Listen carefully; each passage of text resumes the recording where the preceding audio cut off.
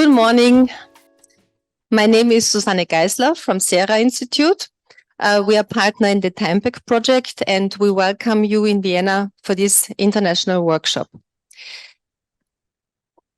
Before we start, I would like to invite you for a get-together after the workshop. That is not on the agenda, so I would like to mention that specifically. So after the workshop, there is a get-together here in the courtyard. We will start with a welcome from our project officer, Sylvain Robert, from CINEA, which is the European Climate Infrastructure and Environment Executive Agency. So he's in charge of a project. I welcome you and give you the floor. Thank you, Susanne. And thank you to Leandro and the whole project team for this invitation to join you today at this workshop. I'm not going to take long. I mean, I guess you all know about the agency, about the EU programs, because you are kind of experts in this domain. You are involved in many projects which are funded by the EU. And of course, I cannot say much about the Energy Performance of Buildings Directive because it's being negotiated. The recast is being negotiated currently. And so we just need to wait for an agreement on the content before commenting on the recasts. However, what I wish to stress is that all the topics that you are addressing as part of the project and the one that you are going to discuss in this workshop will surely remain core to the Energy Performance of Buildings Directive and to EU policies on buildings and on energy. And so I only encourage you to pursue the excellent work that has been done up to now in this project. I mean, it's really a privilege to be the project officer of TIMEPAC because you make my life very easy, so to say, with the quality of the deliverables that you are providing. So, I just wish to underline this.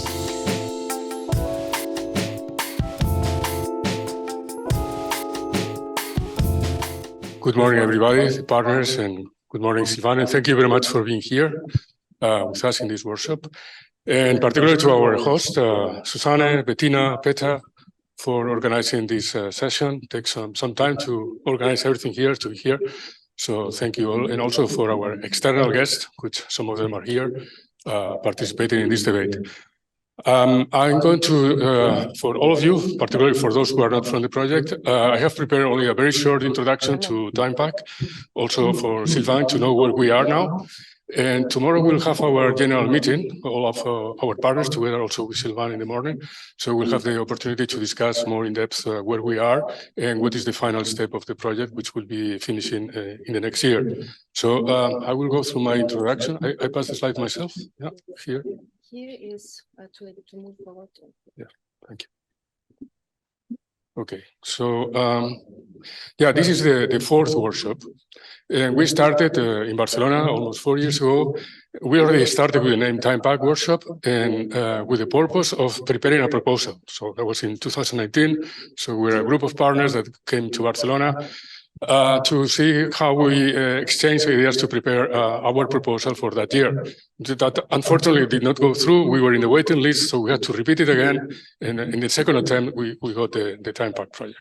So after that, we have organized already 2 workshops, one in Ljubljana that unfortunately had to be online because it was still the problem with the lockdown. And the next one last year was in Torino. And this is the third one. So these 3 workshops are part of the TIMEPAC proposal, the one in Ljubljana, the one in Torino, and the one now here in Vienna. And we will have our final conference next year just to complete all of this sequence of meetings and discussions. So TIMEPAC is a consortium of these 14 partners. We are representing 7 European countries. 6 of them are part of the pilot demonstrations. And altogether here, as you can see, there are energy agencies, there are research groups, there are also software developers. So it's a combination of the different actors that are involved in the certification process. So this is the diagram that in a way still summarizes the idea of TIMEPAC. It's a diagram that was included in our proposal in 2019. And at that moment, we were not so much following the development of the recast, but for the knowledge and information gathered from all the partners, that was our vision of how the EPC could evolve. And we were thinking, as you can see here in the diagram, that EPCs were no longer something that only affected the building as an isolated object, but we had to evaluate the building in their context, in the built environment, together with other buildings, but also in connection with the transport, the energy networks. So the idea that certification was moving into another more holistic approach was part of our reflection and what we put in the proposal. Also, the idea that more and more data was available from all of these different domains, and that all of that has to be combined with the EPCs in order to get a more holistic view of how buildings are performing. All of those ideas are in this diagram. Also, with the idea of the embedding, including all the EPC certification inside a larger context, which is the context of sustainability. And also the idea of recycling the data continuously. So certification is not only one thing that is done in a single time, but it's something that is continuously done over time in a larger context. That was the idea of TIMEPAC. And we believe that these ideas, as Silvan said, are being discussed, are being included in the recast of the directive, and I think that's what we are discussing actually in this workshop. The other key idea of TIMEPAC is the idea that data has to be continuously flowing across these 4 stages of the generation of the certification process. The first stage is generation. The second is the storage of that data in databases. The third one is the analysis of that data. And the fourth one is the exploitation of the data through advanced services. Each one of these 4 stages has particular problems at the moment. To get the data, the quality of the data, how to store the data, which procedures we have to analyze the data, and how new business models or new services can be developed with that information. Each one of these 4 stages presents particular challenges, but also the connections between the 4 stages presents also their own challenges. How to generate an EPC from a BIM model, for example, or a BIM, and then store it into a database, how to do that in a systematic way that is a harmonized procedure across Europe, that's also a problem. So there are many problems here. These are the ones that we in TIMEPAC are trying to discuss. Then the specific objectives, as they were described in the proposal, are summarized here. There are objectives that are shared with many other projects, by the way. So we want to contribute to improve the reliability and the quality of the EPCs, which is an issue for sure. Also to enhance the EPCs with other kind of data coming from the Smart Readiness Indicator or from the sustainability frameworks, to integrate the EPCs in databases with systematized procedures. Also, we are a cooperation support action, so therefore our role is not so much about innovation and research, but try to promote the discussion across. So EPCs at the moment, the current discussion, and this is reflected in the recast, is now surrounded by many other concepts. So it's not only the EPC. We are listening about levels, about SRIs, about the digital logbook, about the building renovation passport. All of these things are floating around. And the question, of course, is how the EPC is related, integrated with all of these other new concepts that are coming across. In this discussion, this is one of our reflections, perhaps even the name of EPC has to change, because it's no longer something like a label to put on an object in a particular time, but it's something that is more dynamic, more holistic. So therefore, the very name of EPC, maybe not only the concept, but the concept and the name, maybe is something that has to be discussed. What could be the EPC in the future when EPCs are connected to other database sources, when they are continuously updated because of the building renovation stage-wise with the building renovation passport? So all of these concepts question, in a way, also the very concept of EPC. So TIMEPAC is part of a larger cluster, which is the next generation EPC cluster, which there are other sister projects we have been working, collaborating. And indeed, forums like this one, like this workshop, have been an opportunity to meet other projects. This has happened already in the other workshops in Ljubljana and Torino, also here. We have representatives from Extendo, for example. So this has been an opportunity to exchange ideas, to discuss, and also to try to apply the outputs of the innovation project into this project, into TIMEPAC, something we have already done in some particular cases, for example, in the calibration. So what is the specific target, or what is our work actually? What do we do in TIMEPAC? I mean, concretely, precisely. So here in this diagram, we can see what is the core of our contribution. Is just to envision 5 future scenarios that we call transversal deployment scenarios, each one of them focusing on a particular issue of EPC, trying to envision how we are going to work with EPC in the future, and based on that, to develop a training program to contribute to accelerate the transition towards a new concept of certification. So these 5 scenarios, which are here described, 1, 2, 3, 4, 5, is the first one is about the integration of EPCs with BIM technologies. The second one is to enhance EPC with real data obtained from the operation of the buildings. The third one has to do with the connection between the stage renovation, the renovation passport, and the EPC. The fourth one has to do with the integration of SRIs, and the final one has to do with large statistical analysis of the EPC databases for renovation programs.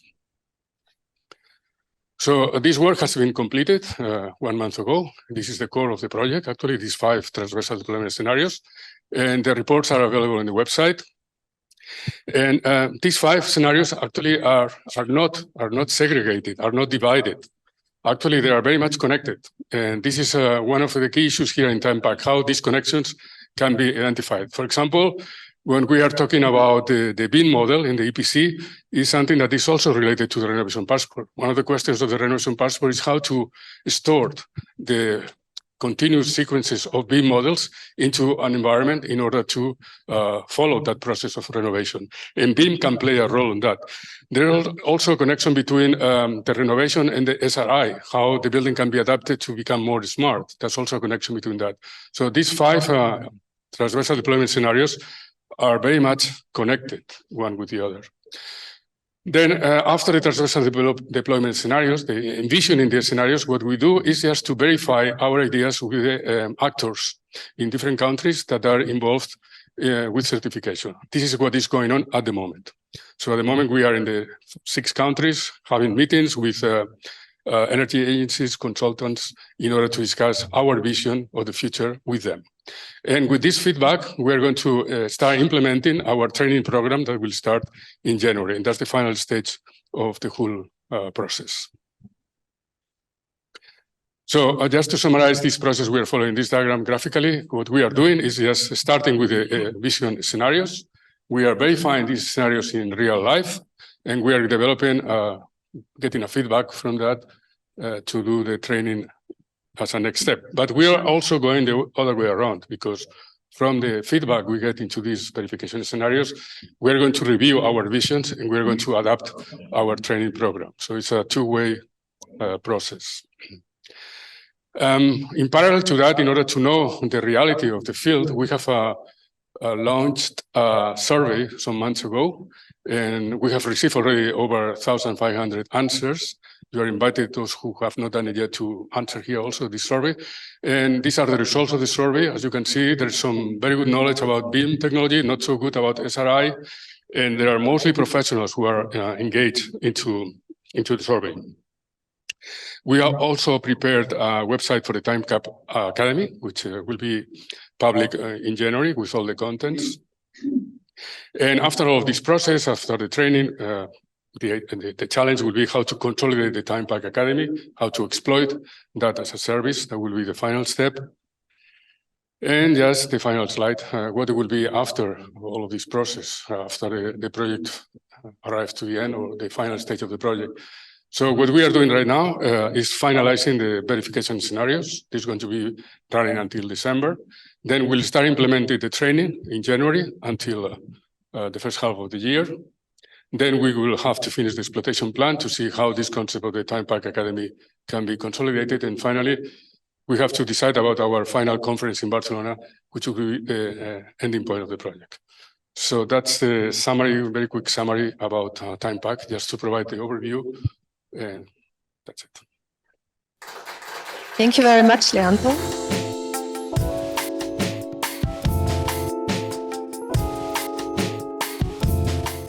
think we can start with our first session. That session is on building information modeling and other collaborative approaches and opportunities to streamline building processes and to facilitate data sharing. We will have 3 presentations. The first is by Alvaro Sicilia from the Salle University. And I think we start. I give you the floor. Thank you, Susan.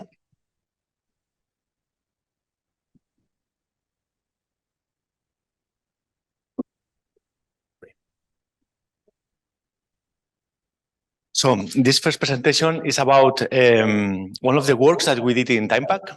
It's about how to connect BIM with EPCs and if it makes sense or not. So we will answer this question, if it makes sense or not. And this was one of the first transversal deployment scenarios that Leandro mentioned, TDS1. And we did some work to connect BIM with EPC to try to extract some knowledge about how many hours, the reliability of creating these models. Okay. Yeah, good. Okay, alles gut. It's good? Okay. Yeah. So I will start asking this first question. Why use BIM to generate an EPC, an Energy Performance Certificate? It makes sense. If we talk about existing buildings, maybe we can say that it's not worth to create a BIM model, a detailed BIM model just for creating an EPC. So this is the question that I'm going to try to answer through the whole presentation. So if we want to answer this question, let's first think about how is the EPC nowadays. And there is a feeling that the EPC is a tool, it's a valid tool because we have collected a lot of EPCs around Europe. For example, in Catalonia, we have more than 1 million. It's great, but there is the feeling that it's not reliable. This data, we cannot trust this data. Yeah? This is the feeling that we have. And indeed, I think later we will discuss about quality checking in the EPC's processes. So in order to understand that, we investigate the consultation made by the European Commission in 2021, and they reached to these statements, to these insights.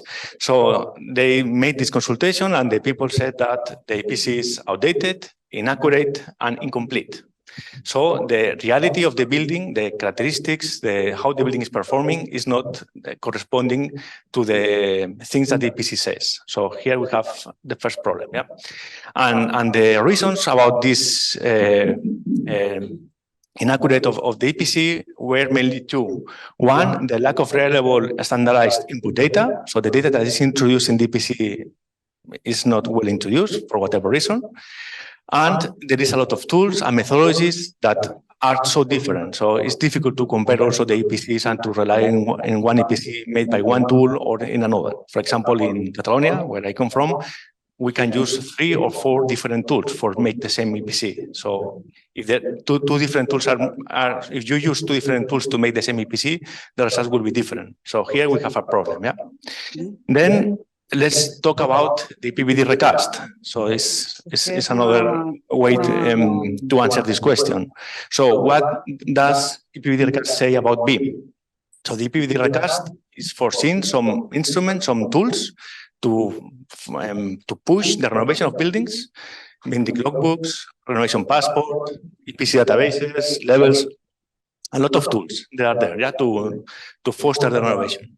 And there are 2 particular tools that are very interesting, are much related to BIM. The first one is the building renovation passport that I think in the session 3 or 2 we will talk a lot about BRPs.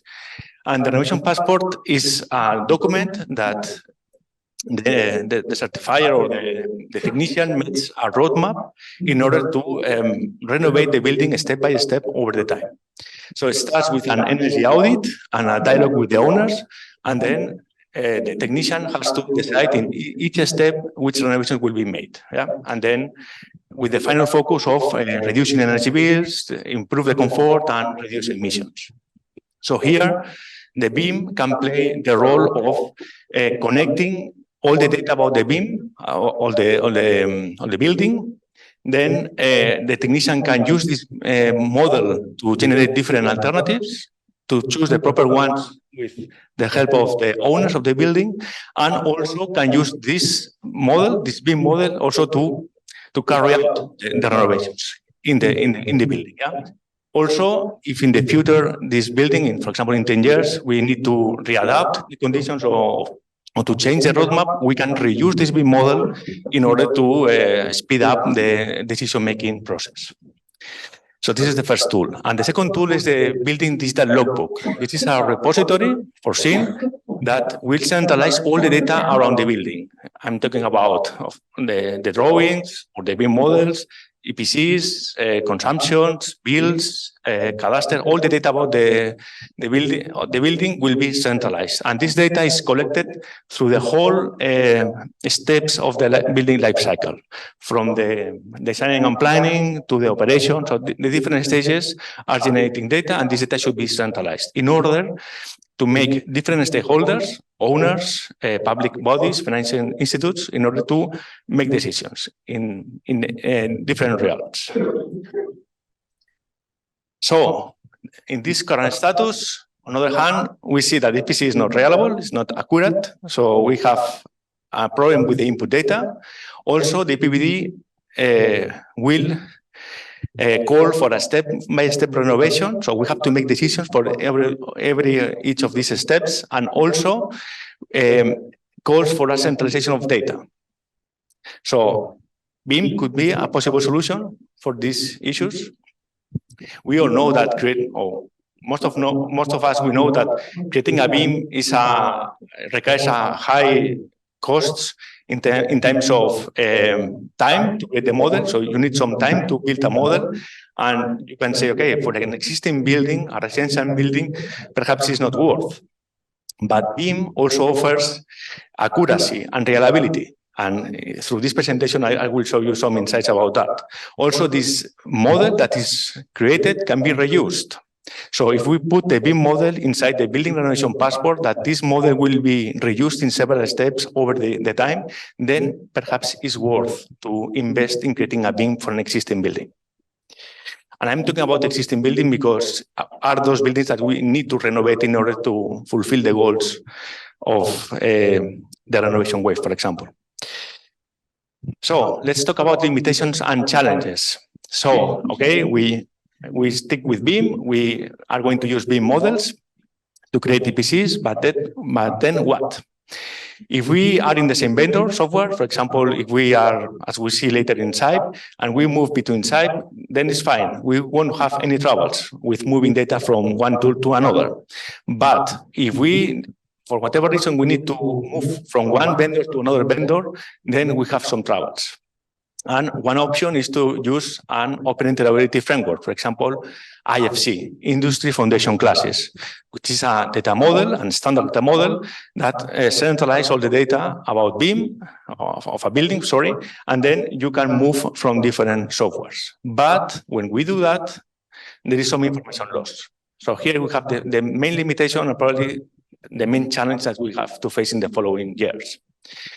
Also, each discipline, for example, energy simulations or some measurements calculations, or when we go to the building and to do some renovations, requires some specific data, and also requires that the data is modeled in a specific way. So this is other a limitation and a challenge. So here, this BIM model should be built in a way that every discipline can reuse it with minimum effort and can use it to their own works. At the end, this limitation is on the hands of the software developers. So we, as a users of BIM or a EPC certifier, we cannot do anything. So these bridges between softwares are on the hands of them. So in order to overcome this issue, in the TIMEPAC project, we developed a guidelines. So some guides in order to enable technicians to model the BIM in a way that later can be easy used to generate an EPC model. And basically, the technicians has to do two things. First, to check if all the data required for the EPC is in the place, is in the layers of the walls, is in the spaces, so all the data is there. And also if the BIM model has been developed in a way that later can be easily imported in the EPC tools. For example, the EPC tools or energy simulation tools requires different levels with the spaces, and every level has their own walls. But for example, some technician, when develops a BIM, just say, okay, let's create a very big wall that connects the whole facade, 3 levels all connected. This for energy simulation doesn't work. So this is one example that you have to take into account when you model BIM for an energy simulation. So these are some of the recommendations that are included in the BIM guidelines.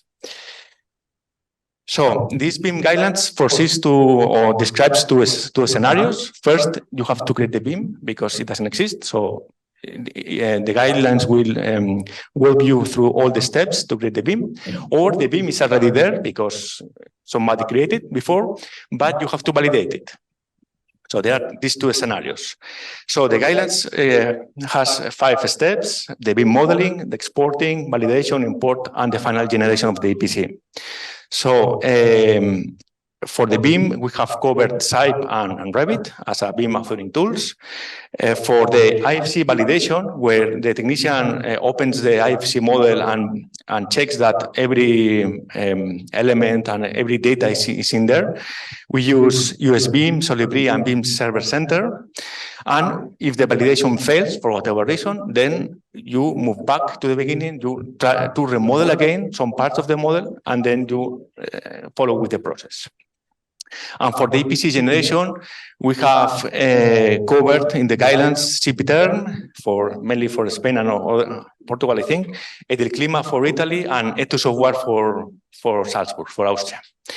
And this guidelines is a comprehensive document of more than 100 pages. We are just creating, well, we're in the proofreading phase. Probably we will publicly make available this document. And this guidelines is a work that has been somehow validated for the application cases.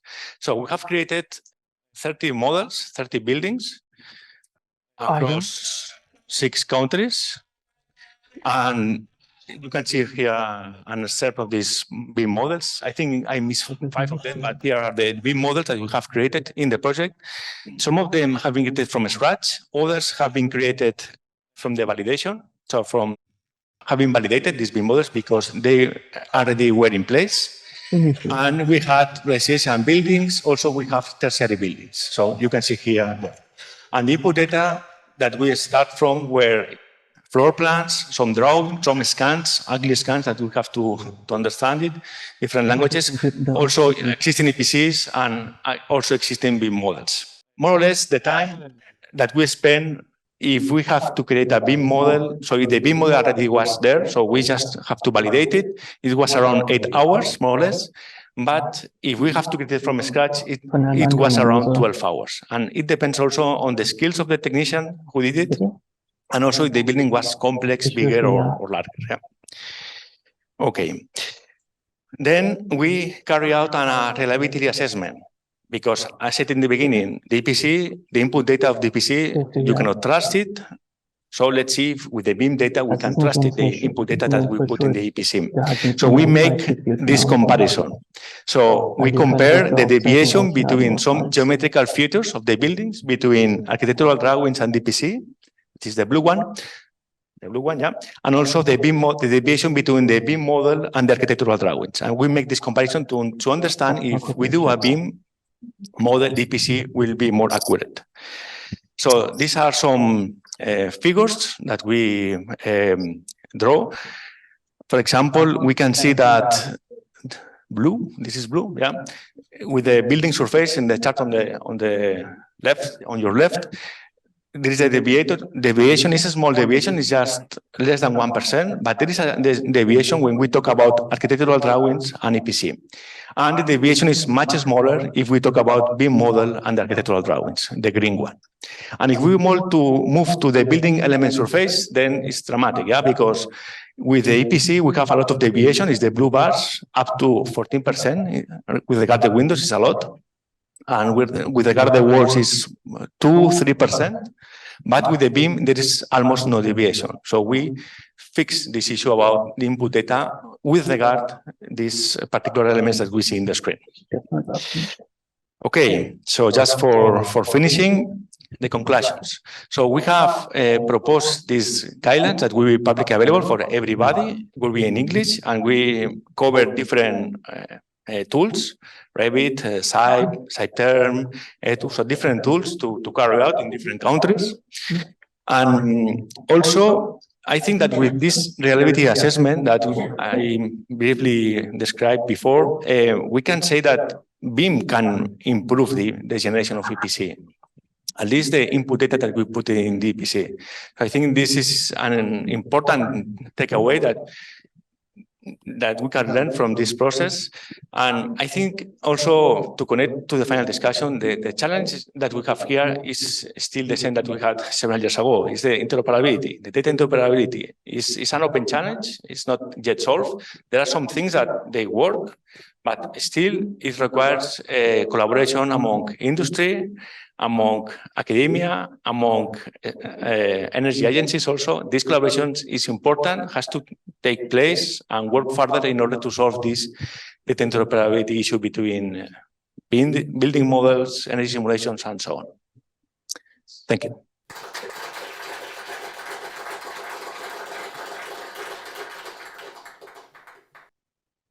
Thank you very much, Alvaro. Are there any questions? Sorry, we have a second microphone somewhere. Yeah. This one.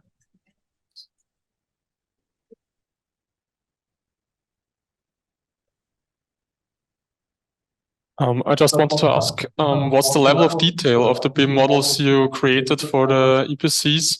Because if you get to the level of detail for an EPC, it's much lower, except for the building level you need and all the processes you need as an architect for doing. Yeah, in the guidelines, we just describe how to create the minimum level of detail that you need for the EPC. So it's not detail or it's not as built, for example. So with that building model that we propose to do in the guidelines, you cannot do, for example, facilities management. You cannot do it. But at least it's the first step. And if you go in that direction, then you just increase the level of detail. But the whole model can be reused. Yeah. Good. Thank you.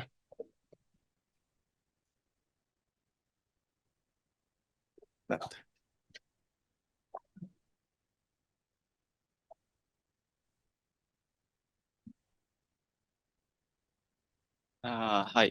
Have you calculated the performance gap between an actual current EPC tool and the BIM model EPC tool?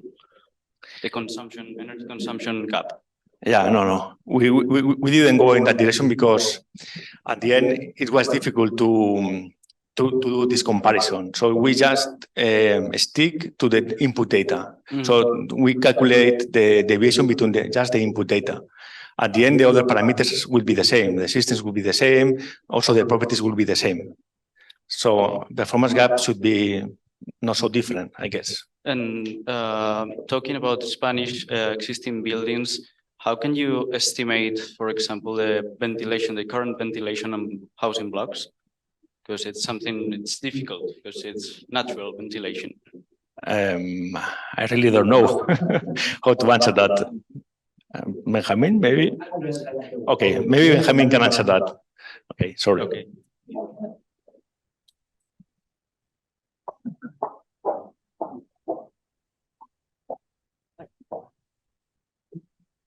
Maybe I can answer this last question because this topic was addressed in another part of the project, which was about operational data. And in that case, we applied the so-called tailored energy performance assessment, which is based on the real use of the building. And we also addressed the topic of the calibrations of the models versus real data. Okay.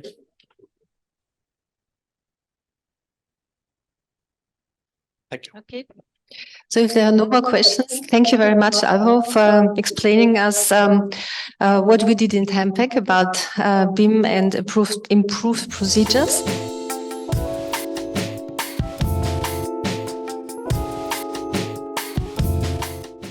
I would then like to come to our next presentation. This is Benjamin Gonzalez from SAIPI, and he will tell us about the integration of Open BIM and EPC lessons learned. Thank you, Susanne.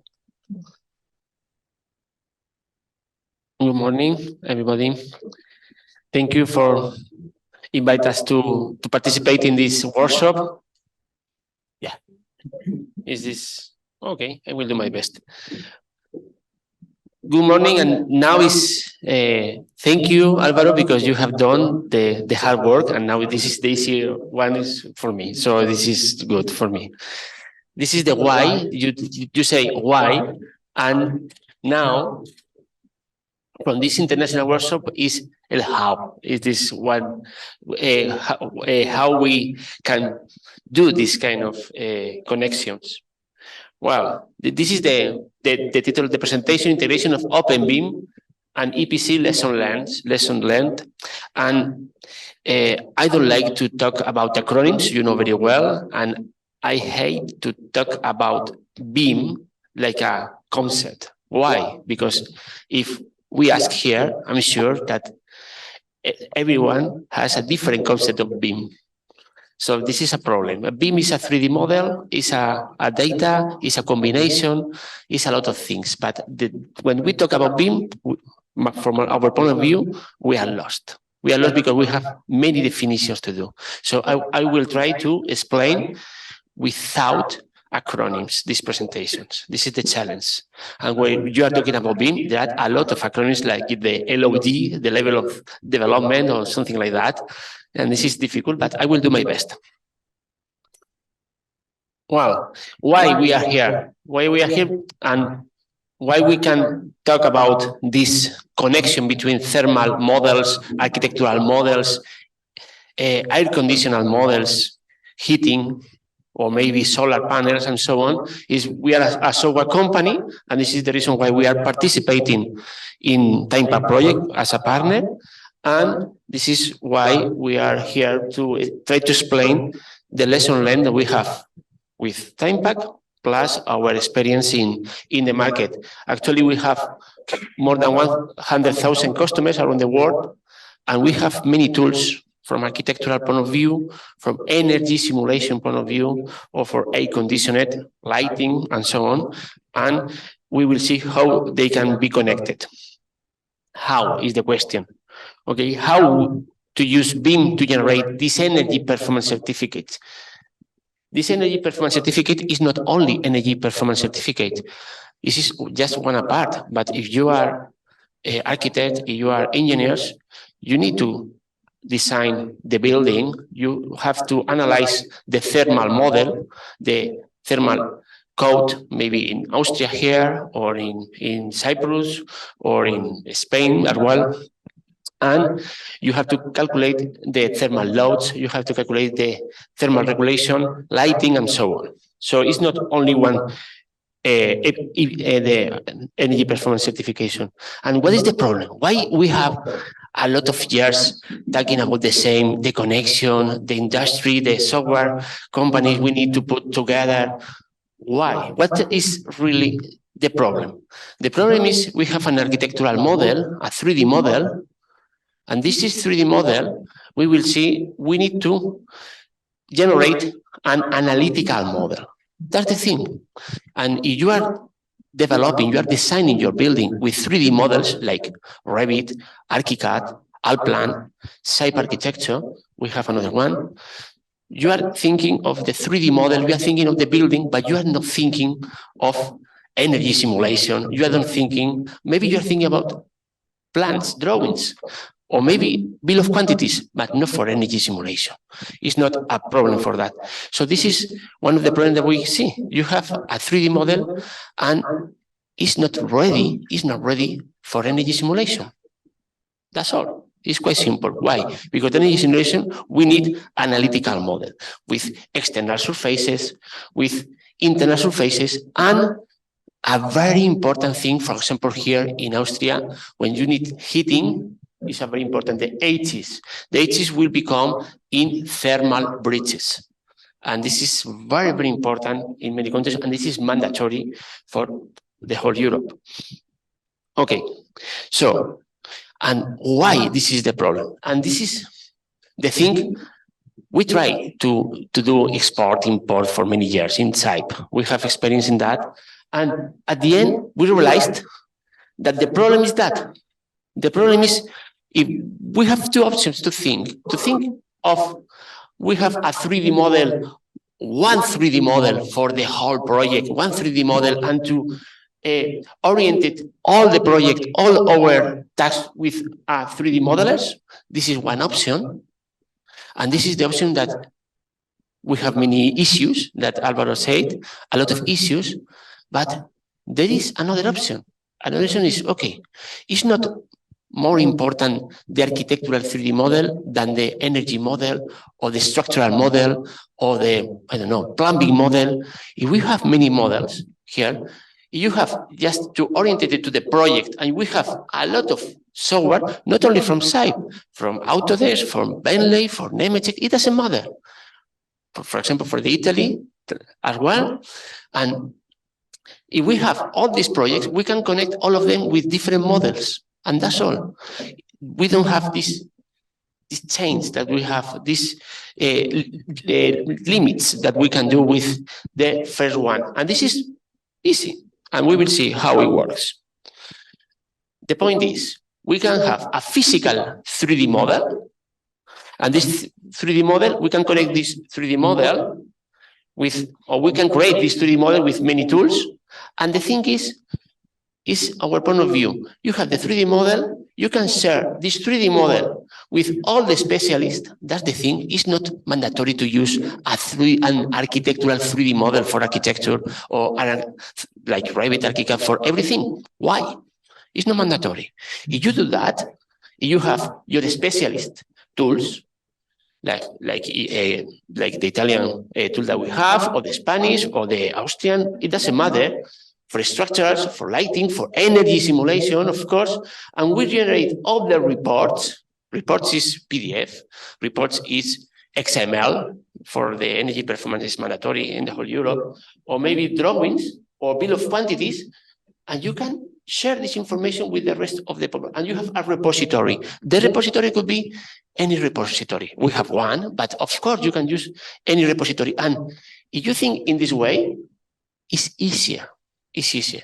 And with this, the problem is just that you can share, it's not a problem actually, you can share all the information with the repository, in this case being Service Center, and the point is you don't need to put all the information in one model. You have a physical 3D model with data, and you have all the data for many different specialists. And with that, the good thing, it works. Well, so at the end, we have two ways to do it. This is our experience, and this is the lesson learned that we have. We have, I don't know if this is the option one is the best one or the two. Actually, I prefer the two. This is my point of view, but I will explain the two options that we realize that we need to, or we can do. The first one is, of course, we have talked, if we are talking about, Open BIM, and I say the word BIM, if we're working with Open BIM tools, we need a standard to communicate these Open BIM tools. This standard could be IFC, and we will see that there are another standard, but IFC is the strongest one. And this is the most popular, right? So for that, we have the option one. We will see IFC using BIM tools, 3D tools, or maybe using 3D simulation tools, 3D geometrical tools, not the architectural point of view, just for the simulation point of view. Let's see. So the first one is that. Maybe we are working with ArchiCAD, Allplan, Revit, SIPE architecture. We can share, this is the option one, it's not the most important. And for that, we will see that we use a tool, and this tool is a Open BIM analytical model. This is one part that when we wanted to connect the analytical model to the architectural model to the analytical model, we realized, and it was part of another research project, we realized that we needed to create a bridge between architectural model and analytical model. And this bridge, this tool, is with this three geometrical model. This tool was Open BIM analytical model. We create this tool. What happened? What is the problem or the issue with this tool? It's always the same. If you are doing this 3D model, if you are creating this 3D model, you have to take into account that the 3D model will connect with an analytical model. Always is the same problem. Why? Because when you design this room, for example, this room, if we analyze this room, we have here, it's possible to do it, or we have, it depends on the detail that we are doing. For energy, we don't need this kind of detail, maybe for the energy simulation. But if we have the architectural model, how we can convert this detailed 3D model with the geometrical or analytical 3D model with this tool. This tool is a 3D tool, actually. This is the option 1, the analytical model, and this is a free tool. And this is the environment. It's a graphic user interface. You will take an IFC from any 3D architectural tool, and you will create here your analytical model. This analytical model will be able to know which room we have in another side, the thermal bridges, these dates, or all the boundaries that we have with the building. And this is good, but it's good if you are comfortable working with 3D models. If you are comfortable with that, this is a good tool. That is the option 1. The option 2, and my favorite one, is IFC. We can work with all these parts. And why, if we have the IFC, but we have DXF, we have drawings, why not to combine the two information? Why not? The drawings is cool. And if you take into account that the energy simulator, the energy designer, maybe they don't need to know how Revit, ArchiCAD, SAP architecture works. They need to work how the energy tool works. That's all. And what if we have a simple tool in order to generate a simplified model with which input? With the IFC plus the DXF. You have both. You can take maybe only DXF, maybe only IFC, or a combination. That's the thing. If you have this combination, you will be able to control the 3D model. The 3D model for energy simulation, for acoustic simulation, for lighting, maybe structures, fire design, and so on. So this is another part. Is BIM 100% BIM? Is an LOD? What is the LOD of this tool? The LOD of this tool is just the geometrical.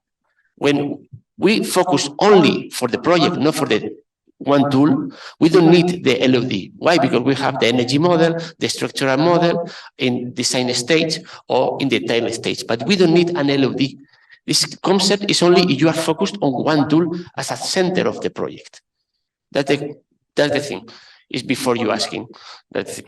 Okay.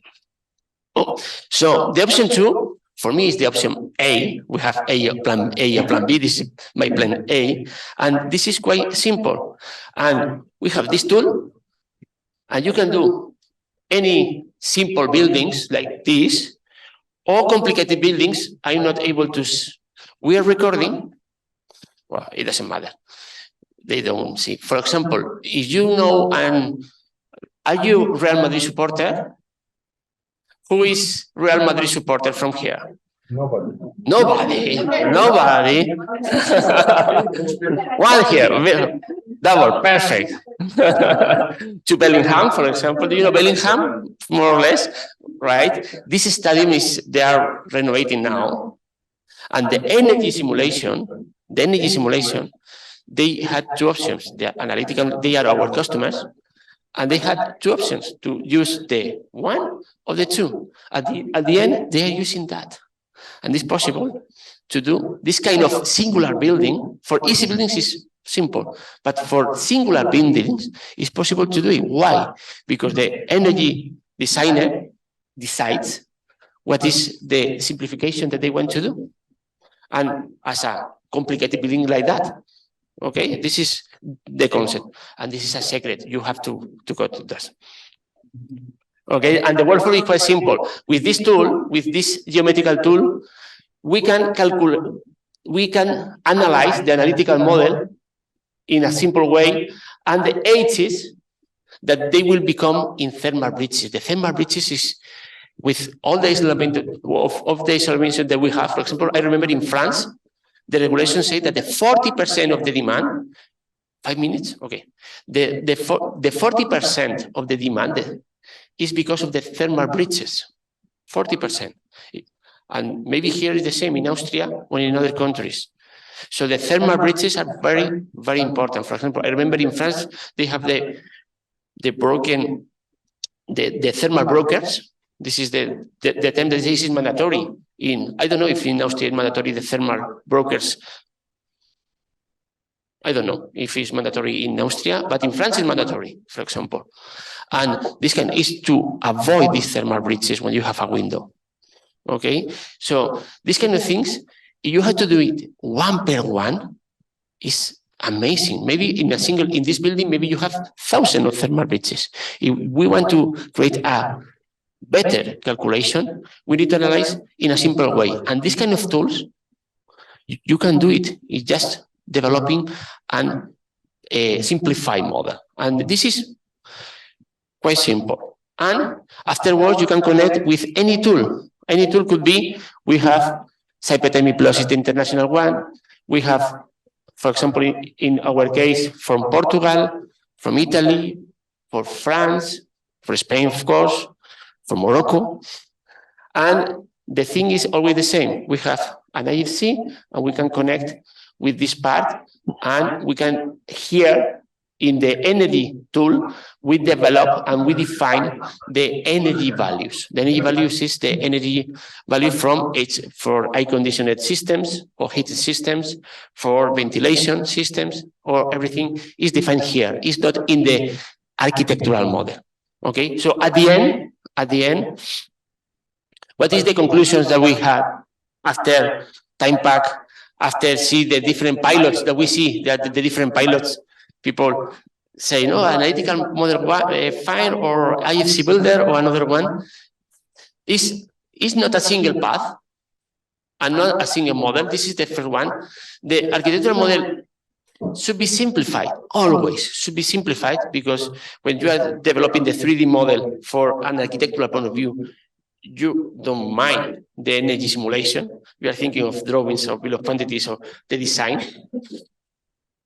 That is possible to use 100% of 3D models for EPC generation. Actually, with a tool, you can, from the beginning in Spain, it was a 3D model.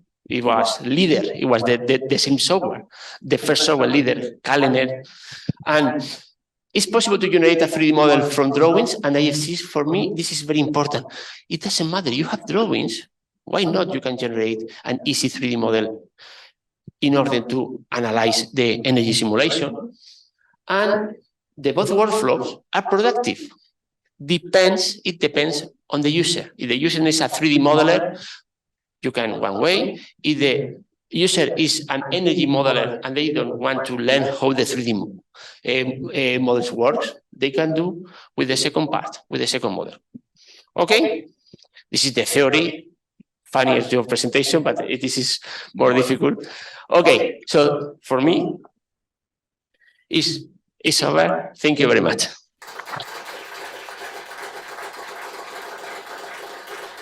Thank you very much, Benjamin. Do we have an immediate question? No immediate question, then maybe for the panel discussion. Thank you. It's all clear. Thank you, Benjamin.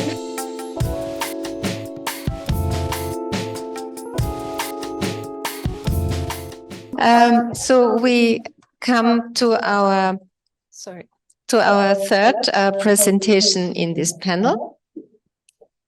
Francesca Conselvan, please, from Technical University Vienna. And sorry, I'm from ETH. I am sorry, ETH. We are close partners. Yes, close partners. I'm very sorry. E-Think Energy Research, of course. You see, yeah.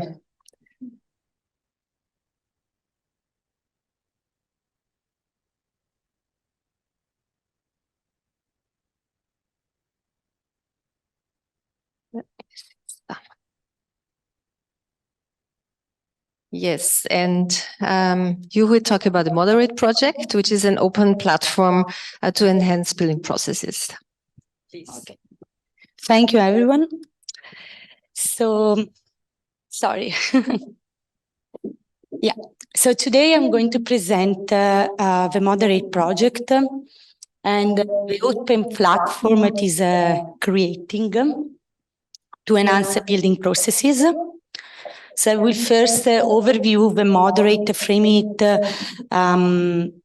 in the current situation of data sharing and data analysis, how the Moderate is innovating the building sector, to narrow it down how we generate synthetic data, specifically synthetic EPC, and the services to analyze the data.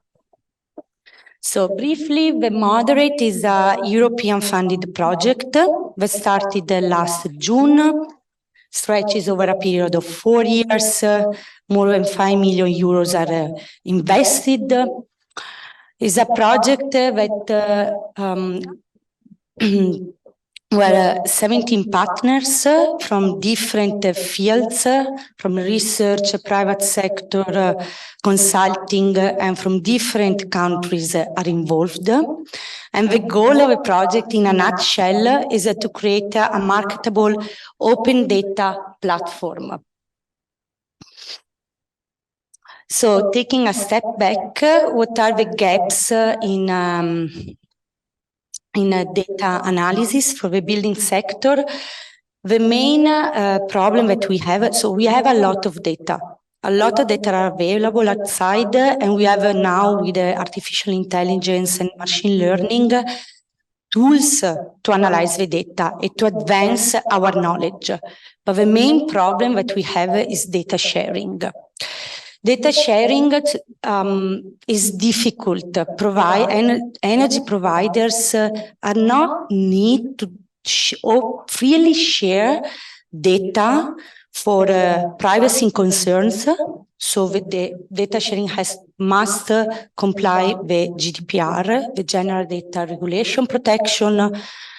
We are concerned that with machine learning and artificial intelligence, their core business can be reconstructed, open a floor of discussion, let's say, with competitors.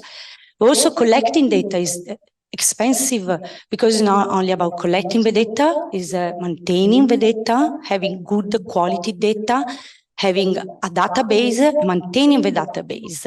And not everyone has the capacity of doing that. So the goal of a Moderate is to create a platform where data can safely shared, because the platform per se provides the tools and the protocols to secure that there are no data leak, no attacks, cyber that is secure, and the people that are accessing the data are controlled. And providing tools also to analyze the data, so having a match between data providers and consumers. So this is quite innovative because they're going to improve the data collection.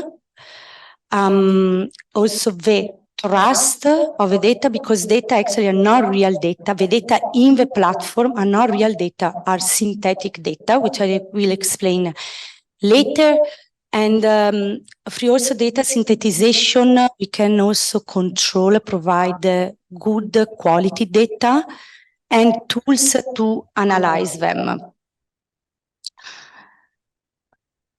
So concretely, what do we have at the end of this project? We have an Open BIM platform that we can imagine is divided in two.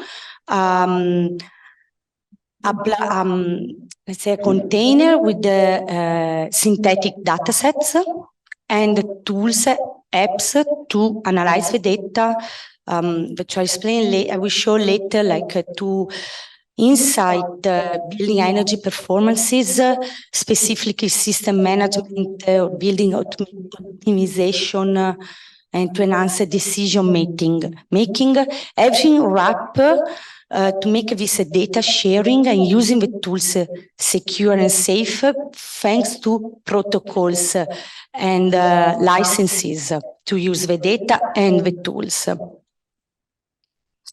So this is a bit the workflow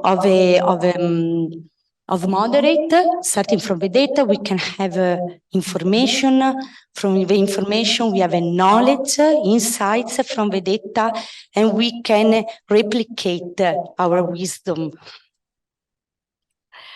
So this is a bit of a platform architecture. I'm not going to detail, but how it's structured. So we have let's say two blocks of data producers. So every data provider will have a node, so have a full control of a node where can plug in, let's say, the input are their own data, like energy load profiles, and with the machine learning are generated synthetic data that are stored in the platform. So the input data are not stored in the platform, and the energy provider is the owner of the data. Then through an API, the data is connected to the data marketplace where there are apps generated both from moderate, it's here in applications, both from moderate and from companies to analyze the data. So I come now to synthetic data, since the data in the moderate platform are not the original data, but are synthetic. So what type of data do we have? We have static data, EPC, or satellite data, and dynamic data, like energy consumption, electricity load profiles, heat profiles. And we also have data at different scales, so a building scale, district, city, national and regional level. Why they are important, synthetic data? Because synthetic data respect data protection, because no personal information are shared. Synthetic data are anonymous. And this is a push for providers to share the data. Also because with the EPBD recast, one of the articles, the article 14, if I don't mistake, sharing data gonna be a must. It's not a nice to have, they have to do it. So what are synthetic data? Synthetic data are artificially generated data. They are generated with machine learning algorithm. They mimics real data in the sense that they anonymize all sensitive information like address or names, but they retain the same statistical and mathematical characteristics of a real data. And this is what we need when to use the applications, because many of our applications are machine learning applications, and so we need the same statistical distributions. As I already said, they anonymize sensitive information. So privacy and confidentiality are respected. Moreover, sometimes real data are rare. We don't have enough data to run, to properly run machine learning tools.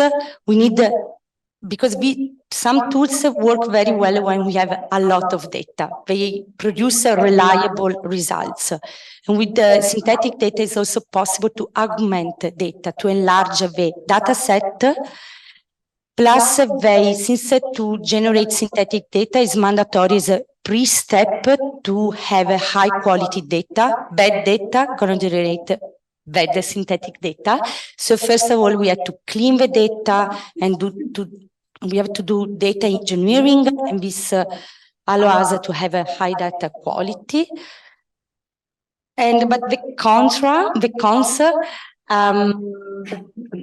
first, synthetic data needs a lot of computer resources, and sometimes the algorithm to generate the data are a black box. Especially when we come to using a deep neural network, a lot of work behind is necessary to control, to finely tune the parameters of the algorithm to generate a synthetic data, reliable synthetic data.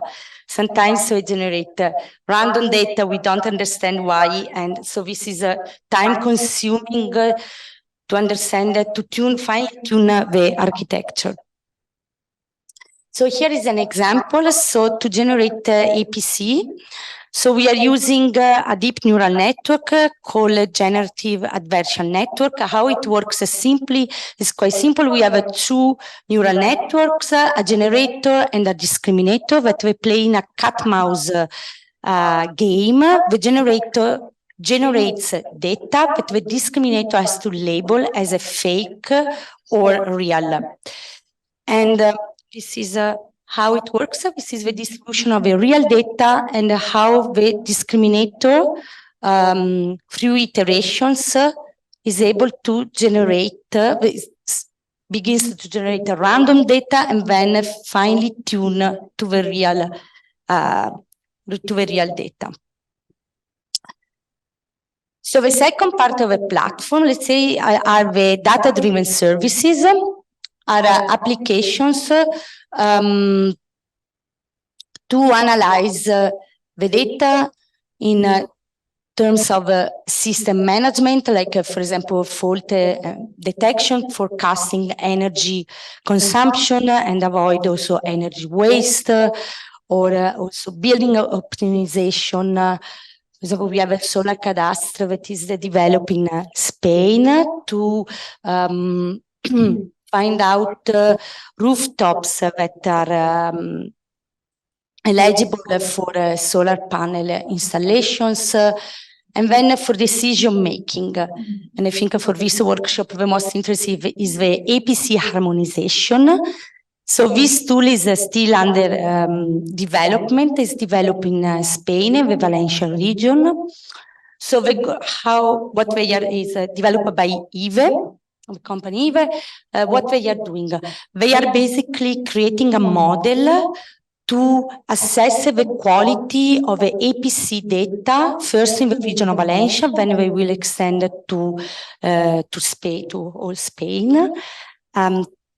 To assess the quality of a EPC, because EPC, especially in the first years when they've been introduced, are not accurate. So we want to finally to turn the certificates and also to harmonize them through the different regions, because as we already explained, there are different tools to generate EPC that are approved by the government, but they also lead to different results, and this is problematic. So this is so to wrap up, the moderator will, at the end of these 4 years, we will have an open data platform where data can be safely shared. We will have applications to analyze the data, and to have a marketplace where data provider can freely, safely, and openly share data. Companies can analyze the data, contribute also to the development of the apps, creating a circular beneficial use of the data and empowering wisdom in building performances and building analytics. So that's it from my side about the moderator. If you want to know more, you can follow in LinkedIn or also in there is a really nice website. Please take picture and spread the voice about the moderator. We are always really happy. Yeah, so thank you.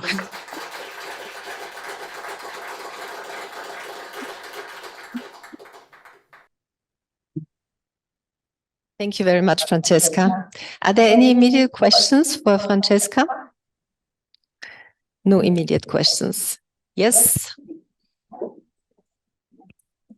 I have a question regarding the connection between the platform that you are doing with the artificial intelligence tools. If you are thinking about it, because now it's with ChatGPT and this is servers, all of them are American servers. And we know that we are in Europe and we don't like to share this information with the patrol law that they have there. And how do you think to manage this information with European servers and these kind of tools? If you can explain. Anyway, my tone of voice is pretty high, so I can finally take advantage of it. So the platform is created by Moderate. It's our platform. The platform architecture that I show is created by IOTA. So it's a partner working at Moderate, responsible to create it from the scratch, this platform. And regarding ChatGPT, for example, we use it, but we cannot because we legally sign agreements. For example, we have an energy load. I'm working with electrical load profiles, I and my colleagues.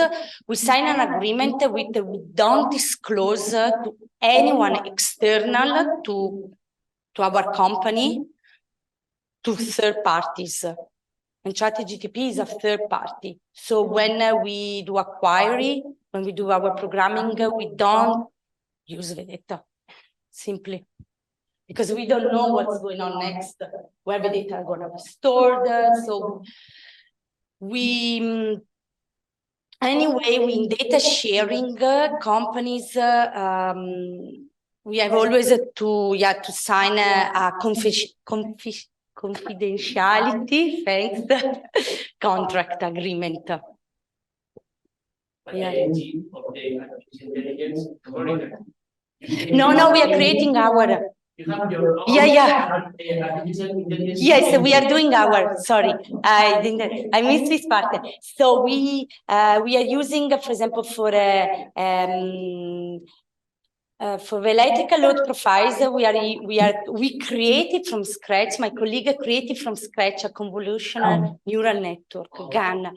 No, we don't use it from others also because the companies that generate synthetic data are private companies.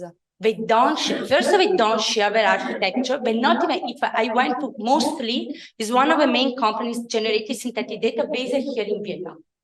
And I went to a presentation. I asked them, what kind of architecture are you using for tabular data? EPC, for example, is a tabular data. They didn't tell me. They didn't say we are using a deep neural network or we are using a Markov chain. Not even say the name. They don't share anything because there is the revenue behind it. So we are in a way forced, and also there is a plus to create our own architecture. We are creating our own machine learning. Thank you very much, Francesca.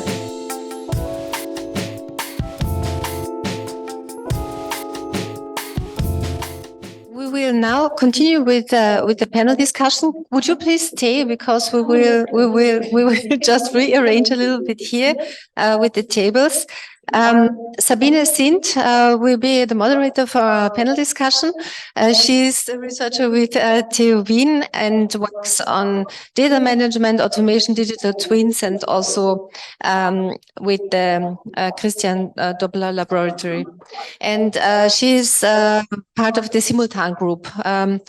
of TU Vienna, and that group also works on that topic. And this is why we're happy that you are here, and I give the floor to you. Thank you very much for the introduction. I just welcome our session speakers again. Thanks a lot for coming. Thanks for the very interesting talks.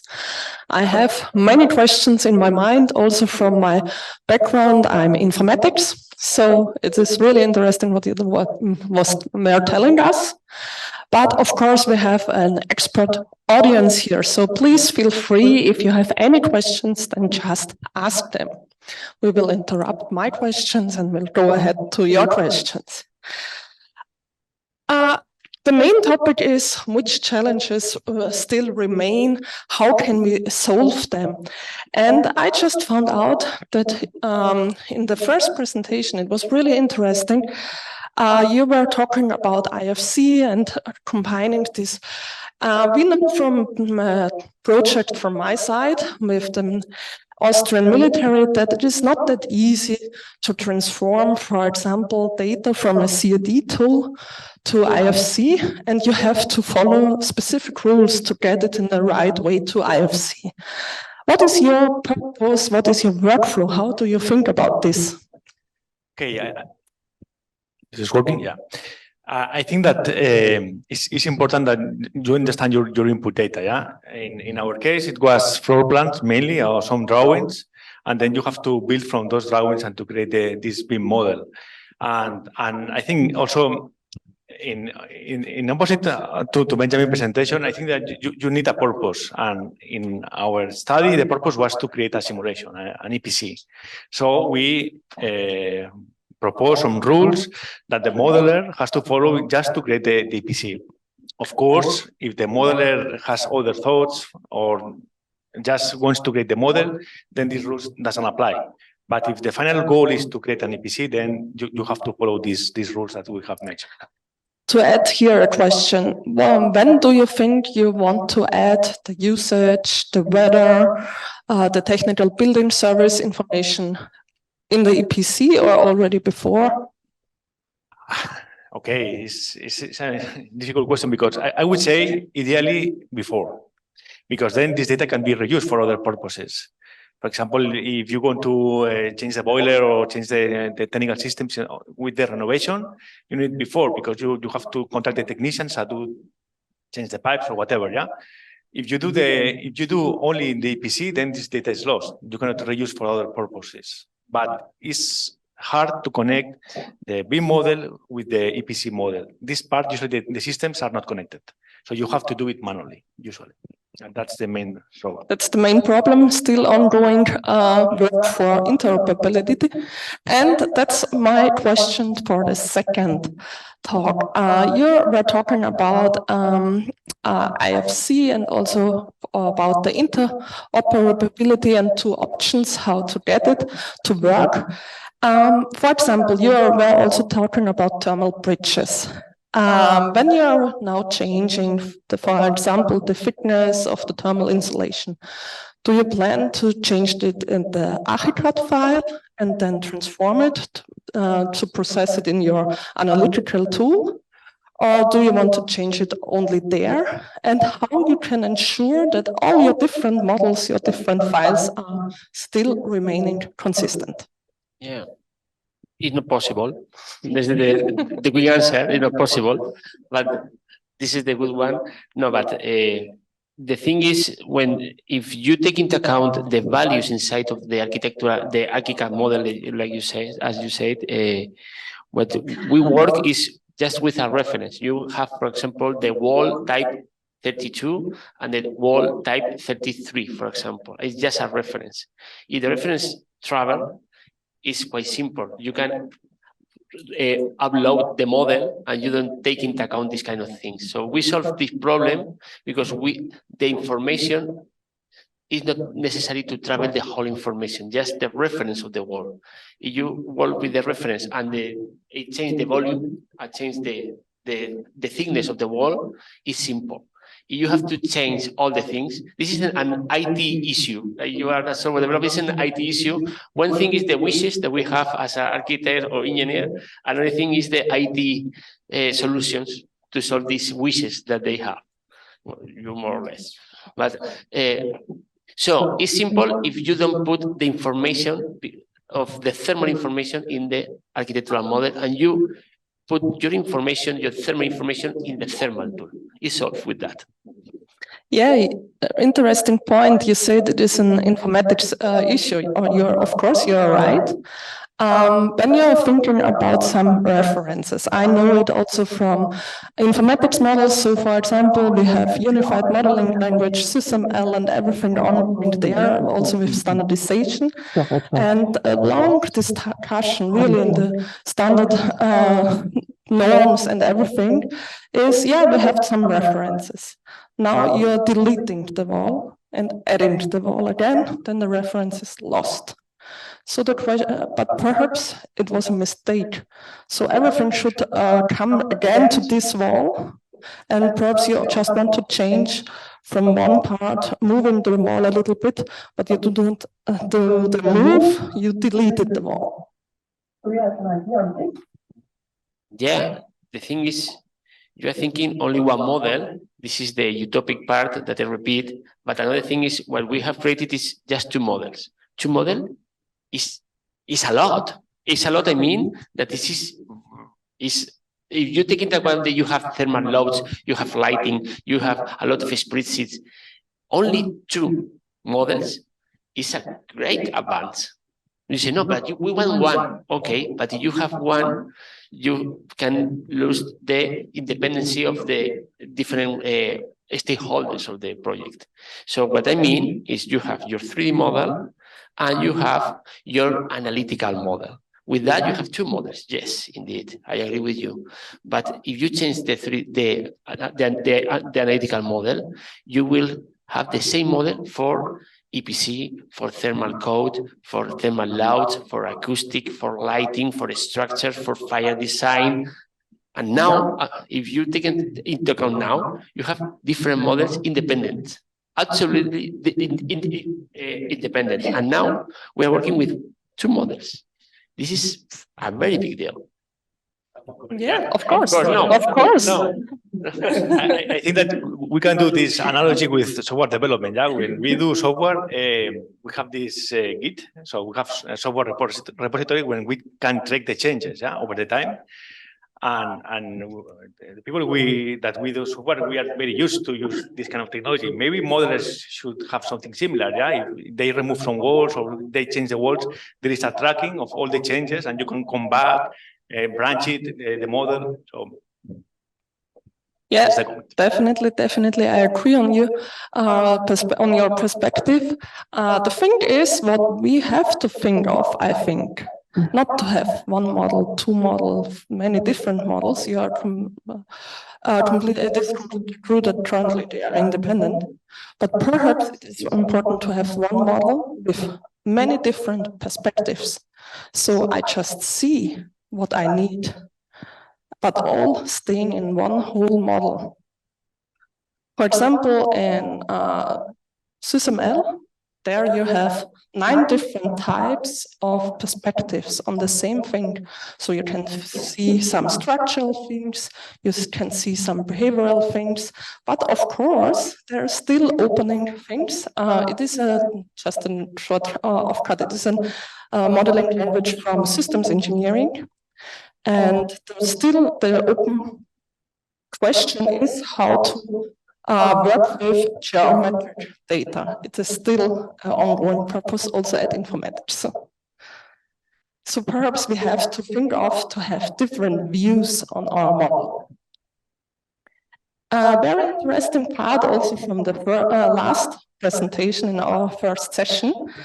Very interesting topic also with machine learning, since it is a high-rated topic currently ongoing, and you already mentioned this mostly a black box, so kind of magic. But what do you think about how do you train the data for your synthetic data? Of course, I see you're using real data, but perhaps think of when you have an improvement. So there you have an impact on your training data. How will you process with that? So, yeah. Nice work. So, so when we receive the data, it's not that we take the data and we run the algorithm. We take the data and we do some pre-selection of the data. So we, for example, I didn't say it, but we receive the data. The data that we received have only two informations: the timestamp, energy consumption. That's it. We don't have any other metadata information, any other information. And this is limiting for a machine learning algorithm, because more information you have, more accurate it's going to be. So what we did was feature engineering. We extracted the features from the data, we clustered the data, and we are using clusters to generate synthetic data to be more accurate. So not to be, because at the beginning we took the data, we ran them through the black box, split out, let's say, artistic profiles. And we was really artistic because the data were not related to each other. So we clustered, we extracted the features, we created a new feature, we group the data according to similarities. So the algorithm is not so lost, the neural network, because here we are talking about neural network also. Yeah, okay. So. And so you do not really have a data model behind, right? So you just say timestamp and energy consumption. For this, we have a timestamp and energy consumption. For the EPC, we have more data. They are using always from the GAN family, but different one that is considering also metadata. An algorithm works very well with metadata information. And there you're using already the structure from ISO standards or even norms or something like that? That's a good question. Lucas, I don't know. Okay, no problem, no problem. Also to you, are you thinking about standards and standard data structures in your processes? I think that the only standard that we can stick is to IFC as a data exchange model. But if we go to EPC, then there's no standard, yeah? And also in moderate projects, when you say EPC harmonization, when you have EPCs from different countries, what happens there, yeah? Because they have different data items, we have different units probably, or they have different methodologies. So I think there's no standard as far as I know with regard to EPC. So in our TIMEPAC project, we just say, okay, let's use IFC to exchange data, and that's the only standard. In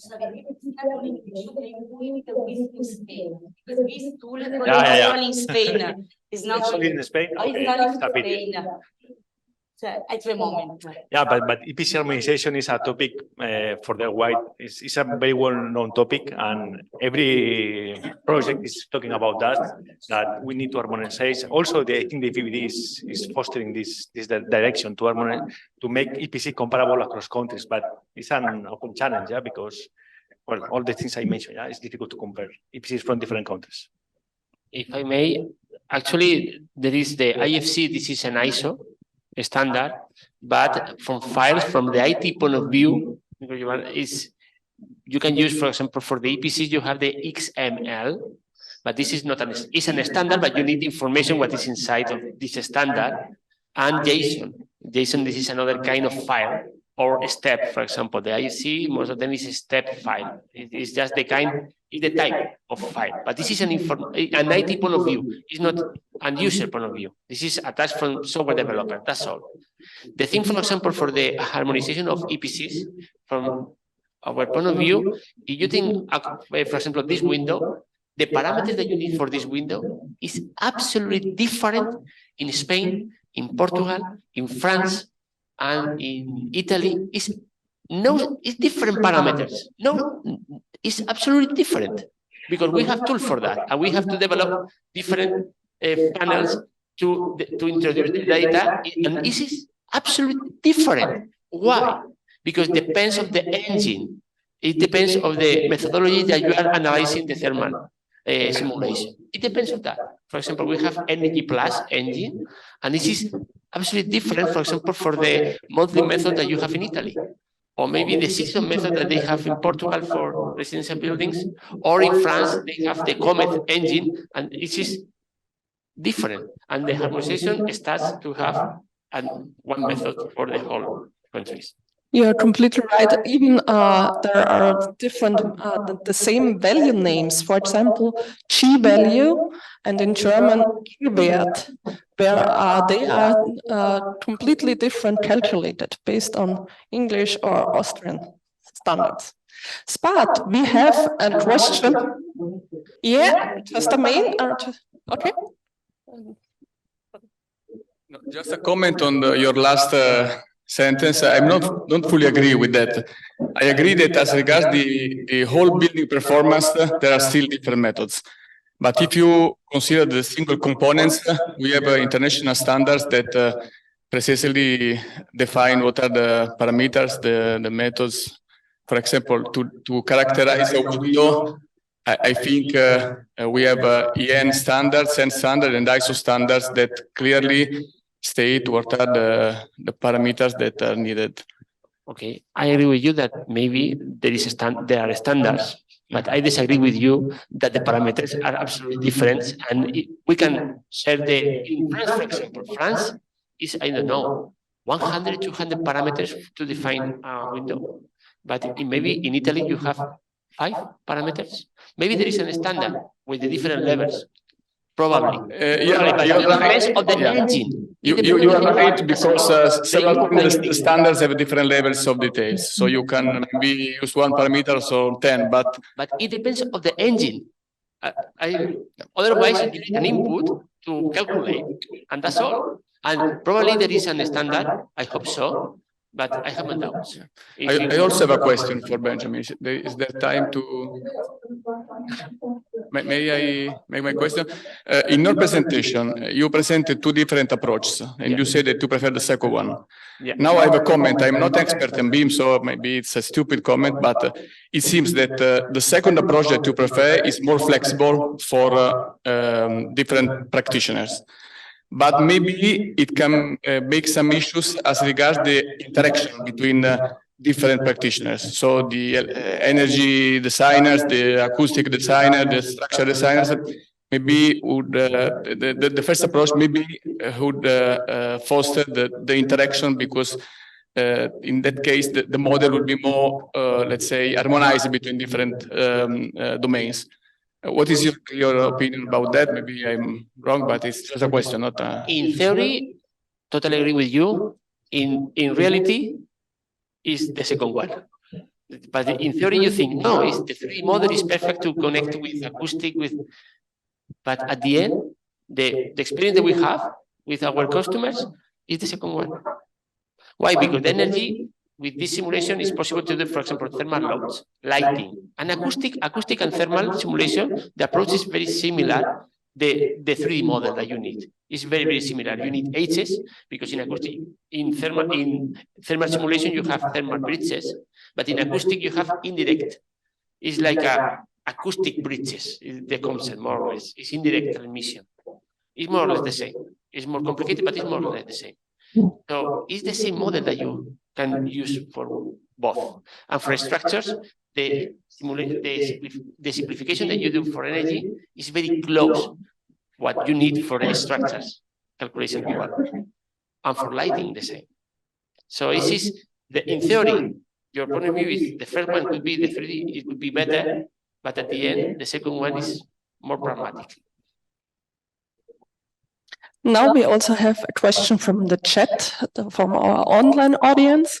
Is there a model which can take into consideration the surroundings of the building? I think the surroundings affect the building. Well, usually when you generate an EPC, you have to take into account the surroundings. I guess the shadow cast, so the buildings that you have, or the trees, or other things that you have surrounding the building, you need to take into consideration for the shadowing effect on the solar gains inside the building. So this is part of the EPC. We didn't take into consideration in the guidelines. We just say, okay, you have the model, just go through the steps to generate the EPC. I think that maybe SIPE, you have something, yeah, software for doing that. For shadows, actually, it depends of the engine that you are using. For example, Energy Plus, they take into account the shadows automatically. But for example, the methodology to calculate the thermal loads, the SRI methodology, we have to analyze and to calculate the shadows, and is an input, not an output. For energy simulation, is an output. For thermal loads, is an input. It depends. And for the platform, the magic platform that you have.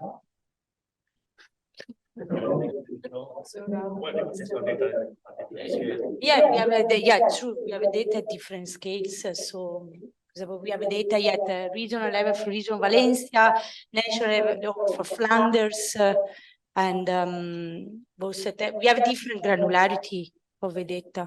Of course, we have to consider the surroundings. Thank you. Other questions also from the audience here? Yes.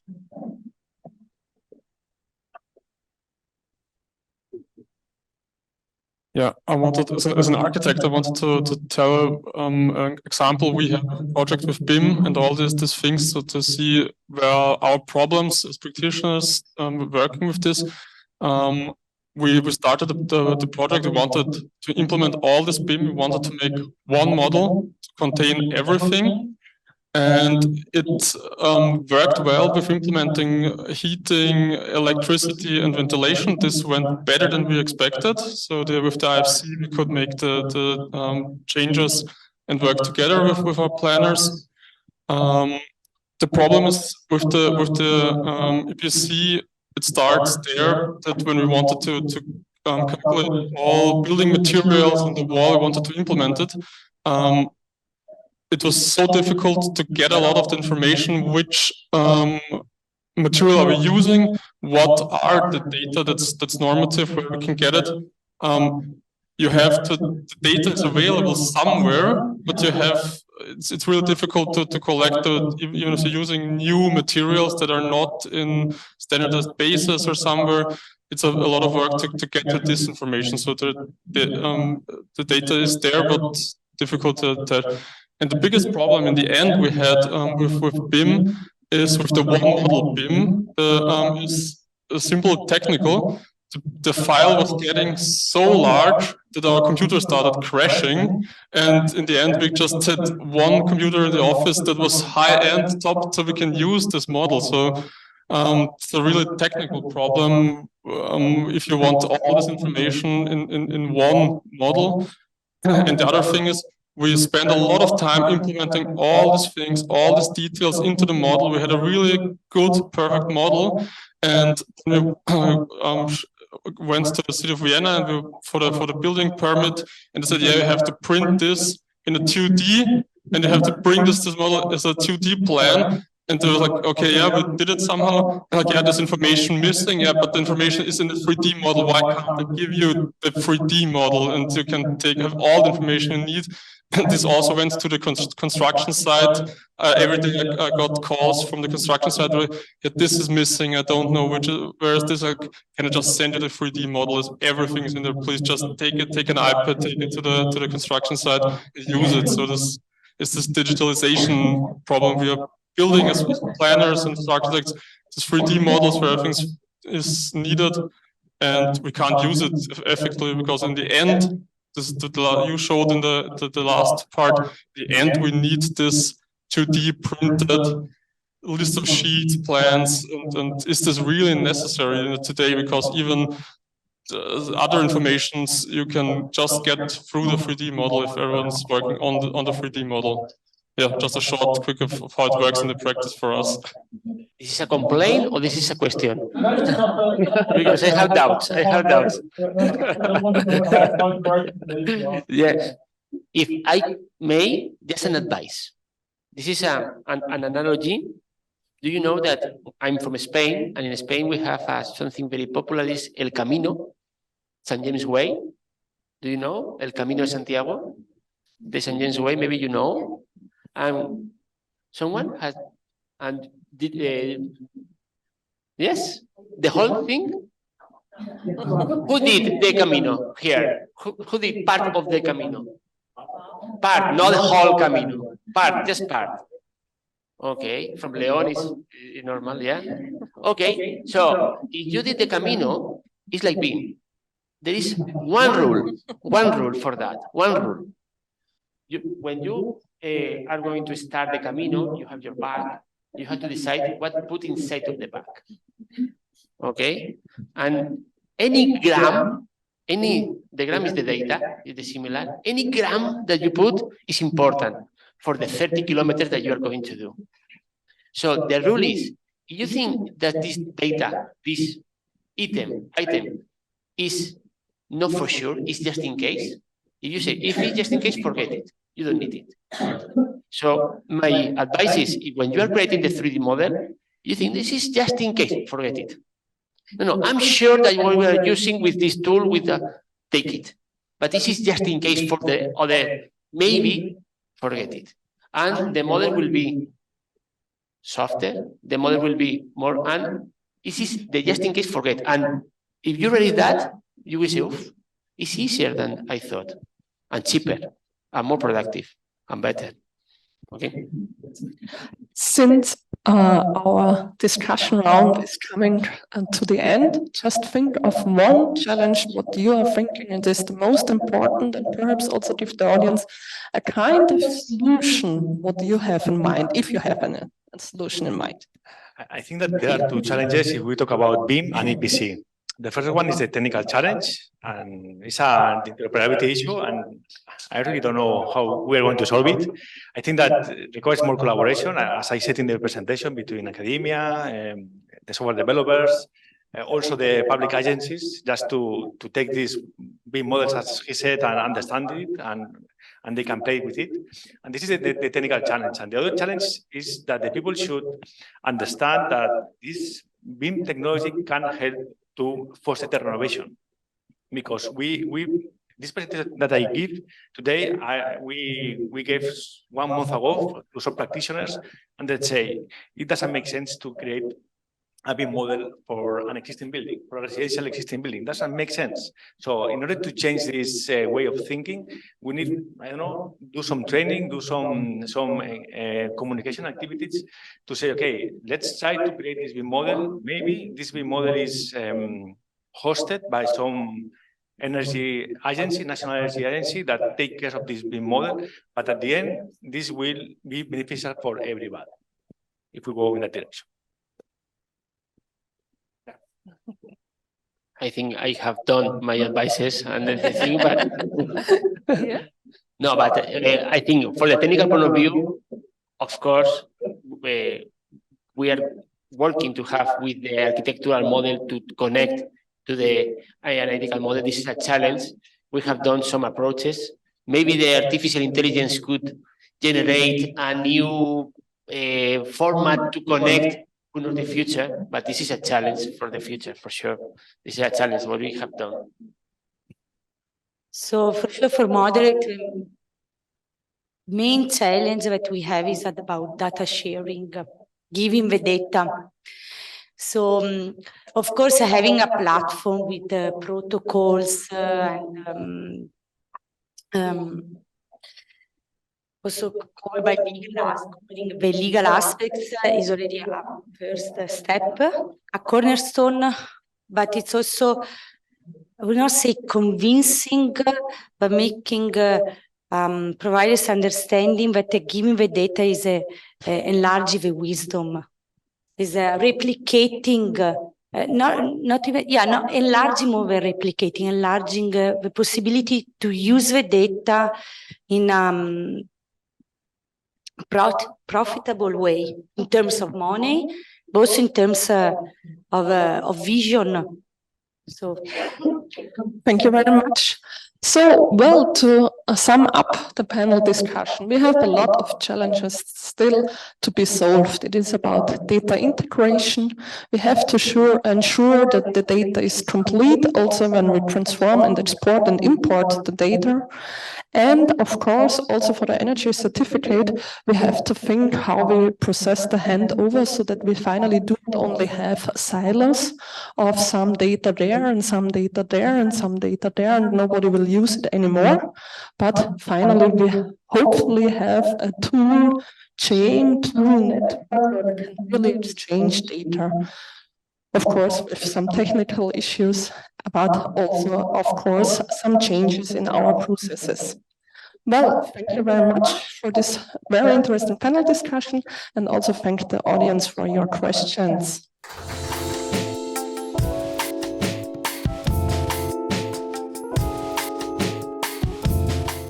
Welcome back. We will start with session 2, which is about integrating data sources in renovation roadmaps.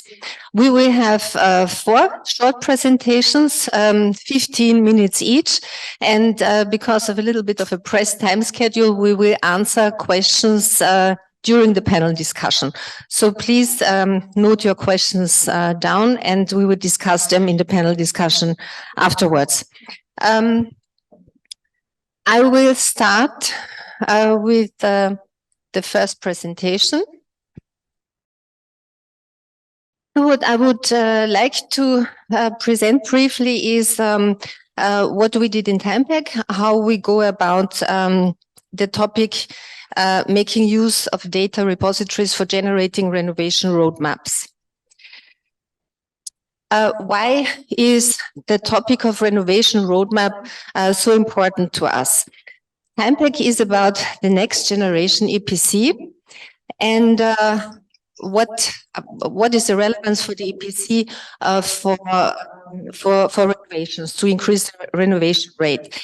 The EPC contains recommendations how to improve the energy efficiency of a building, but these recommendations are often not specific enough. And especially there is the issue that the renovations can be implemented over time, but the EPC has a duration of 10 years. So there is a validity period of 10 years. And actually, we don't know what happens in that 10 years. So how the building would change. This is why the renovation roadmaps can pose a solution to that challenge. They are tailored to a building, and they specify the necessary measures in the right order.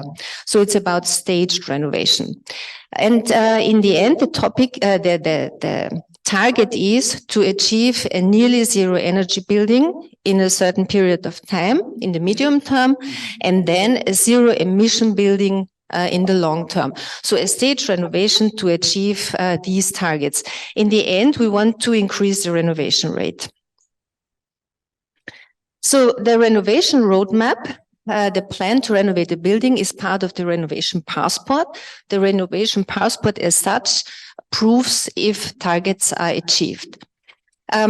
So how do we go about it in TIMEPAC? We start with the analysis of existing building data. So that's the building repositories we make use of. The existing data is then complemented by an on-site visit regarding the actual building status, so to complement missing information, but especially also to collect real consumption data, energy consumption data of the building. Based on that, the renovation roadmap is developed, so that plan for a staged renovation. And we calculate an EPC proving that our standards will be achieved. The next step is then to secure the financing for selected renovation measures, so the ones which come first, execute them, to do the planning for execution of these measures. And after implementation of the works, we update the EPC and we update the renovation roadmap. So, then the cycle starts again for the planning of the renovation measures which are planned next. So that's the process. And now the question is how to do this in a very efficient way to develop the roadmap and the passport, but also how to do it in a very effective way in terms of implementing renovations. And in that regard, we developed a guideline in the project how to do it. And let's say the focus is on two aspects: making use of data repositories in the way of doing it efficiently. And the second is tracking the implementation of renovation measures in regard of doing it effectively. So we don't want only a paper, we want implemented renovation measures. And the tracking is one of the key issues. So how did we develop that guideline? We assessed renovation projects in the consortium based on the methodological approach of BPIE.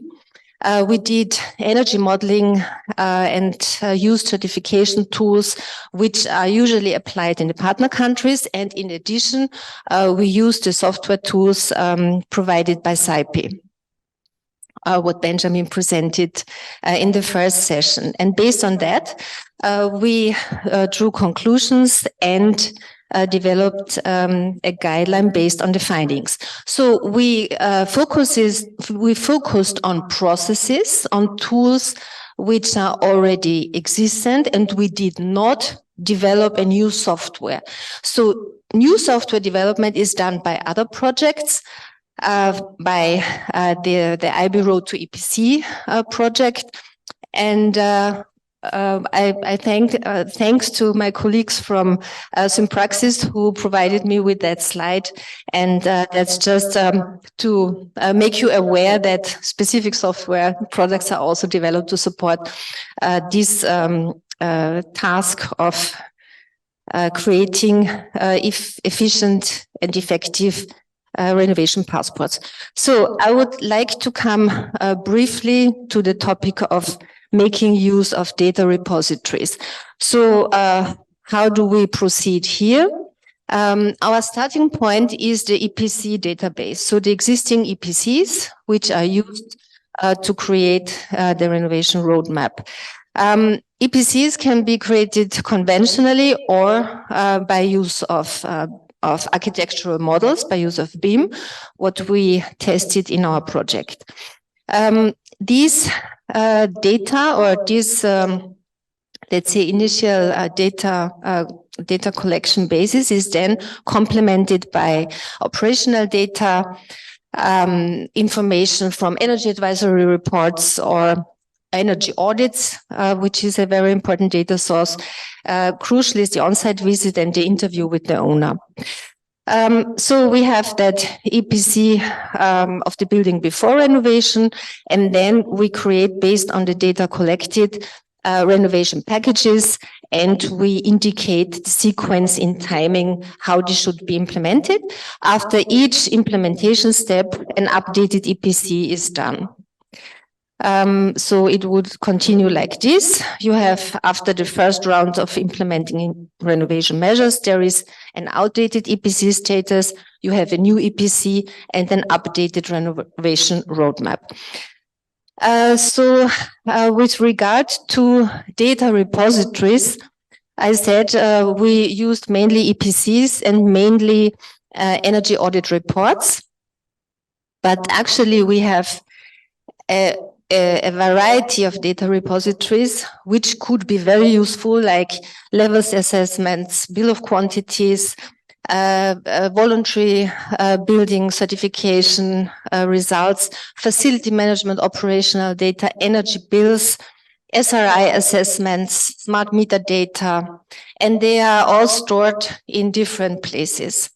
So actually let's say one of our conclusions was that this concept of a building logbook, where all data about the building are stored in one place, is a very essential one and can really help us in overcoming data collection barriers. But it's not only about the building logbook, where all the building related data are stored, we also need information to municipal information systems, especially regarding zoning plans. Where do we have heating and district heating and cooling networks? How is the potential of making use of solar energy, for instance? Where do we have geothermal energy sources? So with regard to the target of zero emission, which depends on making use of renewable energy sources, this connection with the municipal information system is essential.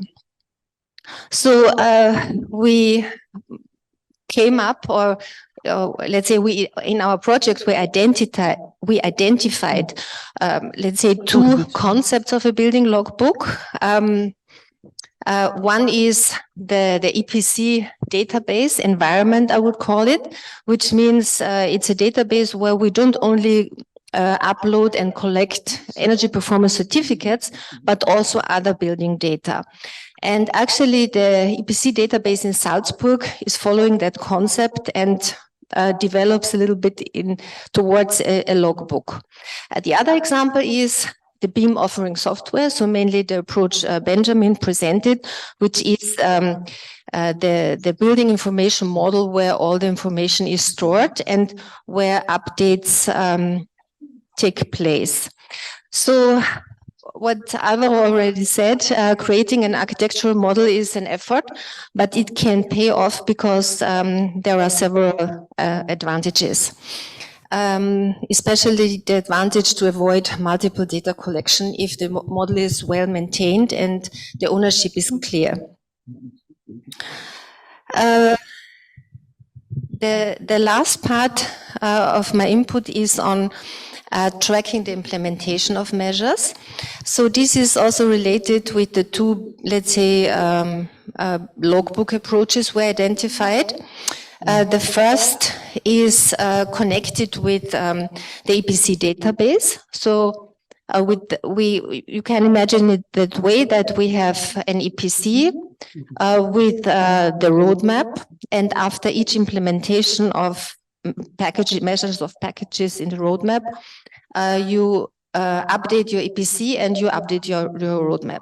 So in the EPC database in Salzburg, this process is already implemented, and it's possible to track the implementation of renovation measures that way by means of the EPC database mechanisms. And the second option to track the implementation of renovation measures is through the BIM-based workflow, because we will update the renovation measures in the model. And the third option is a little bit, let's say, still disconnected. It's via energy audit reports. So we also identified that where energy management systems are implemented, the audit reports are a very good means to track the implementation of renovation measures. So at the end, I would just like to repeat the key issues for the effective and efficient implementation of the building renovation passport and renovation roadmap. So the use of data repositories is essential. It's also essential to track the implementation of renovation measures, because we have to ensure that the latest information on the building status is available. This is crucial for the work of energy services companies. It's crucial for real estate valuers, and it will be also very valuable for the national renovation plans. We need that reference to spatial information, and the renovation passport should be designed in a way that it's taxonomy compliant, so that all the information that is needed for the EU taxonomy is already there for financing. Of course, the renovation roadmap must be made available for renovation planning, because the roadmap itself won't be the renovation plan as such from the engineering and architectural perspective. So this is all from my side. Thank you very much for your attention.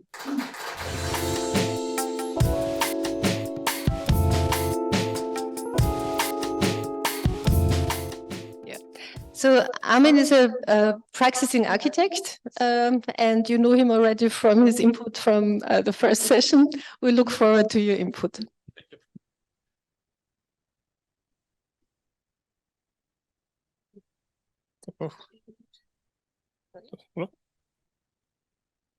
Perfect, thank you. Yeah, I want to tell something about the practitioner side for the untapped potential we have with the EPCs. And yeah, like Susan said, I'm an architect and not a scientist. We enjoy working together with different scientific like the university, or we're working a lot together with the FH Technikum developing here. But I just want to give you a quick overview where we really we need the information to work with, and where the problems are, and which we are conflicted with, and a quick overview of what's the status in Austria with the different databases we have. Yeah, we defined some questions. You maybe saw it earlier on the slides. The first is, what benefits can we identify from establishing a linkage between the EPCs, energy audits, logbooks, and building renovation passports? So why are we doing this, and which benefits can we generate from this? And the important part is, how can we address the stakeholders or the important persons in this project to give them an better part for linking this and making the databases better. This is one of the most important things, in our opinion, is the impact on cost, and especially reliability of information. Because in one of the databases, in Austria, in the database, for example, ZEUS, there are some control, but there are, like I already talked to some colleagues, the controls is one person doing one EPC at a time, and really so like only some of them. So how reliable are these EPCs and this data really? And we already heard it in the first presentation. And the last part, this I can tell you from practices, what would be needed to make these procedures really effective in practice. So in Austria, a quick overview, we have in general 3 databases. It's the ZEUS database for EPCs. It's the Heizungsdatenbank for heating ventilation information. And the Biomasse Heizwerkdaten is just a database for heating plants.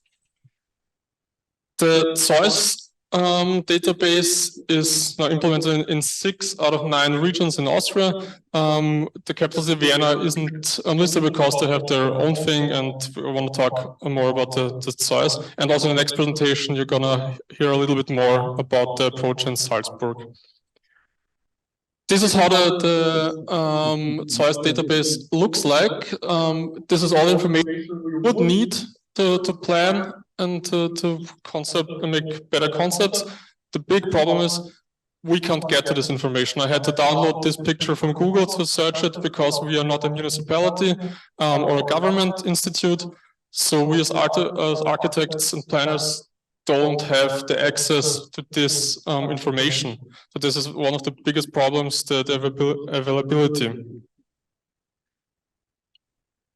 This is the second, for heating ventilation. It's the same as the ZEUS database. We as creators of EPCs have to upload it to this database, and we talked with a lot of municipalities, government employees in the last year, and asked them the same questions. Do you know about ZEUS? Do you know about this database? Do you know why it's used? And most of the time, I can talk for Lower Austria, for the rural areas, is, yeah, I somehow heard about ZEUS. Yeah, sometimes we upload it, but so really, I'm not sure why we're doing this. So this is the problem.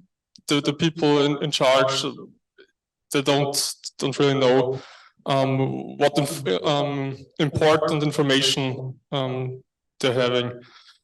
And also with the Zeus database, we have to upload new EPCs, and I want to ask the questions, what's with the EPCs that are already somewhere in a printed out in a folder in a municipality somewhere?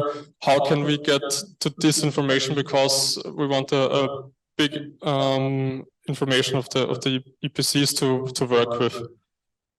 The same thing is with the heating and ventilation database. These are two different databases that, in our opinion, should be better linked, because it's not only the EPCs on one hand and the heating and the other. It's an integral part, and should be one interface where I can input both information. Only then it's really reliable. And also here, the persons who are uploading it, it's always a question, why are we doing it? And it's like missing the information, the people who are doing it, why they are doing it. And the last one is the biomass Heizungsdaten is a benchmark where heating plants can show where they stand on the scale and compare it to each other. We have showing these three databases. They have together that are operated by Gizmocraft. Gizmocraft is a commercial company which is operating the databases, and they're like a big player. They're also making Coca-Cola and Nestle data collection. And there's a second point we want to identify as a problem is this so important information for planning and to get better buildings and fight the climate change and etc. is in a private hand. And in our opinion, it should be openly available for everybody to see, to react, and to plan, to have the data, and shouldn't be behind any kind of wall to get it. Yeah, and this is like the buildings for one building upload, and where can we get with this information is to use this bulk of information as big data for urban planning, and also with all of the BIM and 3D modeling to get into simulation of long-term consumption of energy. So really, I already discussed it in the break. It's like the EPCs is a static visualization of a building, but we want to ask, how can we simulate, how can we the dynamic aspects of energy consumption show and plan and simulate. Like already told, the public availability is really important. The problem we often here have is the data protection, because there's a lot of concerns if I show the quality or the energy consumption of a building, that somehow I'm going to use this data to sell someone or to spy on them, etc. Like the data protection, and so the so important data is hidden behind another wall. Even there is the Data Protection Regulation Act. So for scientific reasons and for greater good, we should have this data and should use it to make things better. Yeah, and to show you now how, in our opinion, things can work and a little bit better than here, I want to show you 3 examples from Finland, England, and Scotland. The first one is Finland. I'm not even trying to pronounce it. It looks like this. You just go, it's openly available. You go on the website. You can enter the area you want to look at, the art of building, which building type, the year of the building, and the area, square meters of the buildings you want to check in this area. Then you press enter, and this is what you get. You get easy, fast information for the area. How good, where's the optimization potential in this area? Should we do there something, or is it okay because everything is at A or B level? And you get, in the next step, you get all the information you need, the heating systems which are used, how many solar energy is used, heating pumps, and in the same, this was a tell, the same is the heating ventilation systems that's used. The second is England. This is what we for a long time thought is the system we want. So you can pinpoint every building where you have optimization potential and get there and optimize it. That's the part where the data regulation comes in hand. That they say if this is my building, I don't want everybody to know how good or bad is my building, and we discuss it every day with people and government employees. And the last one is Scotland. So we see even in the same country like the United Kingdom, there are different approaches. This is also a very good example because you have a heat map. You can just select an area and it shows you the potential of this area, how good, how bad is the area, and where do you have to get and to optimize these zones. Yeah, this is the part. So the question is, what can we do with this information, or how can it help? One possible way is if I identify areas where there's a lot of optimization potential. As a government, I could pinpoint the financial aid, get the help there to renovate more buildings and help the development of this area. So in conclusion, as we see, and we see here all the international guests, the numerous efforts in Europe are here to visualize energy demand in different ways, open source and commercially. Open source and openly better. Data is accumulated. Like Sana already talked, we have a lot of data on a big scale in every country worldwide in Europe. And it's accumulated for different reasons. So use it. We have to get it. We have to use it. So this is publicly available. And the next step, in our opinion, would be to, for example, this is a 2D map. Just add a third dimension with a city GML 3D standard, so you can also simulate the data with a 3D approach in every building for your own. Yeah, that's it. Thank you.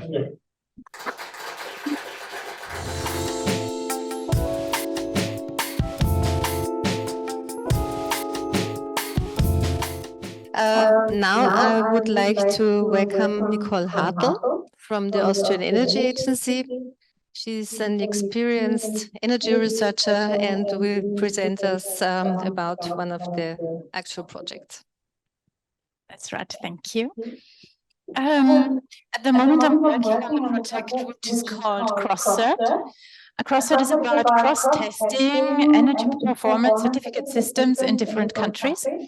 And one part of our project is also to analyze which databases, which building databases are available, how can they be used, and what is required or what is necessary to be able to use them.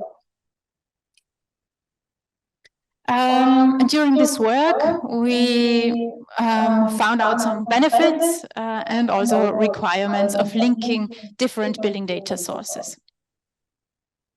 In the EPBD, just a short note, I think we all know that there is a requirement for a national database on the energy performance of buildings. And the sources, we can take EPCs or EPC databases, inspections, energy advices, funding databases, building renovation passports also, and calculated energy consumptions. And Susanne told us before, or showed us a picture about which databases exist or which tools exist, and we can also take information out of that. And with the increasing digitalization of data or general digitalization, there will be more databases and more possibilities to link data to each other. Which was also mentioned before was the database, the ZEUS Energy Performance System, and the use of the system in Salzburg. And I would like to show you the use in Salzburg because they use the ZEUS, the Energy Performance Certificates, and they use an energy accounting system, so where you can import or link meters. And they included the energy advice software. I will show you how that works. So you don't have to read anything, everything. I will explain that to you. On the right side at the bottom, you have a list of what's available in that building. The next point says EPCs, so you can see every EPC which is available for that building.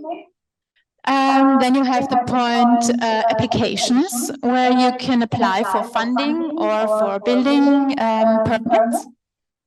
Then you have the energy accounting system, where you can link the meters, or where you can have a look at the different meters. Then you have an info center and some settings. And if we have a closer look at this area here, because I'm often working on user friendliness, I find that quite interesting how it works. You can see here information about the building based on the EPC, which was already issued. So you can see here the building with the lag factor, the transmission factor, which is used in Salzburg, and you have here the explanation of the values. You can see the roof, for example, is a very efficient roof, and the door is a quite inefficient door. So with one view, you can estimate the efficiency of the building. And then you have further information about the technical service in that building and the primary energy factor. And if the user goes over with the mouse, you can see the different U values of the building components. You can have some additional information about the technical services in that building, and you have an explanation of what this factor, this primary energy factor, is. So from the user friendliness, it's a very good tool. But we already heard this tool is just available for the building owner and the authority, and yeah, energy agencies or the broad audience doesn't have access to this tool, unfortunately. We see the area of the energy accounting system. You can link your different meters, electricity meters, or flow and return temperature meters, or the PV yield, for example. You can link that all and have a view on that. And if you want to analyze this, you have the possibility. The system shows you different graphics. You see here the heat demand. You can compare your heat energy consumption from the different years. The blue line is 2023, then green is 2022, and the red line shows you the prognosis of the EPC, for example. On the right side, you see another kind of picture. You can see your photovoltaic yield. You can have it per day or per year or per month. The same, you can also see a curve. So it's very, very user-friendly. Then you can include the renovation passport. That means you have the existing building. Then you have a plan which measures are necessary to refurbish that building to a nearly zero energy building. And the measures, therefore, you see on the right side on the second page of this document. And in this case, at the moment, they are planning to refurbish the windows, for example, just a part of the building. So you can see the values here. And what is important, that you're not allowed to do refurbishments which wouldn't allow you to refurbish the building to a nearly zero energy building in the future. So these values you apply here have to match with the values of the comprehensive refurbishment concept. And if it's okay, then you have a green on the top. You can see the green field, and if it doesn't match, you have a red field. So what are the benefits of this system, or of this kind of linking data sources? We have three main stakeholders. These are the professionals, architects, energy engineers, installers, for example, or master builders. We have the building owners and the tenants, and we have the policymakers. And all these stakeholders have common benefits, which are, for example, we have one pool of information. We do not have to enter or access 5, 10 different databases, every database with another password and so on. So we have one pool of information which should contain the concrete and actual information. That would be the ideal plan. We can match data of different sources. So if some data do not match, we have the possibility to look for the deviations. Why are there deviations? Where do they come from? And how can we correct these deviations? We can reduce bureaucracy. As we have seen, we have the possibility to apply for funding or to apply for a building permit just with a few clicks. You have all data available at one data source. We can record the realized and funded measures in these systems, so we are always up to date what's going on with the building and what is planned in the future. And we can compare planned data of the EPC, for example, with the actual consumption. Professionals have the possibility to combine available data, and they can use them for energy advices or inspections or vice versa. They can use the refurbishment recommendations for their work and for their concepts. They have a sound information for their energy concepts and for producing offers to their clients. And they have demand and consumption profiles, so they can propose tailor-made efficiency measures for their clients.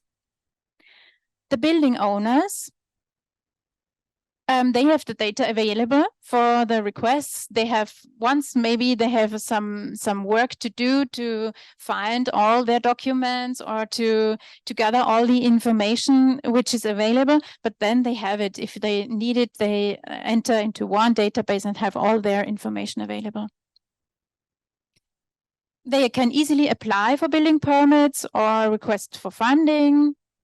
They have current information on their application status in the funding system, for example. If they want to sell or rent the building, they do not have to search for all the documents. They have it at one place. They can give access to a potential buyer of the building, and the one can then look at the data in the system. They can monitor their consumption and the solar yield, for example, and they have the possibility to compare their building to another building. For the policymakers, the benefit is that they are enabled to do research because we have a lot of values available and indicators.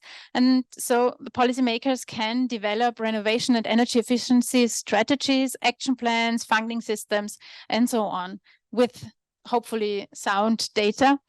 And we can do that on a national level or on the federal state level or even on a municipality level. And an automated reporting is also a benefit which is possible in such a database or if such databases are connected. There are a lot of necessities or requirements so that we can use all these data. The first one is we have to identify the sources. We have identified different sources, but there may be others and there will be other sources. We have to define the relevant values. What do I need? Which values do I need? What do I want to analyze?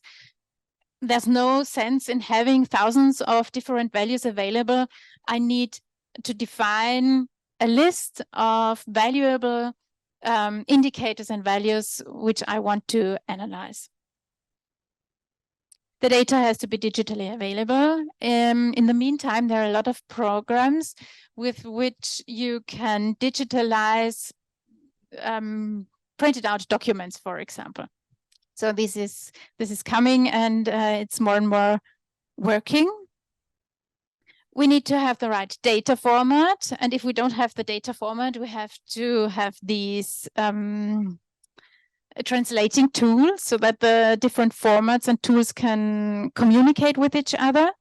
And a very big point is the quality of data. We discussed that today a few times, that the quality of data is a very big problem. We have checks, we have quality checks, but they are not enough. We have to put a little bit more emphasis on the quality assurance of the data. And also the data validation is a point here. yeah, we need an interoperability software so that the systems can communicate among each other. The number of inputs, we already had that today also. We need a certain number of inputs so that we have a good result at the end, a result of the analysis. A useful user-friendly interface is very necessary, that the user can find his way around in the tool, that he is keen on using that tool, that he understands the things which are shown there is a very important aspect to bring the users to use the tool actually. Data protection, another point we already had today, is another point which often is a barrier of being able to use data. Another point is we need the skills to analyze data. We need to know the values, what's behind the values, the correlation and the combination of values, their effect to each other. Data analysts have to know that to be able to get a sound analysis at the end. And we have to have the willingness to share data. That's not a given fact that everyone wants to share the data. We have to raise awareness, which benefits we have if we link data, if we share data, and if we give the possibility to energy agencies, professionals, and so on, to be able to have a look at these data and enter these databases. What we are doing in CrossCert at the moment we're making research on the availability of and the access to EPC databases. We will hear something about that in the next presentation. We do research on the availability of data from energy advices. So we have a look at how digitalized energy advices are in the different countries and in which form information is available. And then we check next-gen EPC projects, how ready they are to, or how ready the results are to be linked to each other. And the result of all that is that we will develop a set of recommendations and guidelines to link all the tools and the different databases with each other. So if you're interested on the results, or if you have any questions, please don't hesitate to contact me. Thank you.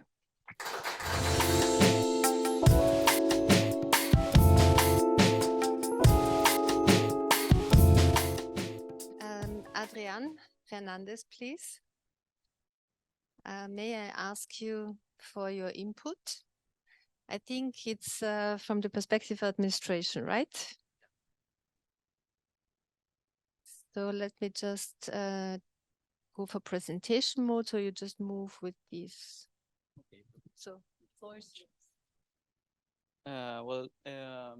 good morning, everybody. I'm Adrián Fernández, and I'm here as part of CrossCert Consortium. I work for EREN, which is the Regional Public Administration of Castilla y León region, and we are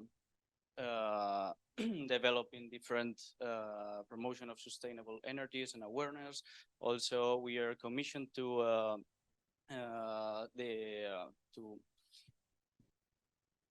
do the process of the registry of EPCs along 9 different provinces and verification and monitoring of these EPCs. And also we are part of the National Assessment Commission for energy building certification procedures. So we are here talking about the integration of different data sources to develop renovation roadmaps. So we believe that EPCs are a really good reference source of data to enhance these renovation plans or roadmaps. So we want to link this with how are these EPC databases into the administration, the real administration registers. So in Crosser, we have started to analyze the current status of EPC databases among the consortium. So we have tried to assess the barriers preventing these EPC databases from the integration on, sorry, okay. Thanks. And analyzing these barriers for the integration of EPCs in the administration databases, which are quite significant. And also we have tried to find the different potential of added value for these EPC databases. As we see here in the infograph, an EPC database is nothing but a huge pile of information, building by building, energy indicators. So first, what have we assessed about the current status? We have assessed the EPC registration processes along all these countries, the general data broadcasting, and the different disclosure of the parts of the EPCs themselves, like the building elements, the technical systems, energy performance indicators, or energy efficiency recommendations. Also here in the drawing, we can see that the digitalization average is almost at 70%, which is really good, but maybe in 2023, not enough. Here's the current status of the assessed registers. As we can see, the energy indicators, of course, they are more looking into in these administration databases, but we are failing quite a lot in disclosing or broadcasting the building elements such as envelopes, thermal envelopes, technical systems, thermal bridges, and so on. And also we are not disclosing the recommendations, the energy efficiency recommendations, which is carrying out a lot of problems, especially for the end users. So we're under the medium standards right now, but we don't have to despair. How can we achieve the goal of integration with these barriers? As we can see here, we have tried to apply the same criteria from the first assessment of the databases themselves, but we have applied to a group of stakeholders, in this case, the public authorities, the energy services companies, homeowners or different citizens, and the researchers. And as we can see, among all the consortium, we find out that the final end users or current end users like ESCOs or citizens, they are not getting this information. Among all the consortium, they are not getting it. And they have the highest rate of limitations from getting this EPC data or EPC information benefits. So how can we get to this integration? We should enhance, firstly, the EPC registration processes, which will lead us to a full house on digitalization, which is not properly applied.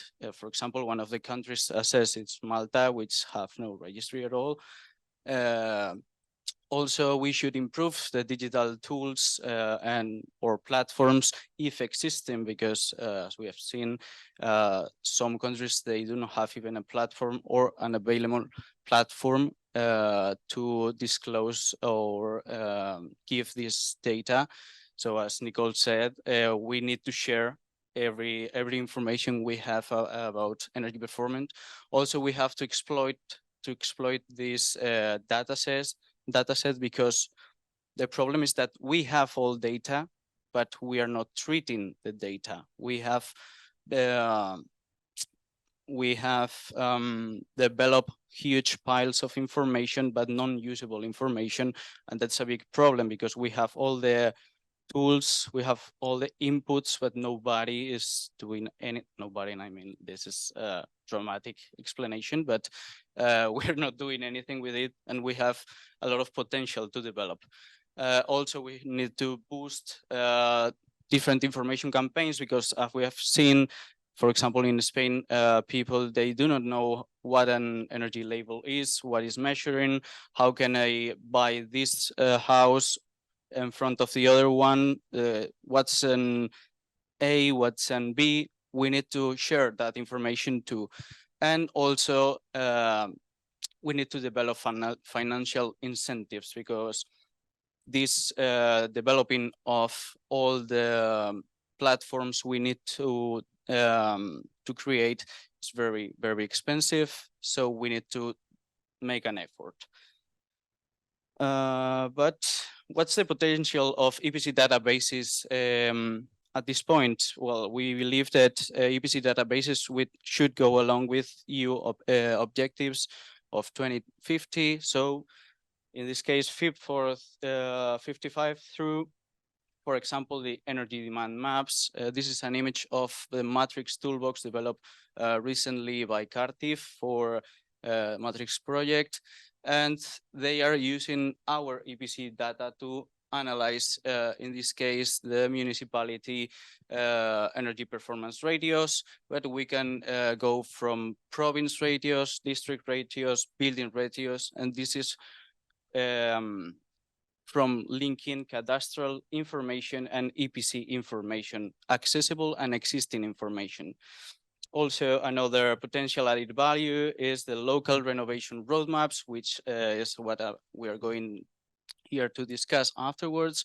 This, for example, is the first scheme developed by Cambridge University 2020 European project. But as we know, local renovation roadmaps, they can really benefit from EPC databases, because they will serve as a nice reference data to start.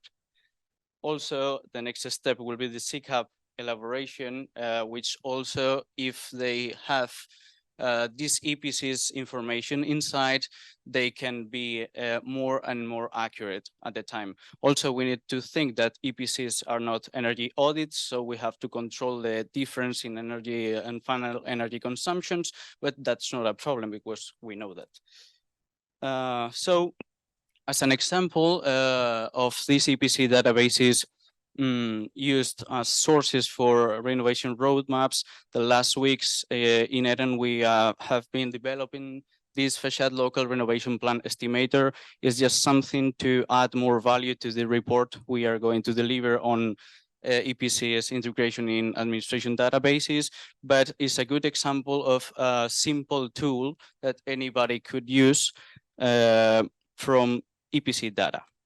So we are trying to link also EPC data with cadastral information, population data, cluster, residential housing typologies data, and also matrix tool data.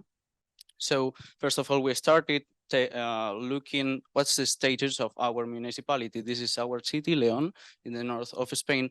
And as we can see, most of the buildings are located between 1970 and 1999.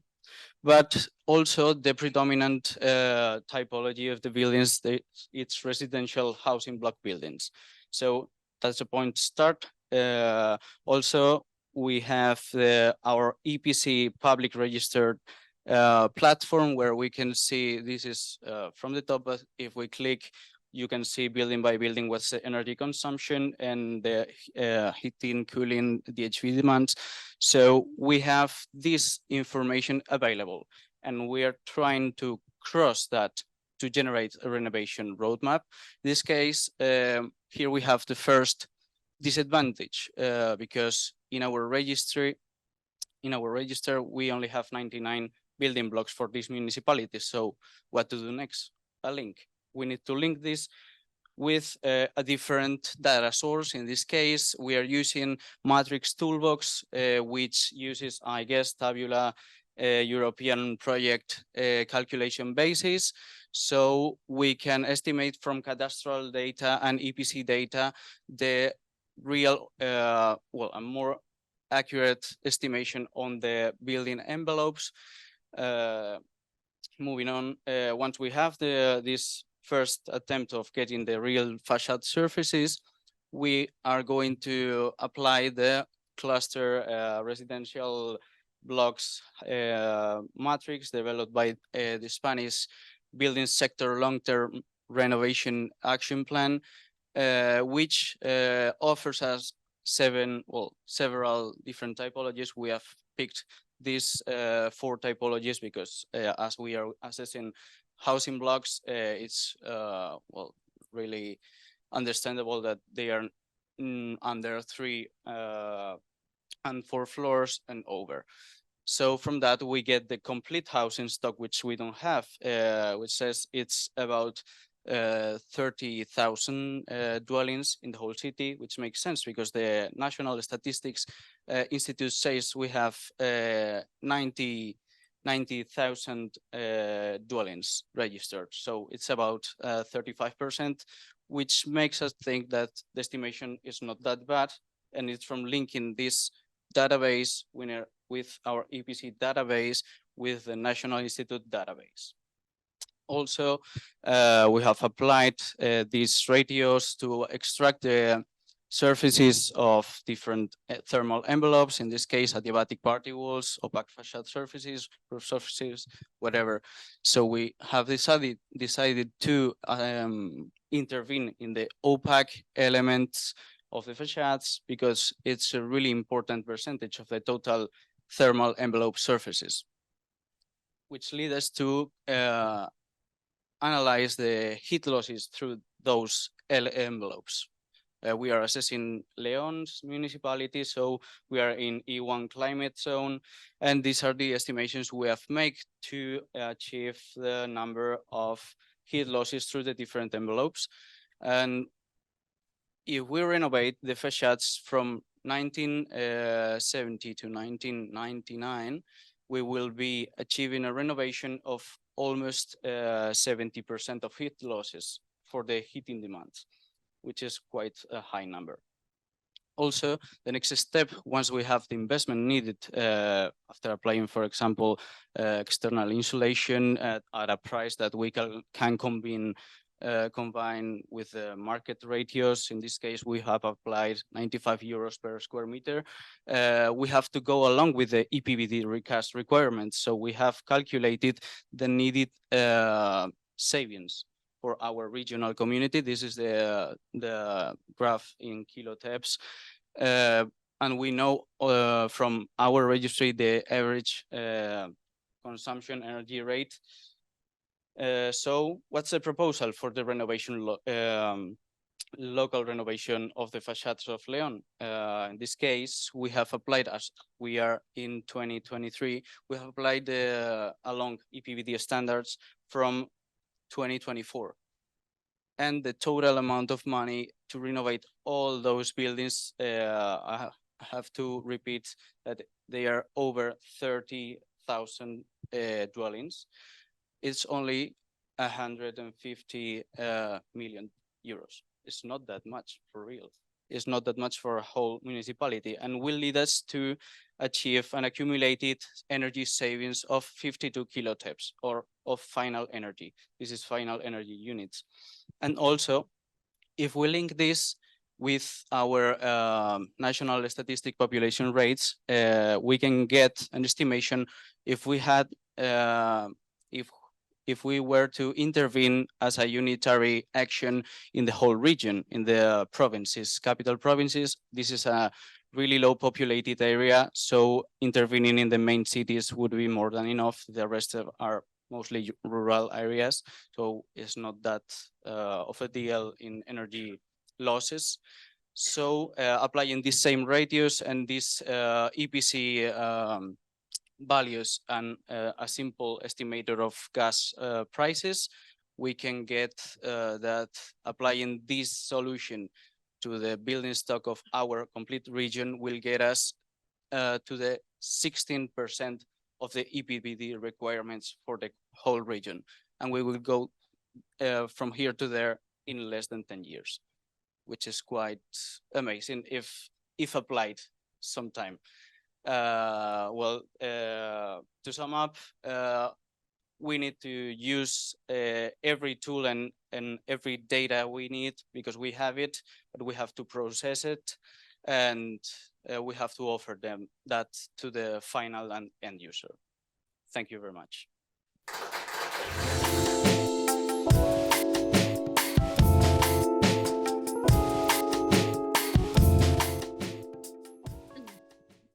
Thank you very much. Would you please stay with us because we just continue with the discussion. So I think we had a good overview. We got a good overview about what data repositories do we have. It seems we collect a lot of data, but there is restriction regarding access. So I will just hand over to Bettina, who will lead the discussion. Thank you. Thank you. So I put the microphone on. Yes, yes, yes. Can you hear me? Okay. Let's see if there is already a question in the chat. No. For those who don't know me, I'm an architect as well, 20 years, self-employed, and the last 5 years, I'm a technical expert as well. And I'm involved in TIMEPAC as well. So thank you for your insights. We're packed of informations. And let's start to warm up the shoulders. There are questions probably in the audience. So who lives in an apartment? Okay. Who lives in a house? A bit less. And who is already on Metaverse? Who is already on Metaverse? No. You spoiled my question. But you spoiled my question. You spoiled anyway my joke. Come on. Okay, so yeah. And who is in the Metaverse? Who was already in Metaverse? Wow. Okay, at least yeah. So the arms are warmed up, and we have questions probably in the audience already. Yeah, please. The question is for all the speakers. In integrating data sources, a major issue is the scale of the certificate. In Italy, most of the certificates are at the level of single flat. I don't know what's the situation in other countries and if it is an issue for making plans for renovation at a higher level. In Austria, it is the case that we have EPCs for single flats or for the whole building. Both is okay in the regulation, and we have both EPCs in the databases. Yeah, for the whole building and the dwelling. Yeah. Yeah, in Spain it happens the same. Most of the EPCs are from individual dwellings, but I guess that's not a problem because you can backwards cross the information. You know, you can take that and convert it into housing blocks and make the strategy from that. Austria was already answered. Here. Yes, this is maybe a general question, but it's what level like of human resources you need to digitalize the building to make a very detailed EPC. Is it still feasible economical sense? Like when is like the points of hours of specialists used, like too expensive that it's probably more feasible to renovate a building without digitalizing it first or without creating at first like a very detailed EPC? I must say that there are no very detailed EPCs. An EPC is a tool that is an approximate estimation of the energy performance, but it's not an energy audit. Energy audits, as Nicole knows perfectly, they are based on the needs of the building and based on the operational requirements of the building. But an EPC has a reference standards which group every building into those standards. But that's why, for example, in Crosser, we have calculated the performance gap of energy consumption calculated and metered. That's a different thing. But an EPC is not a tool for a really accurate energy consumption measurement or calculation. I don't know if you agree. Yes, I agree on that. I would go to the first round of questions we had and presentations. The question is, what am I doing with this building? If I'm just making an EPC, then the question is, yeah, it could be too complicated and economically asking. But if I'm planning a big renovation where I change a lot, where I'll change the heating system, I need all the plans. So I need the plan digitalized. And if we can combine it with BIM or with an EFC building tool, then the effort isn't that big anymore, because I already have to draw it. I have to construct the building for the building permit, for plans, for construction. And if it's just a little bit add-on to make it to the EPC, then it should be economically worth it, in my opinion. I would like to say it's not to digitalize the building to produce the EPC. It's more to have a digital building and produce the EPC from there. I think it's just a completely change of logic. And I think the second question maybe refers to the fact what Adrian said, that the EPC is, of course, it's cheap. It can't cost much. And it's demand oriented, and it's not a precise tool in a way. But for the renovation, I think this is why the renovation passport and the roadmap complements the EPC in a way, because at least in the Commission proposal, it's designed in a way that an on-site visit is needed, that is based on consumption data, and that financing must be, access to financing must be secured. So, and we know already that the renovation roadmap and the renovation passport is more effort. But also here it depends on the level of detail, because the renovation passport is not a renovation planning. Right, so it really depends on the level of detail. How much can it cost? What is the purpose? And who is the target group? Yeah, so it's a lot of discussion around that. Okay, I wanted to state that I'm very impressed of your 7 years of renovation plan. Congratulations! I hope we do it. The two questions for me to Nicole Hartl. You had this window refurbishment strategy, and it did not meet the goals. And in the Chamber of Architects, in this case, it did meet. Yes, it did meet the goals. You said it could not meet the goal, and then it would. It's not allowed, but it not meets the goal.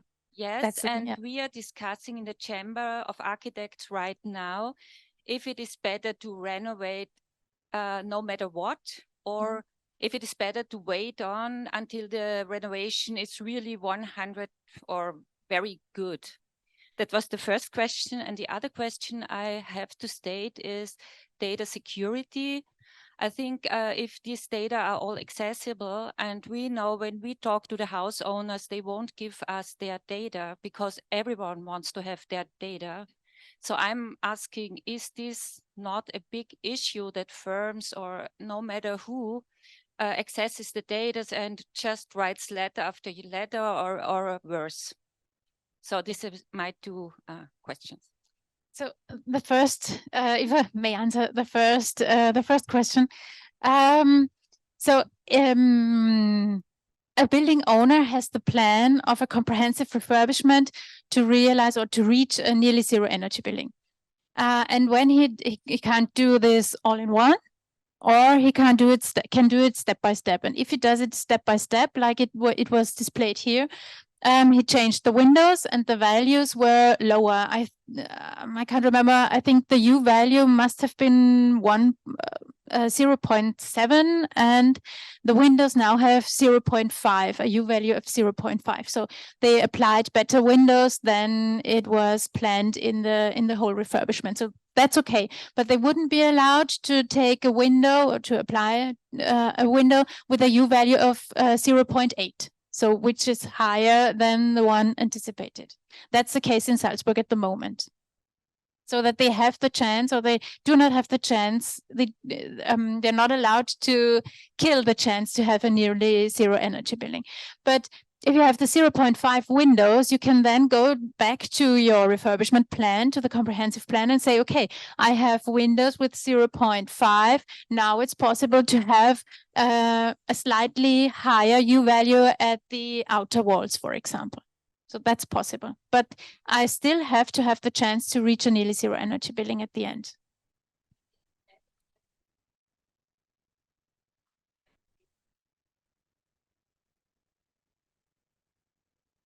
Mm-hmm.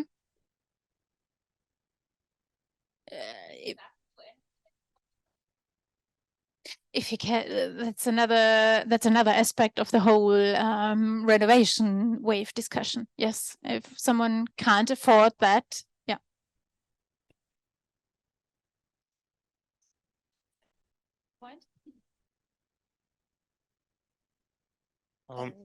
Yeah, they're both really good questions and really hard questions to answer, in my opinion. It's yeah, it's what is the goal to reach?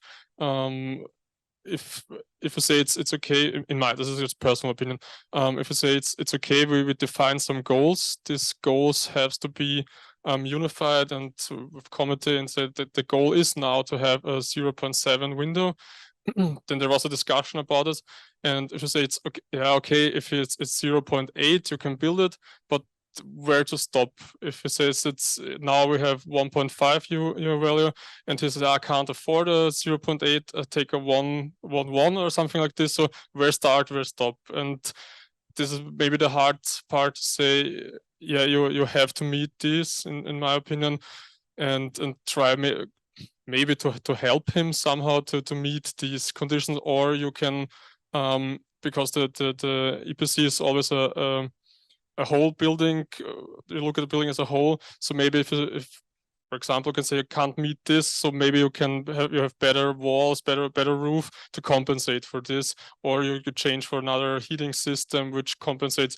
Maybe this could be a possible way to target this. And yeah, but it's a really good question, this to ask it. And yeah, the second part also, the data protection. It's really, we work in a in Lower Austria, rural area, and it's exactly every time I talk with people, it's hard to get to the data we need from them. And we already had some concepts how to do this and how to get to the data, and it's more like concepts. But maybe if it would be interesting if people feel more safe if her data isn't with a private company, which also supports Coca-Cola and Nestle, and also with their municipality. So if the data is collected there, and they aren't going to send them ads for some product or something, so only use it for to give them hint, or as I mentioned, to send them infos about financial aid they can use to get to this. So yeah, I would feel safer with the municipality having data than a big company sitting somewhere I don't know where. I have to make a small correction here, but it just shows how important communication is, because actually Gizmokraft is only a service provider for the provincial government. But of course, when you look at the website, the first thing you see is Coca-Cola and Nestle. Yeah, and I fully understand that that there is a kind of misperception in a way, but actually in this case it's just a software company providing the service of database programming for the provincial governments.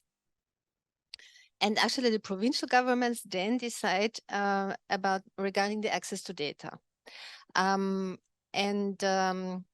Yeah, but I fully understand your point and your view, and you are not the only person saying that. It's let's say you can find it in several places, so it's probably getting an issue in a way.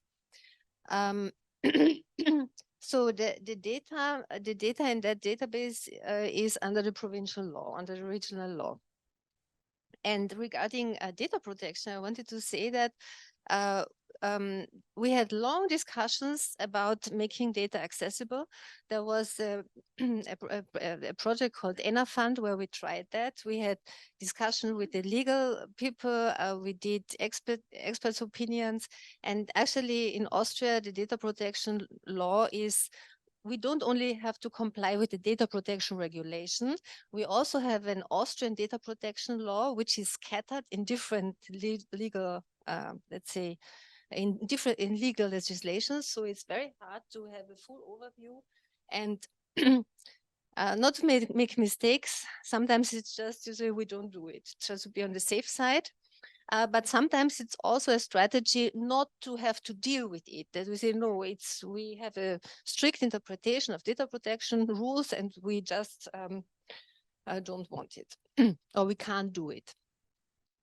So what they did in Salzburg is, I have to maybe explain that this database is used in Salzburg since 2007.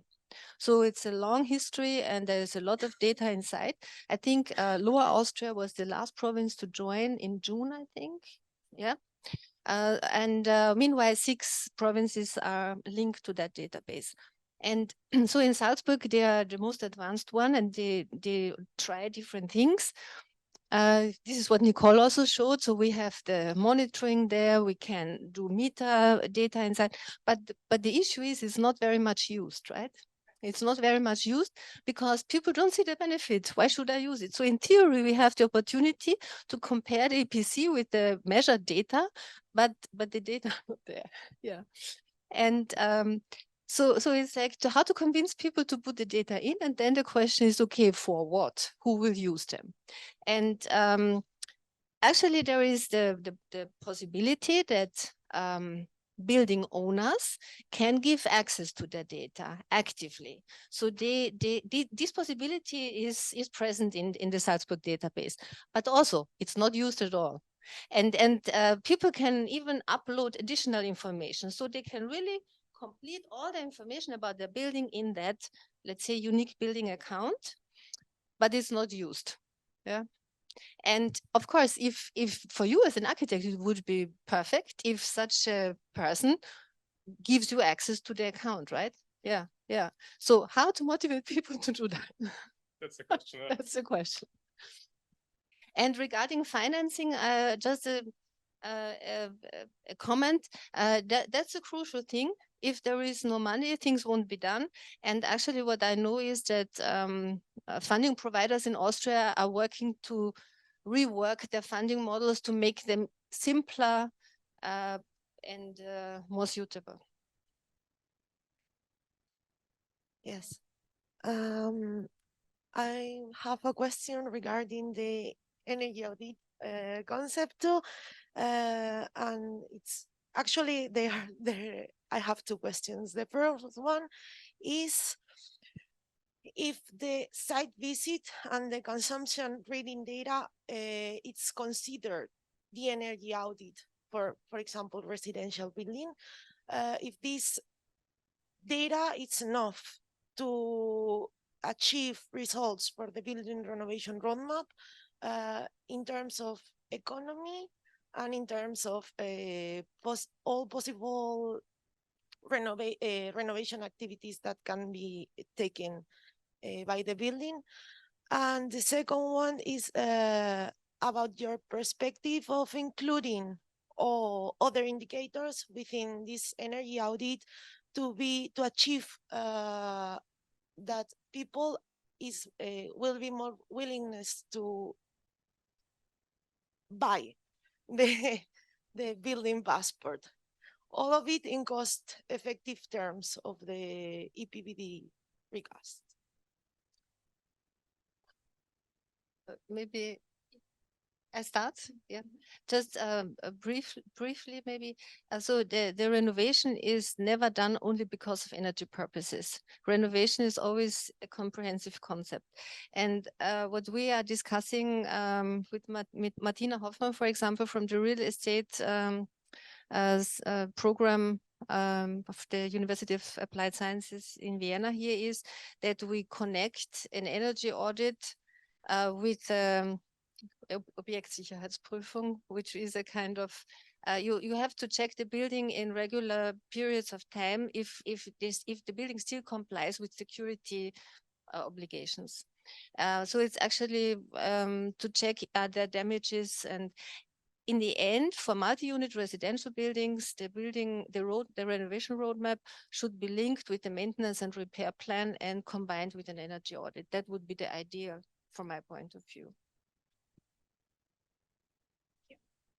Yeah, what Susanne mentioned a little bit is that refurbishment often has its origin in the uncomfortable feeling in a building. So you need an on-site visit to go there and to see the windows, to see the construction of the building, to be able to propose a really good refurbishment concept. And yeah, and the comfort thing is one point which is can be convincing, can be the convincing argument for the building owner. Yeah, the improvement of the comfort in the building, and of course the energy costs. I would like to add something. In Spain, for example, we don't have this kind of energy audits regularly. It's only for big companies. But from the second question, we need to include these new indicators. For example, from Spanish standards, changing windows would never be cost effective. Never, for any building. But that's nonsense, because they are producing that your body radiates heat to that cold surface, but it's not cost effective. So we need to, I'm telling this because we are developing an assessment on this in Crosstert for the second round of EPCs. And one of the points is this: we need to include comfort asset ratings, for example, for these things, because you need to add more information for the final user. Okay.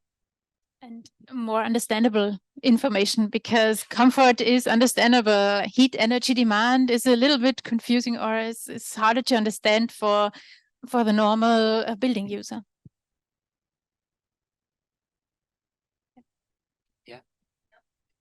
I have a question also to Adrian. Lucas Kranzl, Turbine. Thanks a lot for this presentation. I was very inspired by your work and the plans. I also coming a bit back to this data availability point and accessibility and what is public data and so on. As far as I understood, you did this analysis based on building specific data also, no? And as far as I know, in Spain is one of the more advanced countries in terms of sharing data also. And I know, for example, there is one of these maps transposing the long-term renovation strategy on the building level. So I wanted to ask you simply also, to which extent is this plan also communicated then to the general public, and also in terms of, yeah, on the building level, communicated to the general public? And if there is still time, second question, did you consider also rebound effects in your estimation of the energy savings? First question, we are not communicated anything to anybody but our coordinator, because it was a last minute idea. Sorry, Silvan, we are late on the delivery. But it's because we tried to make more understandable the point of including these EPCs on databases, and we wanted to make an example of that with an easy tool. And the second one, can you repeat the question?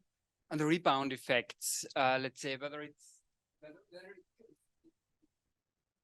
considered that usually after the renovation, energy service levels change, so indoor temperatures and comfort levels and so on.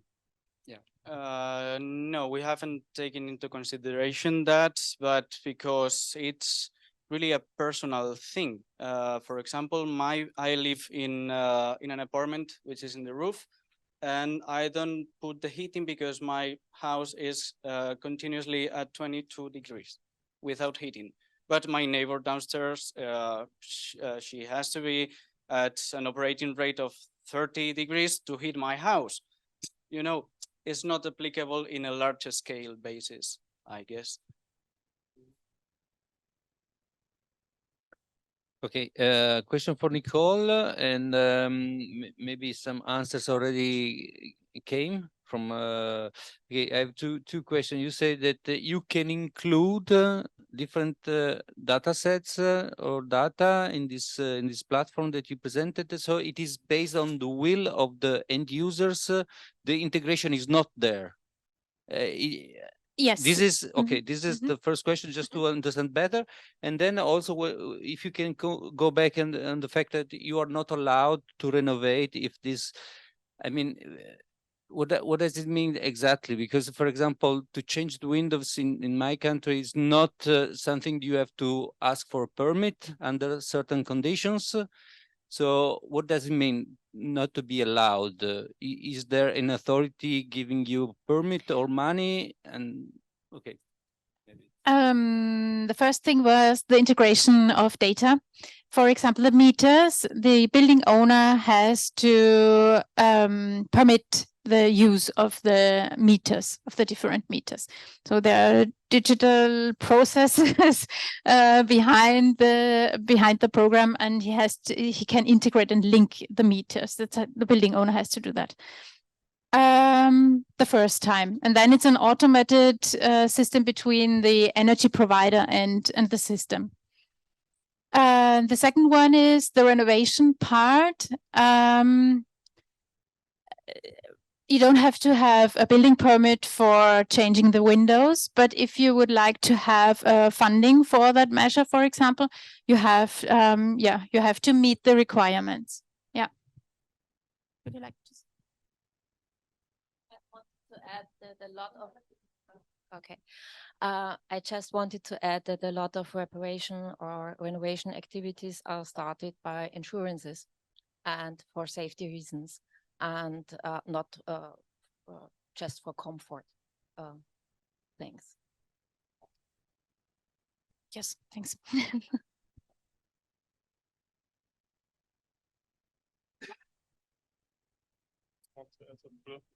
For the questions of how can we get the data maybe from the people, just a concept we had in the office to get out of this bubble, of the building bubble, and all they're already interested in all these topics is, and to go into the schools and just to show the people what the EPCs mean, because they're just some colorful science, and the people don't really know what it means. So maybe just show them and teach them a little bit, and then maybe it's easier if they understand what this means to get the data.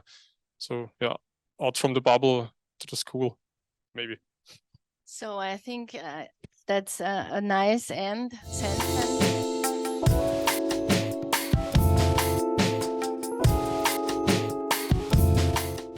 In this session, we will have 4 presentations again.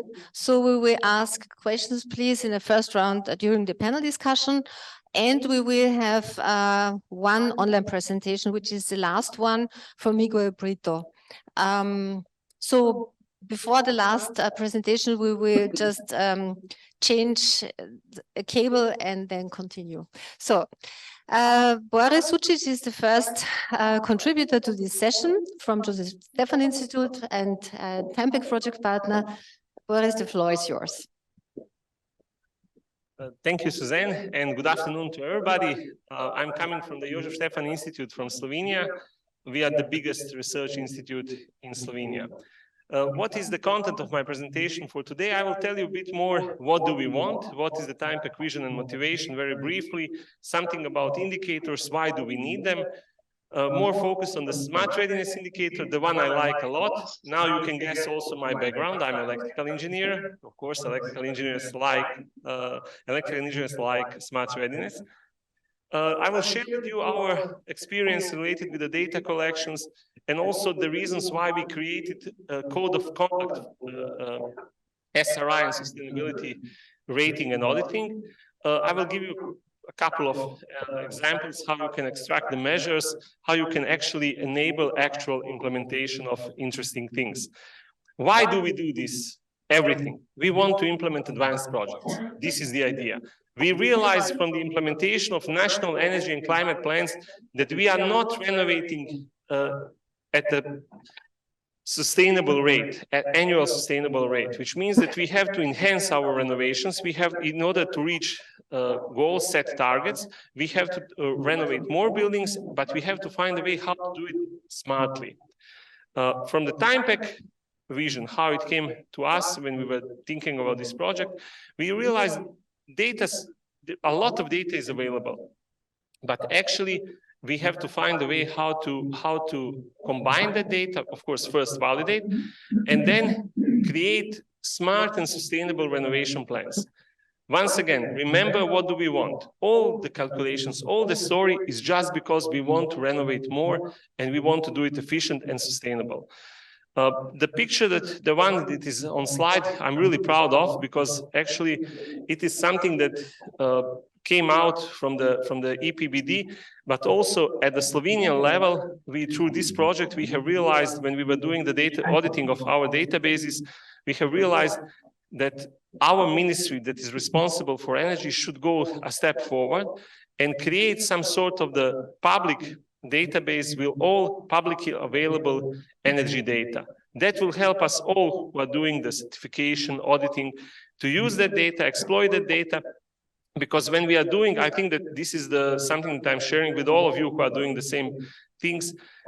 When you are collecting the same data again and again, you get tired when you collect the data and you think, okay, I already finished my work, because you are tired of data collection. If the data will be available at a single point, that can make our lives much, much more easier. Why do we need indicators? They are there because we need something that will help us to understand complex systems better. Of course, they are helping us in the determination of current status of a project or a current status of a building. And those indicators should be smart. This is something that came out from the energy auditing. Smart means specific, measurable, achievable, relevant, and time-bound. You can be very smart thinking about indicators. You can find many of them, but always think about things when you are putting them in the context. They should be specific. They should help you to understand complex systems much better. And now we come to the smart readiness. Smart readiness is really something that, in my case, it was really interesting. I would not say that was love on the first sight, but it was something that was really, really interesting, because this is the idea of how to produce something that can help us assessing the readiness of the building, but also to help us in creating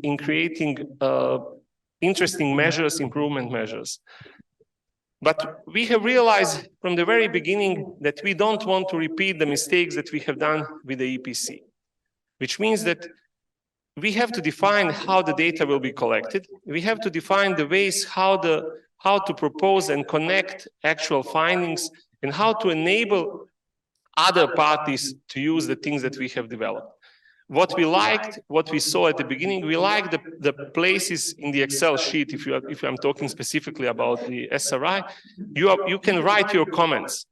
And if you write your comments, then somebody else after you can see the system, can see what you have seen there. So in our cases, we took this story from the standards related with the energy auditing, and we tried to combine it in a cycle. Now you can also see why we think that combining different methods and tools is something that we have to do in the future in order to produce useful data. It is easy to produce data, but it's very hard to produce a useful data.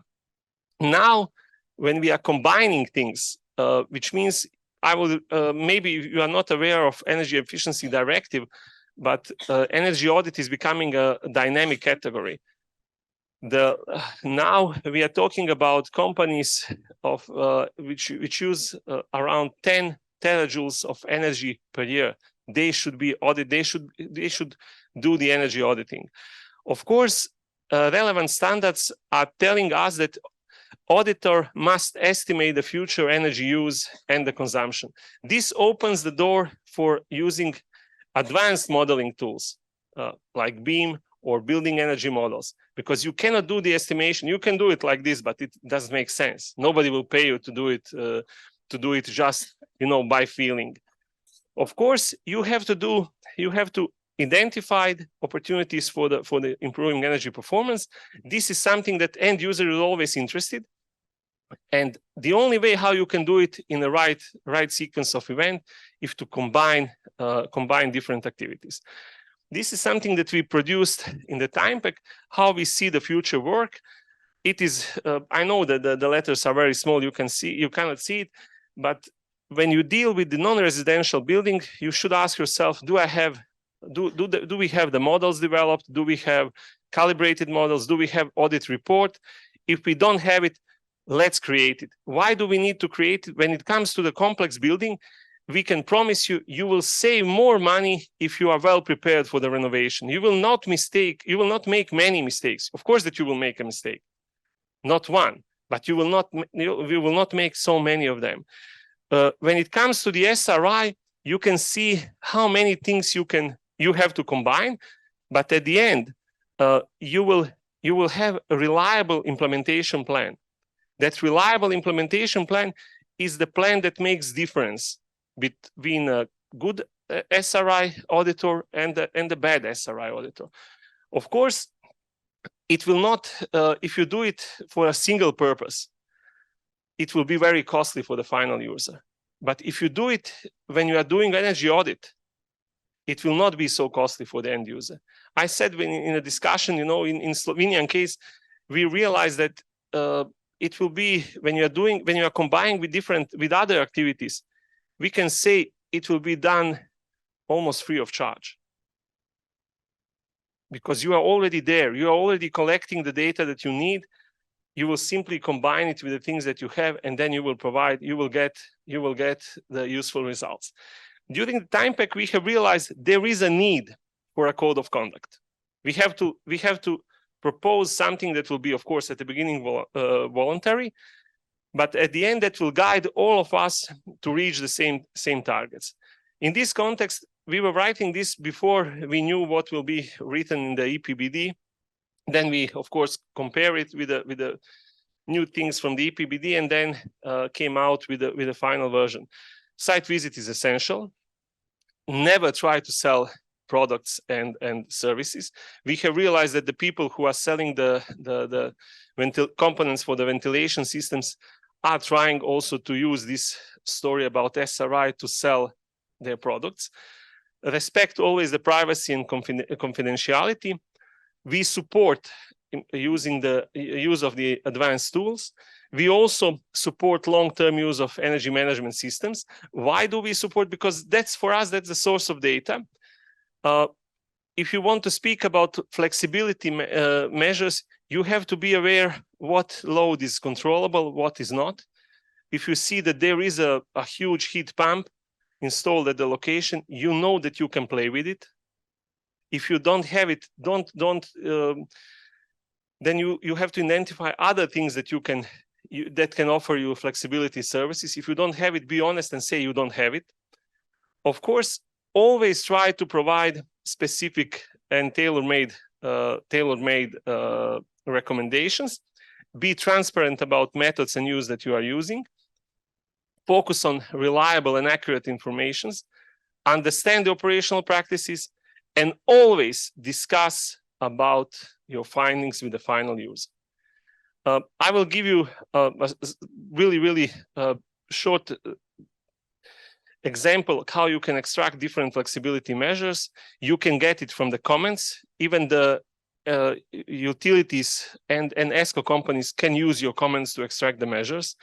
This is the example of a multi-apartment building in Ljubljana. 2 different cases were analyzed. Data from the electricity use data for those buildings was only a few clicks away from us, which means in cooperation with the energy utility, we were able to get it. What is interesting, you can see here self-supply rate, 45%, which means if they install this type, this is 45 kilowatts of PV. If they install it, they can cover 45% of their electricity use at the annual level.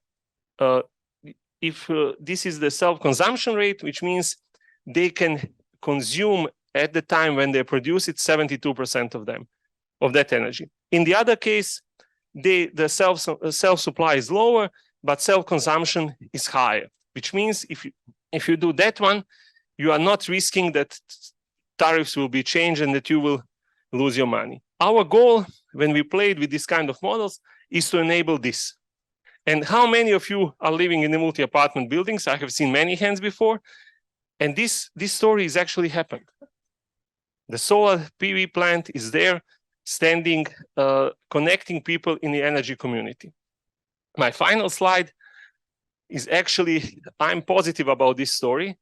Do not expect that it will change our lives dramatically, but it will open a door for advanced projects if it is done correctly. If you are doing it fast and furious, then you will get dirty results. And dirty results will not make your life easier.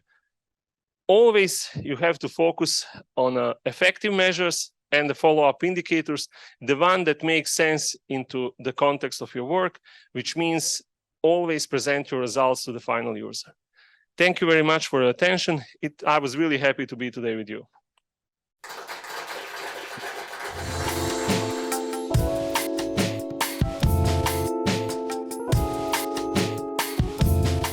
We will continue with the next presentation. Stavros Koltsios from CERT, also presenting a EU project, SmartLivingEPC. Thank you. Hello, everybody. My name is Stavros Koltsios. I would like to thank you for the opportunity of being here today and presenting the Smart Living EPC project.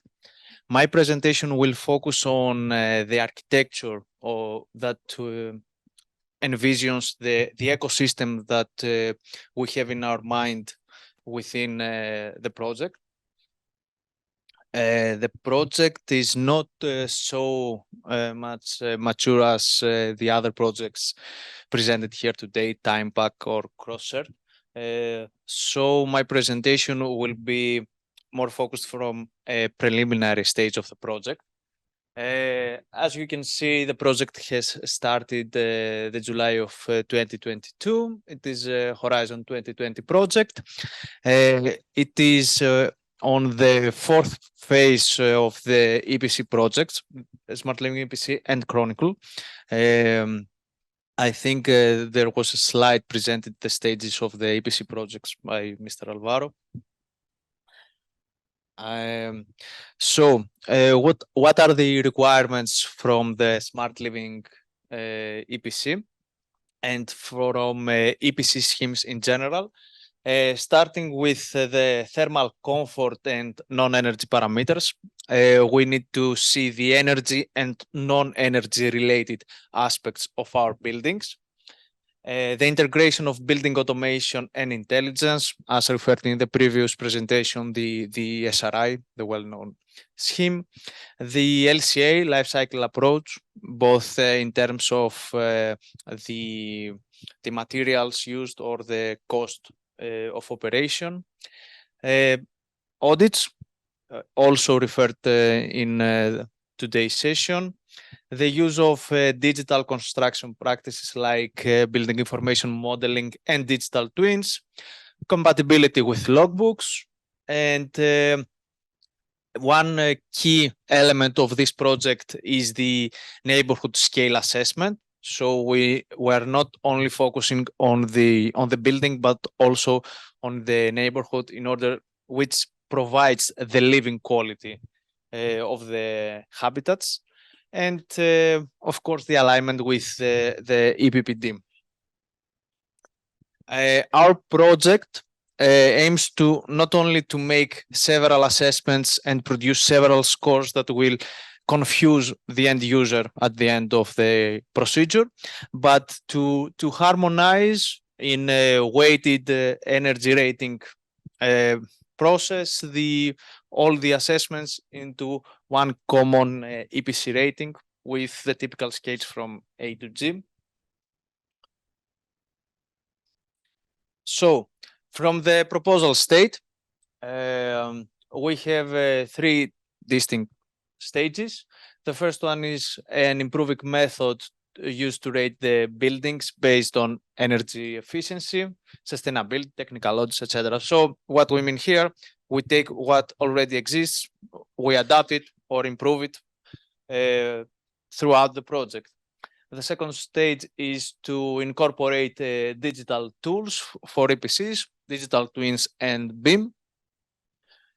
While also we have to develop the platform and some AI services that will enhance the experience and the results that the end user receives. So from this point, these conceptual architectures, we try to have a more structured, let's say, architecture, more rigid one with arrows that show the flow of information from one component to the other.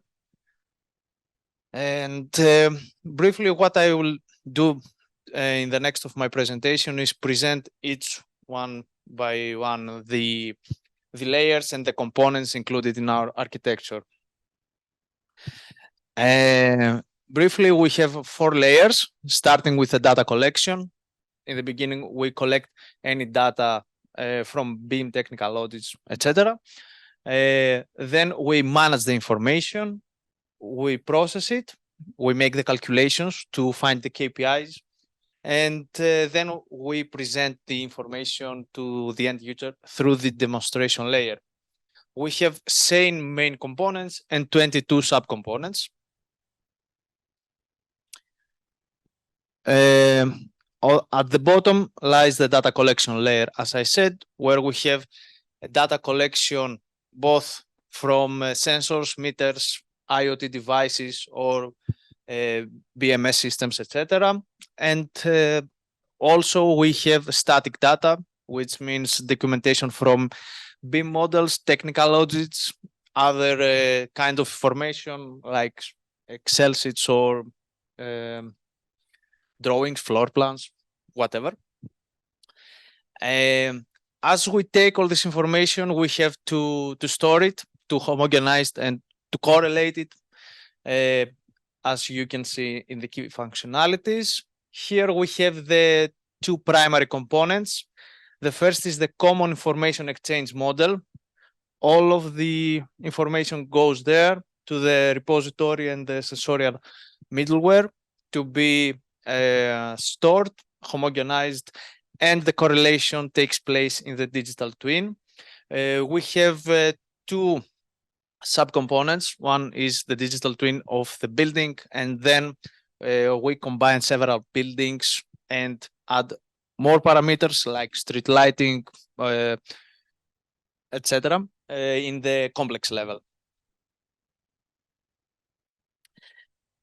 Some more information about the common information exchange model.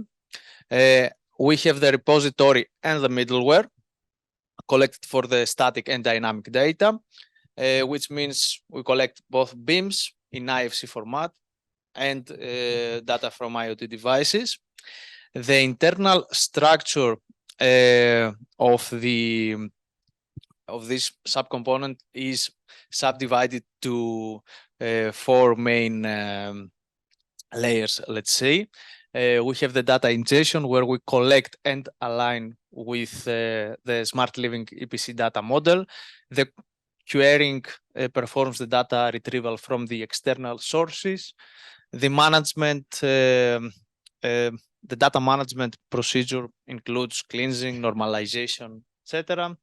While the persistence encompasses various storage solutions, such as file storage databases, time series databases for IoT data, and this kind of information. And then we go to the place where the magic happens, all the calculation components, let's say. Here the processing layer includes all the calculation modules for the building performance assessment and optimization. Starting with the AST rating engine that you can see here, we have the as designed assessment, which can be done either in the preliminary stage of building a new building or when we decide to assess as usual EPC. The operational rating engine performs the as operated metrics related to the energy. And in the blue section, you can also see the added value services. Here we have extended capabilities like benchmarking, building dynamic behavior monitoring, the digital logbooks, etc. While the added value AI adds the well-known AI functionalities to our calculations.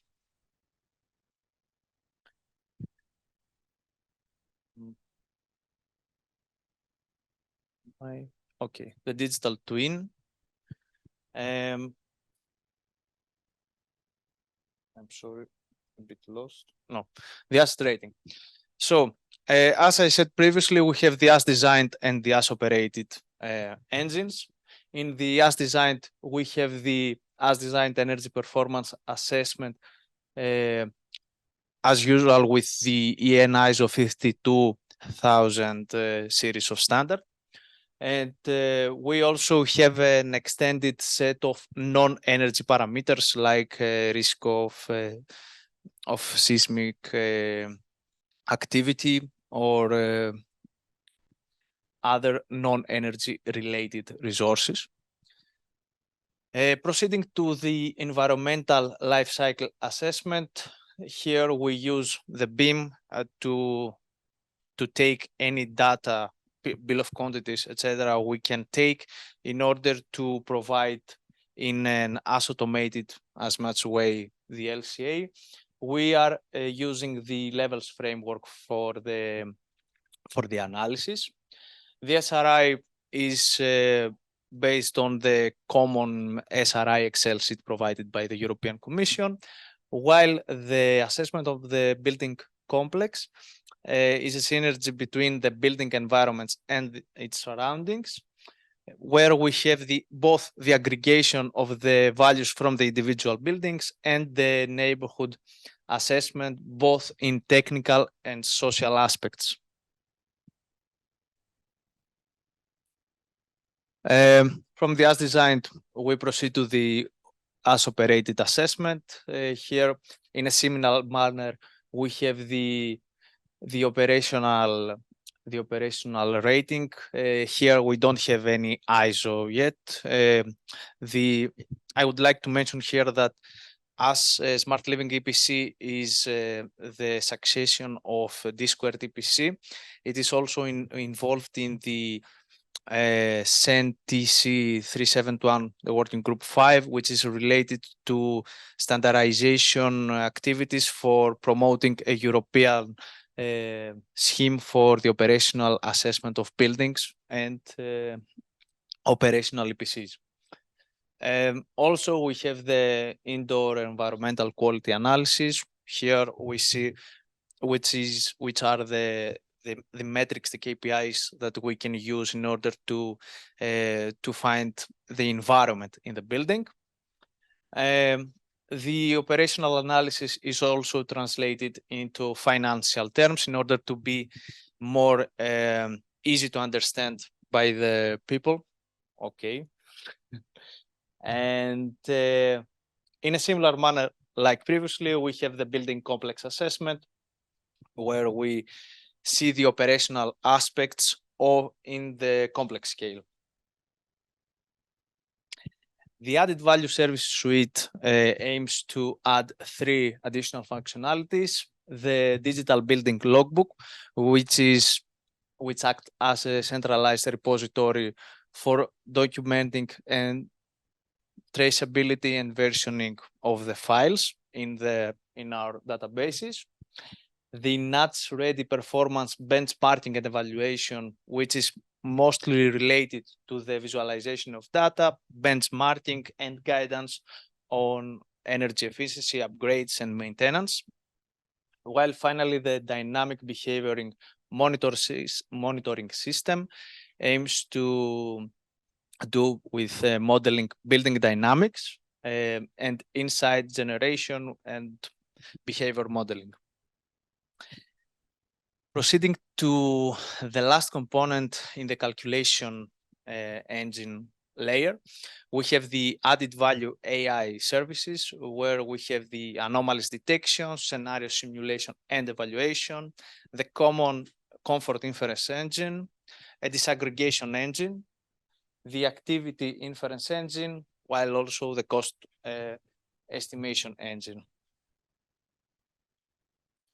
Finally, proceeding to the top layer, here we have to express what we have calculated, the insights that we have generated to the end user.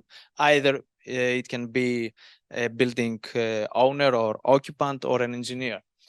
Here we have to assess the real-time building performance statistics, to upload and update the building generated information, and receive actionable insights for an efficient operation of their assets. Here we have the NATS-ready GUIs as a subcomponent, where we have graphical user interfaces and which present data in a spatio-temporal format and use visual analytics for evaluating and correlating the data. So that's all. I hope I'm on time. This is the links that you can use in order to follow the projects. Thank you for your attention.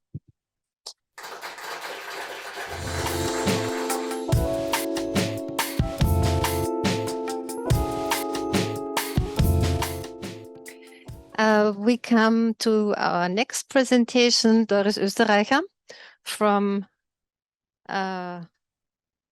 BOKU. I wanted to think of the English term, but University of Applied Life Sciences, I think. Yeah. Yeah.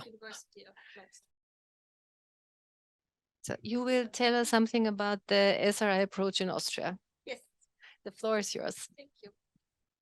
Well, thank you and welcome from my side. I'm here to talk a little bit about the approach that we do in Austria on the SRI. We're actually one of the testing countries. So there are, I think, 6 or 7, correct me, 8 already, so more, that do a testing phase. And in Austria, we do one.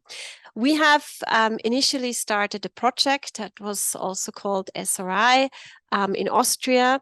And I want to explain today a little bit what we do in this context of this project and what are the findings and how do we move on from here. So implementing the international context, you know, the Energy Performance of Buildings Directive, you already know that, and we are already aware a little bit of what's coming. This is just context. Austria is one of the first countries to enter in such a testing phase. And we are looking in Austria, of course, like everybody else, to add maybe to the EPC, the SRI. So the Smart Readiness Indicator, the flexibility side.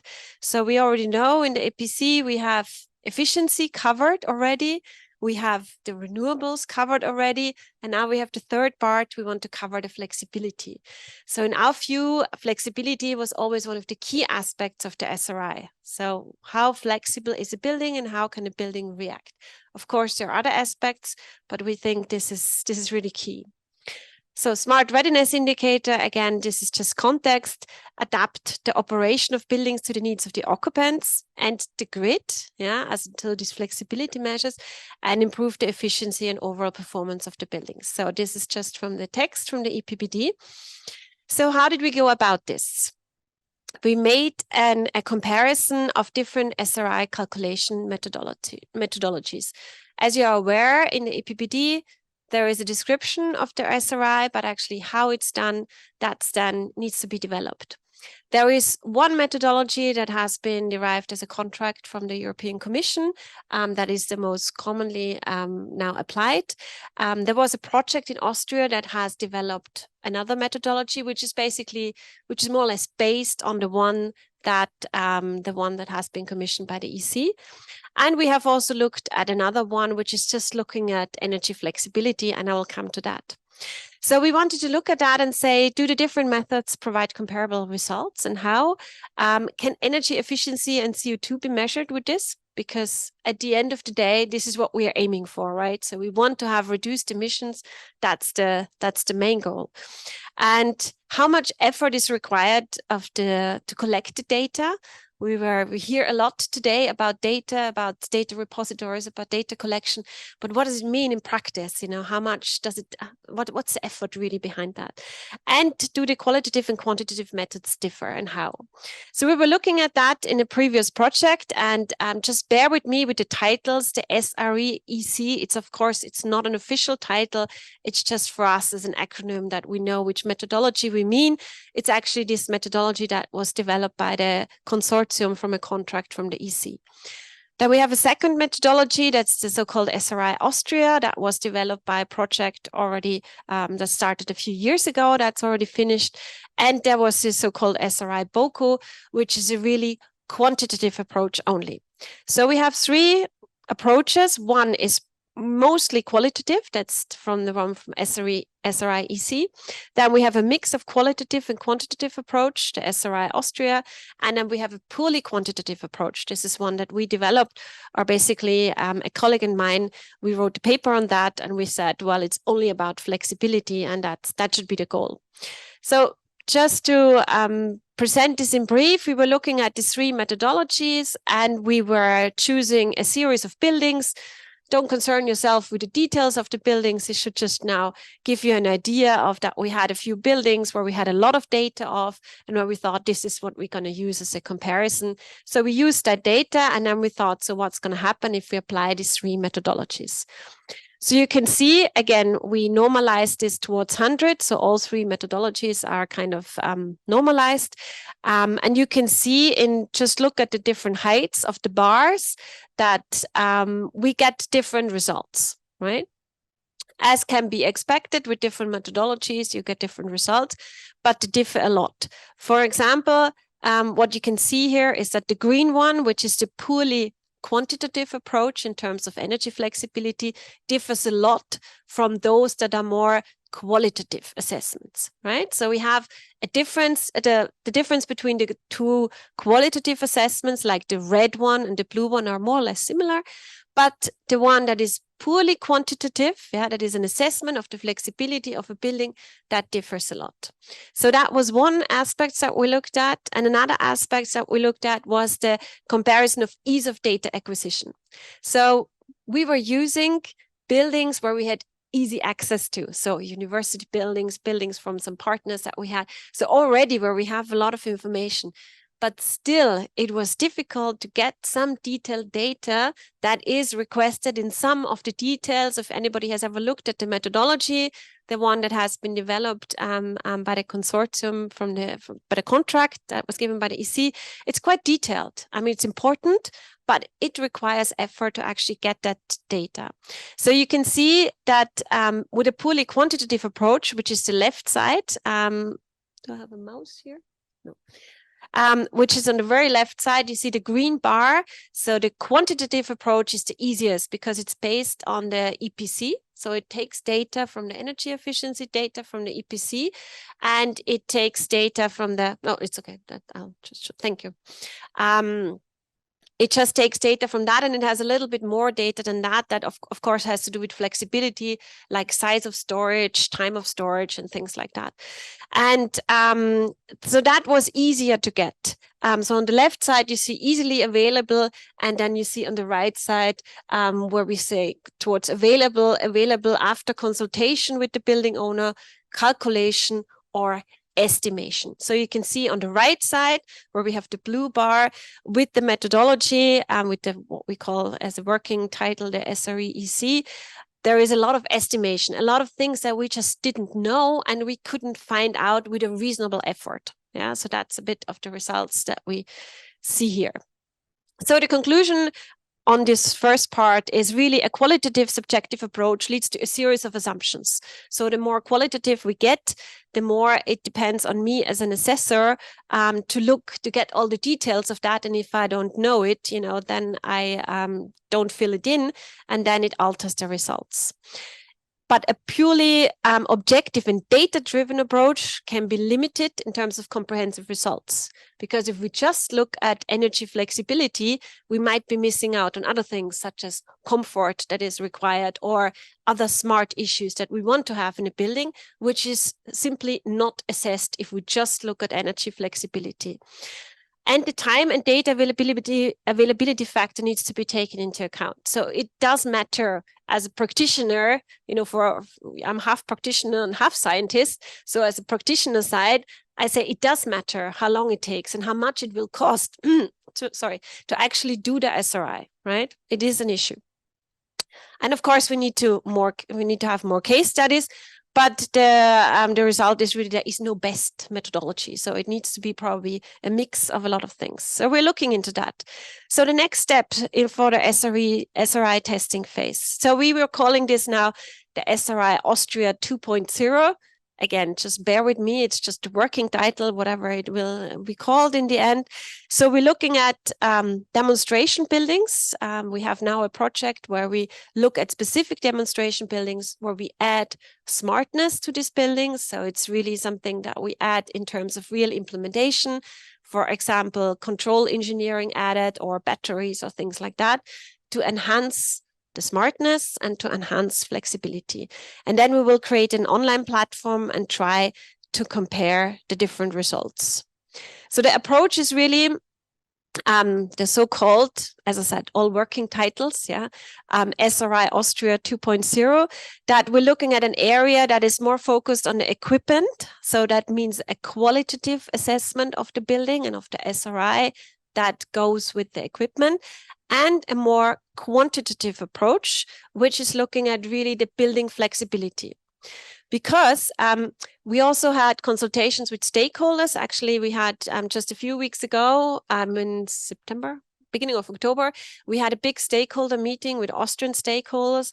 And they also said, well, flexibility is an issue also in terms, for example, of the building owners to see how much they can add to flexibility, for example, for future cost models that might be available if a building is more flexible and might get a better tariff, but also from the energy provider side. So if they understand better how buildings can be flexible, maybe in an aggregated area, in a district or so, they might easily assess these aspects. So equipment, flexibility, qualitative, quantitative. We want to have both. So looking at the qualitative side, this is what we are trying to assess in terms of what we have from the already established SRI methodology that is already there.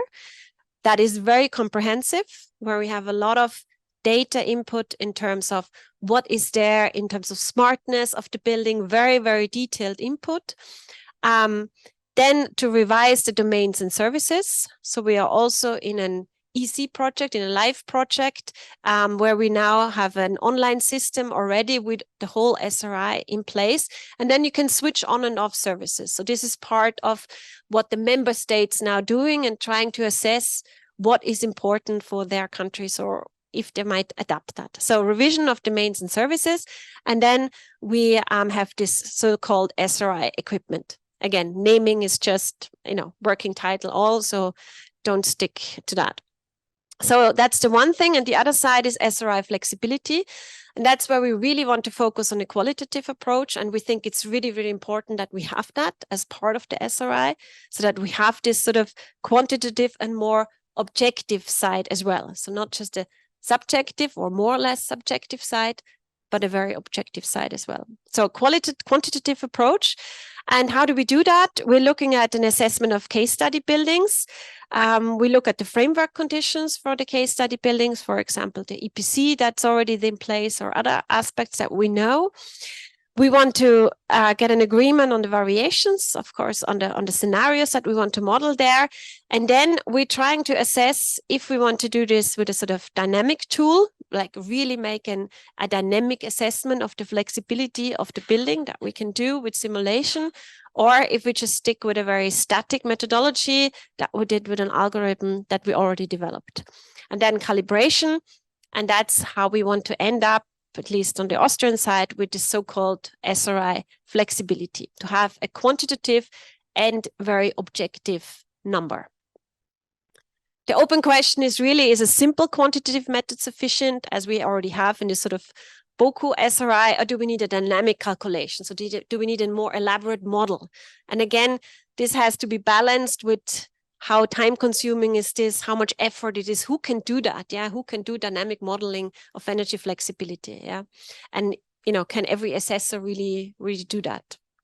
So yeah, we have to make an assessment of that and see how we end up.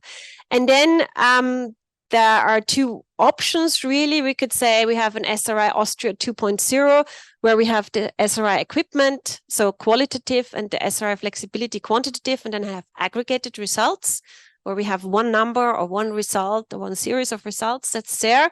Or we might ending having two results. So we have this results for the equipment and results for the flexibility, and we actually have two different numbers. One is more, as I said, qualitative and an assessment of what's there in terms of equipment and smartness, and the other one is really quantitative. It's a calculation or even a dynamic simulation on the quantitative aspects of the SRI.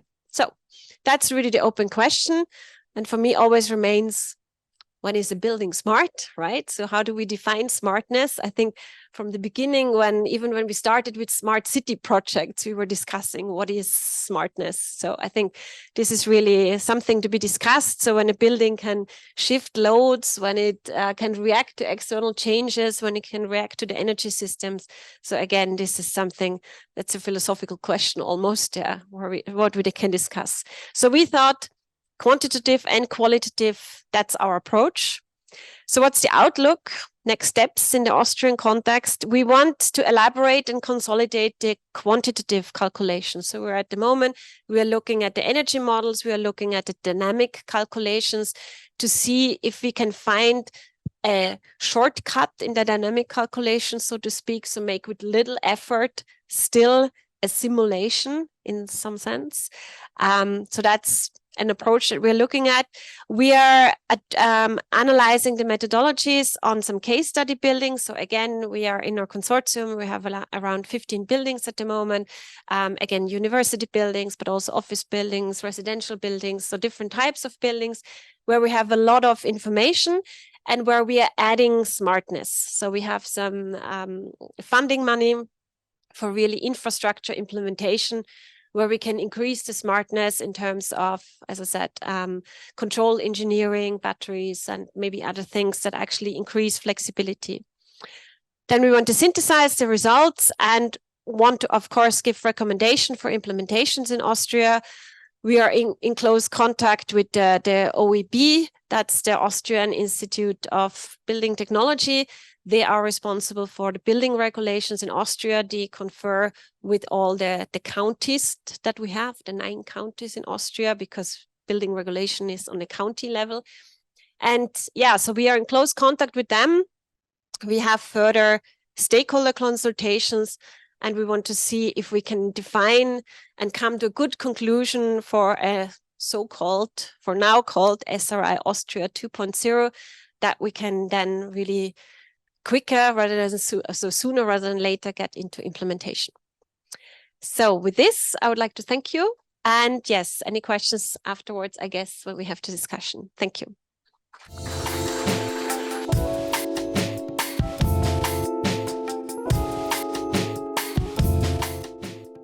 Okay, good afternoon. Yeah, first of all, thank you for the invitation, and I'm glad to be here. So I'll be talking about Smart2B, a project regarding adding smartness to existing buildings and focusing on the topic of smart services to automatically assess SRI. The current EU building stock is very energy intensive and inefficient, accounting for around 40% of the final energy consumption and 36% of the EU CO2 emissions.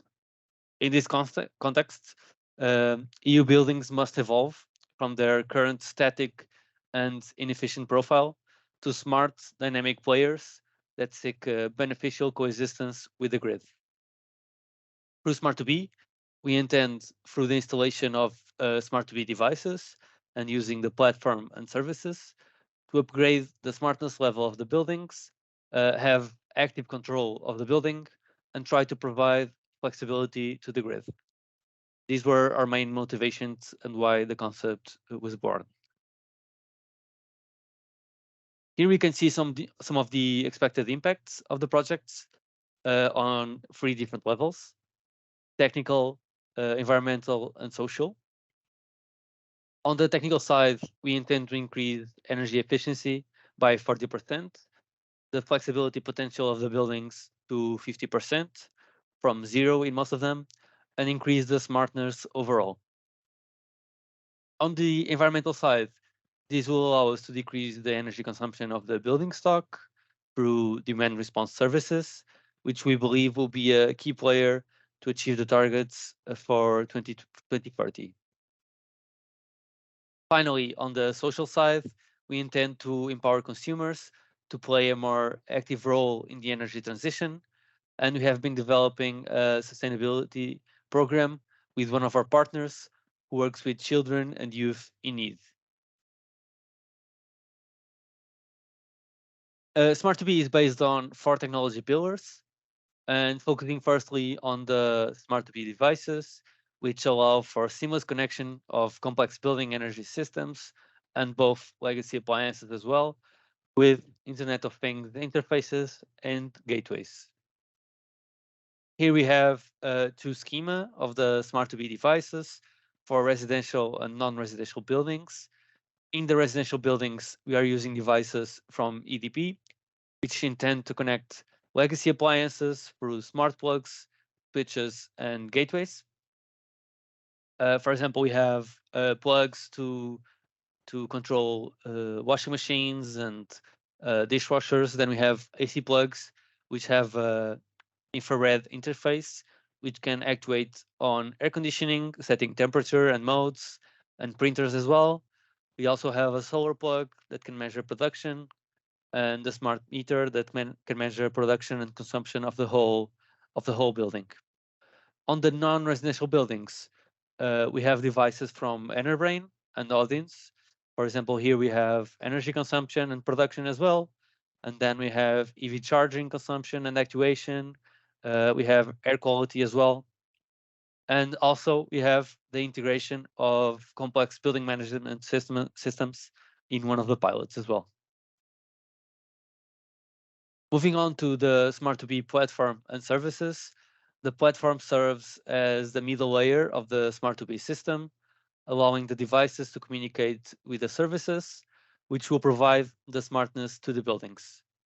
The Smart2B services use artificial intelligence and machine learning algorithms to analyze the building and user data collected from the devices previously mentioned, and optimize the usage of equipment according to the main objectives of the project. Here we can see a scheme showing the way the Smart2B services are aligned with the SRI methodology and the way they intend to increase the level of each impact criteria of SRI and therefore increase the overall SRI score as well. The main focus here is on the Smart Performance Assessment and Advisor, SPA&A, which is on the layer of the transversal services.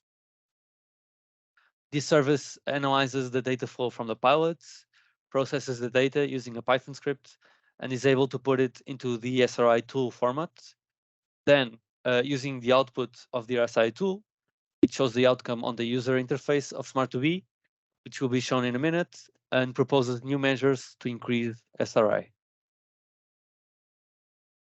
Finally, we have the user interface application, for which the users will be involved and engaged with, for both the data collected from the buildings, as well as the gamification component developed with the sustainability program that I mentioned before in mind. Here we have a small demo of the application of the user interface.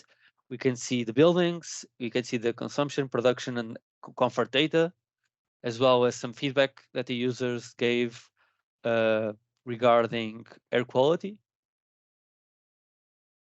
We also can see data from consumption, production, so on. And we can see all of this regarding our own building.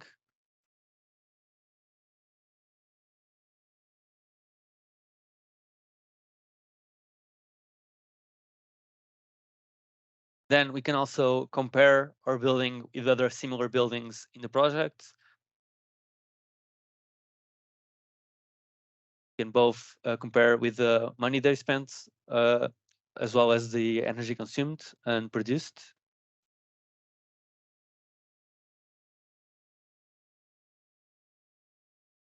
As well as give some feedback regarding the air quality, as I mentioned before.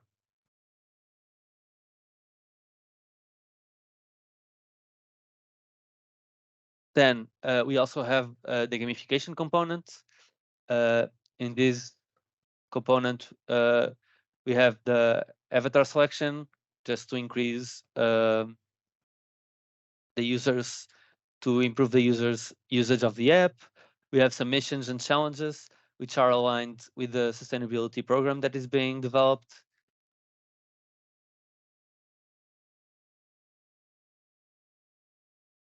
We also show the energy consumed. Here we have, in the challenges, we have some quizzes regarding energy and sustainability. We have some videos as well, some web app interfaces.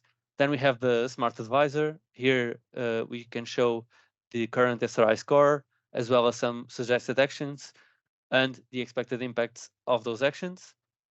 We also have the impact criteria score and the functionality score from each building as well being shown. We also have some leaderboard to increase competition. We have multiple ways of comparing in the leaderboard as well, both in terms of buildings, users inside the same building, and so on. Finally, we have the progress both of the user in terms of XP and some achievements as well. And then we have the building progress, which is more related to the energy savings that the building has done and the energy spent and the money that is being saved as well. Here we have the screenshots of the application I just showed, which shows the SPA&A to our users. It provides the current level of smartness of the building on the left and suggested actions and the corresponding expected impacts of those suggestions to increase SRI. You can also see, as I mentioned, the score of the impact scores individually and the free functionality scores and the way all of this ties together to give SRI. I think the main lesson learned from the development of the project and from our key partner, V2, which is a key partner also in the SRI development, and they are developing this service, is that the digitalization and the availability of data is extremely important. Not only the data gathered from sensors like temperature, energy consumption, production, and so on, but also with increasing digitalization of the building stock, it is important to obtain and use the most amount of data possible to be able to optimize the certification and characterization of the buildings in the most precise manner and be able to include additional indicators like the SRI here in this certification. From my side, this is it. Thank you all for your attention. And if you would like to get in contact with us, feel free if you want to know more about the project or have any questions regarding the presentation.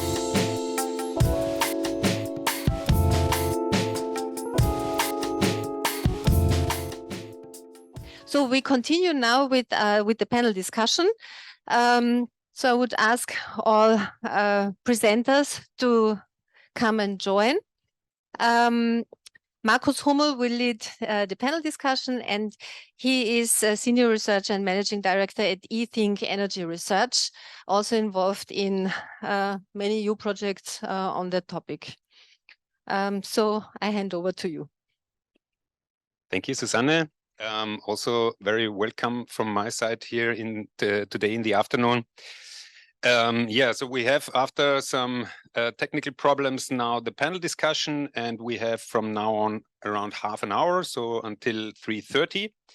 And yeah, so as we did not have any time for questions from the audience so far, we are going to do that now. So we are more or less having a quarter of an hour session, questions from the audience, depending also on how many questions you have and how much discussion we want. And then I also would like to follow a bit the structure that Susanne and colleagues have prepared for the panel discussion to also lead a bit towards implementation issues. Yes, so I hope you remember your questions or noted it down. Yes, please. Okay, thank you for your presentations. I have a question for you, and a nice presentation, a nice project. I guess you are in the first year of the project, or more or less, and you said that you and your colleagues, you want to create a user-friendly interface for the end users to put the BIM models and so on. Yeah, and I don't know if you think about how this interface will be in order to, for example, say, okay, the user puts the BIM model and then the meters and associates the meters with the rooms. So this stuff, how you think that could be? As I said previously, SmartLivingEPC project is the succession of D-squared EPC. In D-squared EPC, we had a final conference with some two other projects where I present this platform. In what you are asking, we had something like a wizard tool. So when the engineer or the assessor would like to add a meter, he had to define what kind of metering or measuring. We had two types of the meters, energy meters, gas, electricity, and sensors, CO2, more indoor air quality stuff or occupancy. So for each of the sensor, he also had to define for which areas does this meter apply, not where it is installed, because it could be outside of the building, like the central energy meter of the building, but to which spaces it is correlated. So by having this data from the measurements I have and the conditions I have in separate building spaces in my BIM model, or as we evolve to the BIM, to the digital twin, I can make the correlations between energy consumption and occupancy, level of comfort, you name it, in order to proceed to the digital twin, let's say, and then I can also add all the AI stuff to make more focused suggestions and provide insights to the end user. So what you're asking is kindly of already implemented, although we aim to repeat it and hopefully elevate it even more in SmartLivingEPC.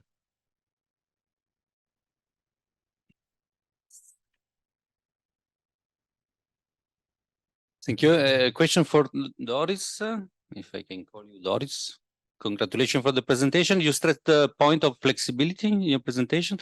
And if you can elaborate a little bit more on the district approach of the flexibility, and when you make the assessment of SRIs for a building, I mean, how to include the district concept into the assessment, or if you stick only to the building itself? So what we did in this sort of quantitative approach, we looked first only at the building, and there we looked especially on how the building is connected to the grid, thermal, electrical, or even gas. Yeah, so the options are available. And this is just on the building level. So you look at the storage capacity, the time, the efficiency of the storage, and other aspects that come from the energy use of the building. That's the building level. And then we thought, well, that might not be enough because, for example, for an energy provider, the district level or more an aggregated level might be more interesting. So from that one, we published a second paper, and we thought, okay, on that one, we build on that and we make now a district assessment. So you have the buildings and you have them aggregated, and you look again at gas, thermal energy or electrical energy in that context.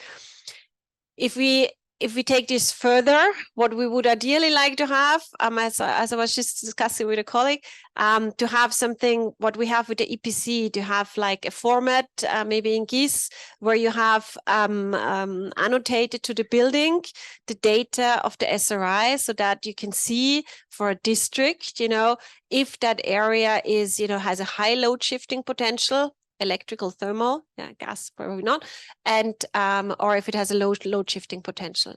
So that was the sort of the outlook, that we would like to see in the future.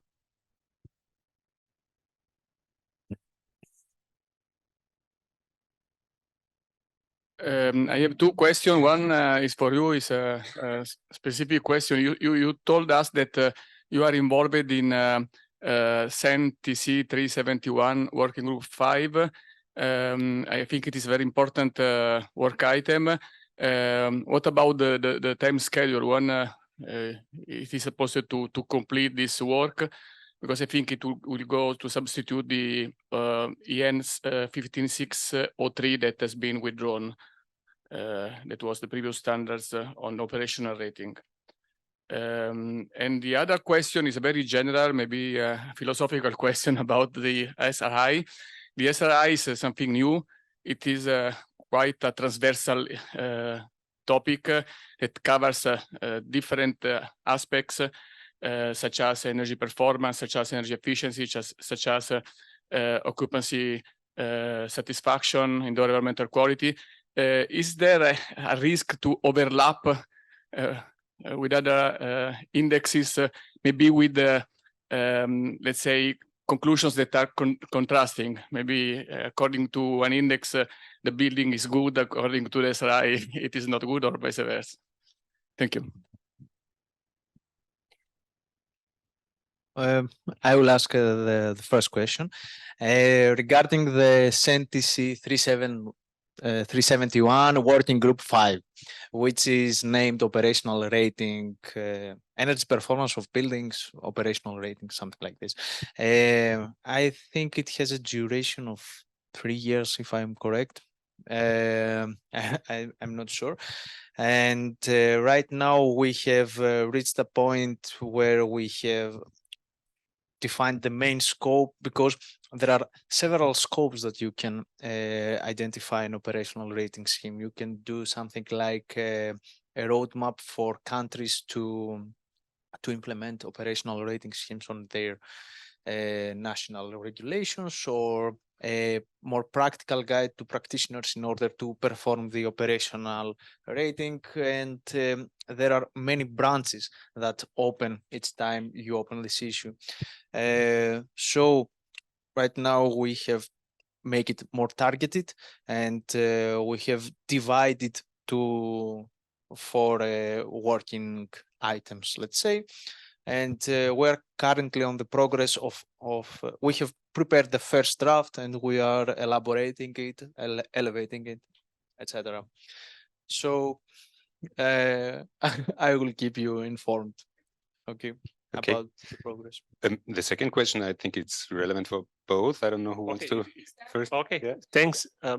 It can happen. Actually, it happened first at my institute. We tested the methodology on our buildings, and when we some of them are newly renovated, and we got a really low SRI score. And our director said, it doesn't make sense. We cannot go in public with that, because you cannot say that we have 25% of SRI.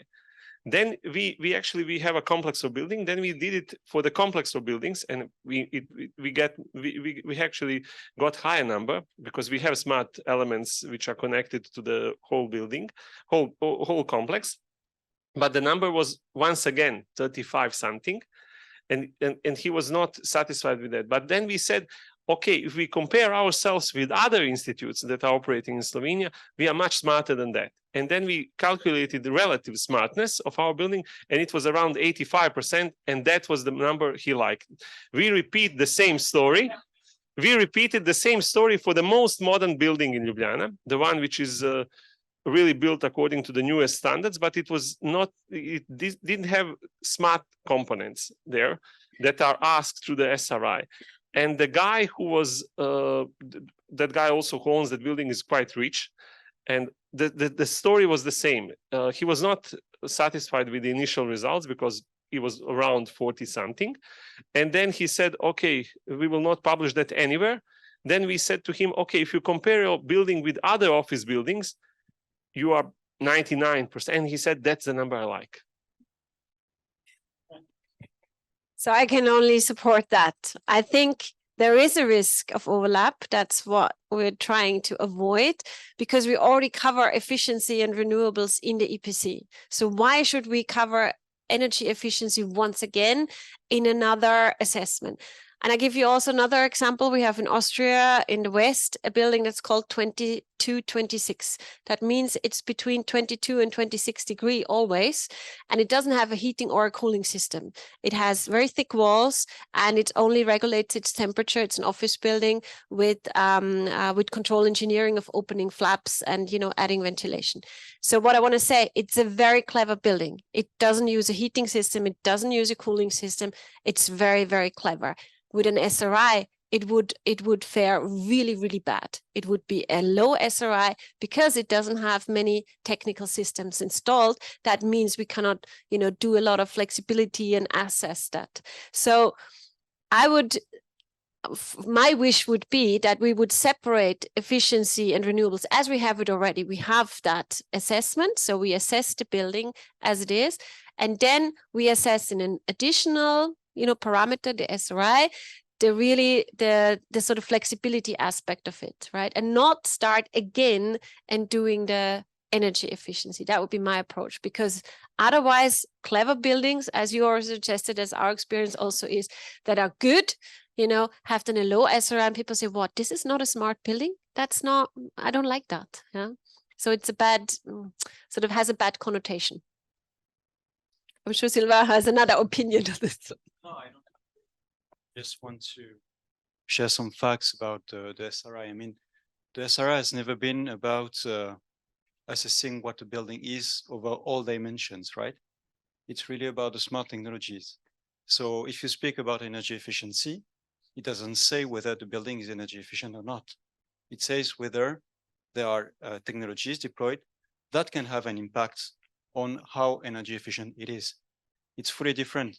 Again, about comfort and well-being. It doesn't say, for instance, if there are big windows, a lot of daylight, these kind of things. Of course, it's out of the scope. It says just, is there a ventilation system that is intelligent and is likely to ensure, you know, the right level of indoor environment quality. So we clearly have to, not to mix everything, basically. The EPC is about energy performance. The smart readiness is about the smart technologies. And then there can be other indicators. And then maybe we can see a way to combine them. Yeah, thanks. Any feedback, direct? Maybe. Yeah. Yeah, I agree with that completely. Also, I think that SRIs, when you look at from the electrical engineering point of view, it's actually, it tells you about the flow information, how hard is to connect with that building and exchange information, exchange data. That's about SRI and how it is hard to do it. For instance, in our case, we said first example was to utilize the existing emergency diesel generator to offer flexibility services. You are not ready at the moment. You have to buy another device. With that device, you will be able to communicate with the grid operator and the aggregator, and you will be capable to offer your services. And that can improve your SRI. And people were, they could understand that. The point that we realized that it is hard for them to understand is all of them have children or grandchildren, and the numbers, when they are below 50%, in our school systems, they are not perceived as well numbers, good numbers. And when you say somebody, you know, your score is 35 and that's good, and he will tell you, oh, it is not even to pass the exam, and that makes a problem. Marcus, yes. So just a quick question, because the low-tech buildings you mentioned, like the 2026, if I understand it correctly, either we implement a new indicator to indicate these low-tech buildings, or we add some sensors who tell us that this building is using a little energy, so it would be a smart building? Or what should we do with the low-tech buildings who are working pretty fine?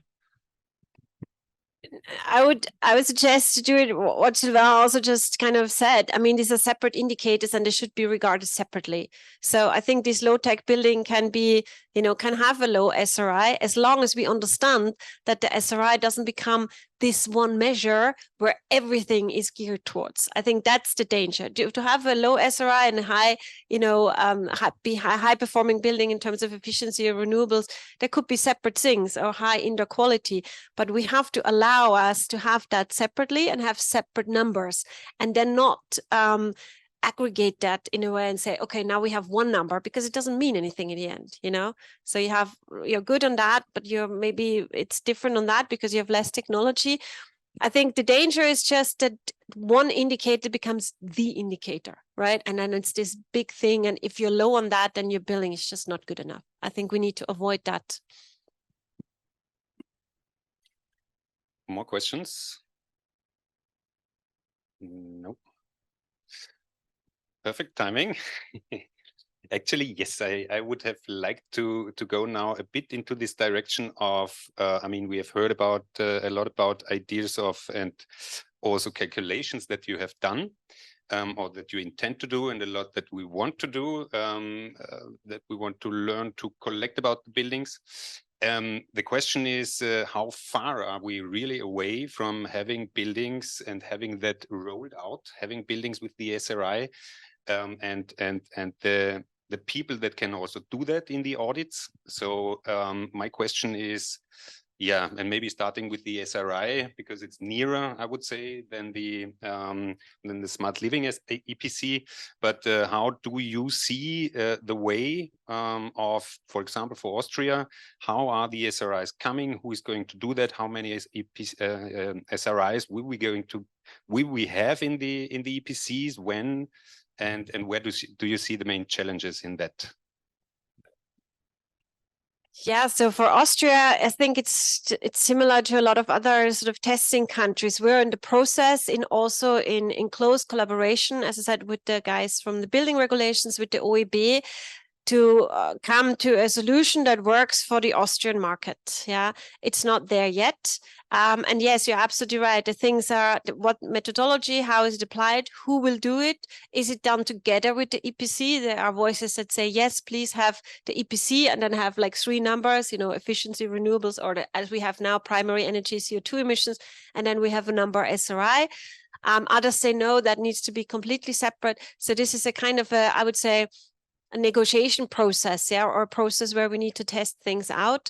And this is what this testing phase is there for now. So I cannot really tell in which direction it goes, because we accompany them from a scientific point of view. And of course, there's the political viewpoint as well that might be a little bit different. We aim at providing decision support to those who make the decisions in the end and who put it into the building regulations. But I think it will take a few more years. And do you have an idea or a guess when we will see the first EPC with an SRI in Austria?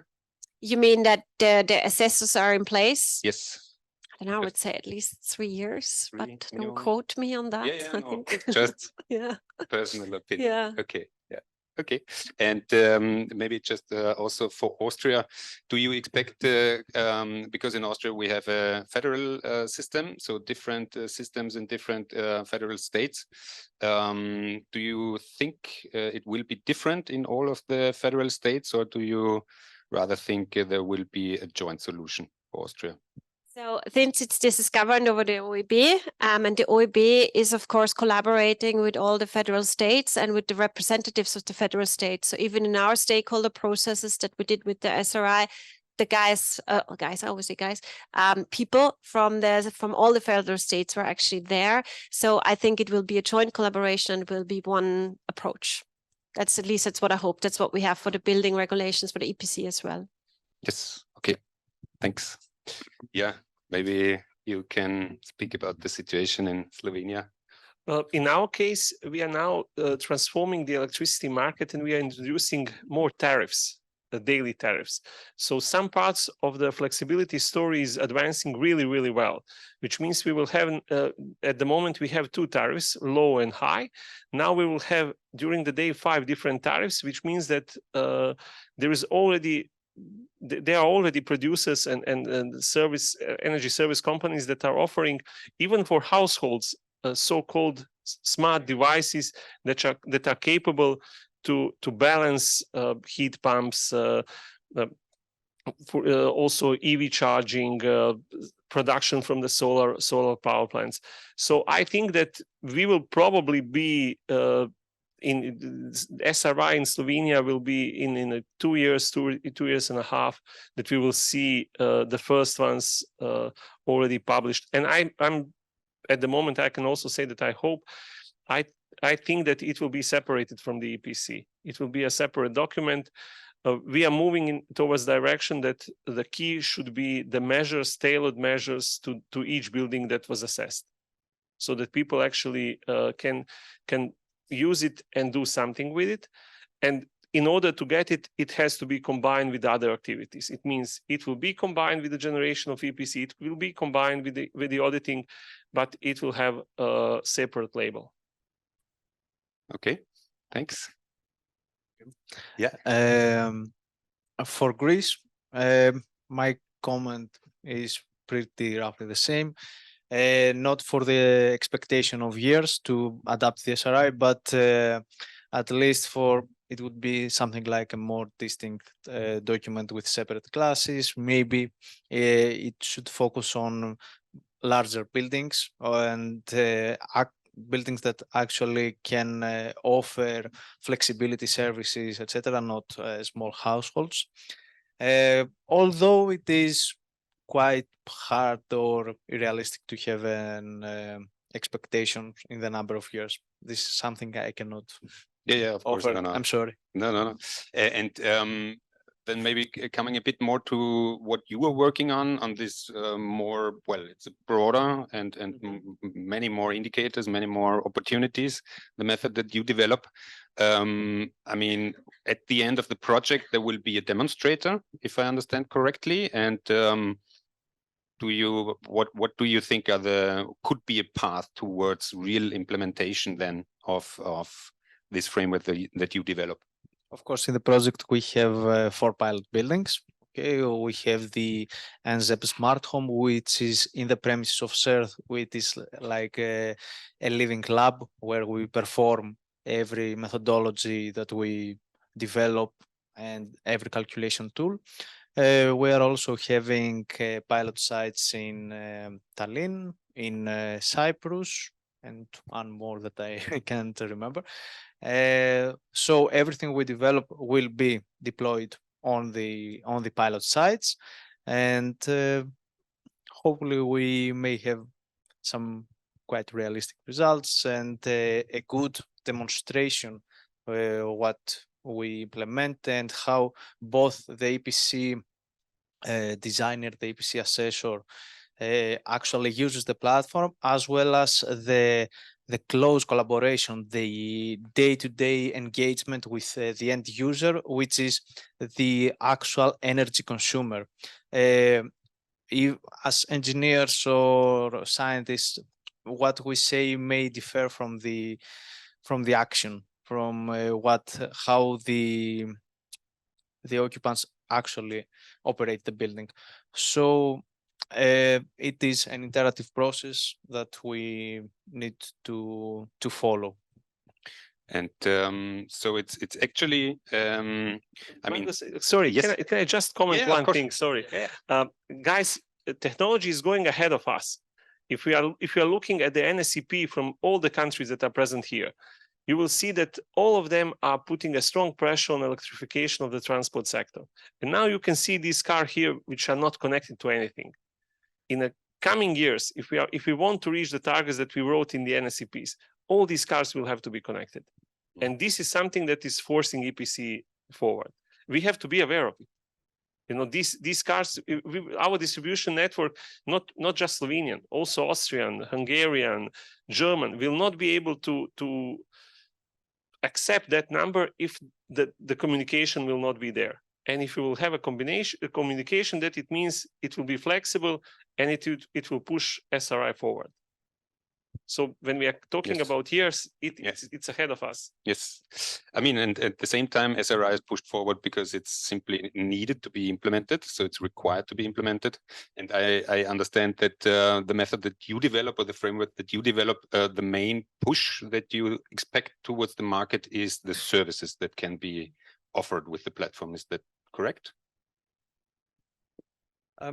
Yeah, by utilizing the platform, we offer a set of services, both from the as designed and the as operated assessment, the offering of the digital logbook, the AI services, and yeah, it is pretty much like a new platform for the next generation of EPCs. Okay. Maybe also to come to this point of, I mean, who is then performing the audits and calculating the SRI? There are more and more smart devices. So do you think, I mean, how high will be the effort? Will the effort be lowered, remarkably be lower in the future to calculating an SRI, or in case that that you have a very smart building, or not? What do you expect? I think it depends all on the documentation. So how do you have the documentation? Is it in BIM somehow? Yeah. Is it digitalized? Can we access it easily? The SRI, the calculation as such, is not difficult. It doesn't take long. The data, to get the data, to verify the data, to make sure it is sound, and it doesn't differ from what's actually built. I think that is the tricky bit, in my view. Yeah. Yes. Yeah, no, it's actually, I fully also agree. And I think we are going to hear a comment or a presentation on that later as well. We should try to collect the data and then prepare it and have it available for any further and future calculations. Yeah, that will definitely ease also the calculation of any indicators. Yeah. We're coming to an end of this panel discussion, of this session about additional indicators in the EPCs. It was quite focused on the SRI, but we heard also other ideas. Yeah, we've seen quite some interesting and ongoing efforts with real implementation, and we can see that potentially we're going to have yeah, new indicators soon in the EPCs in different countries in Europe. Thank you very much.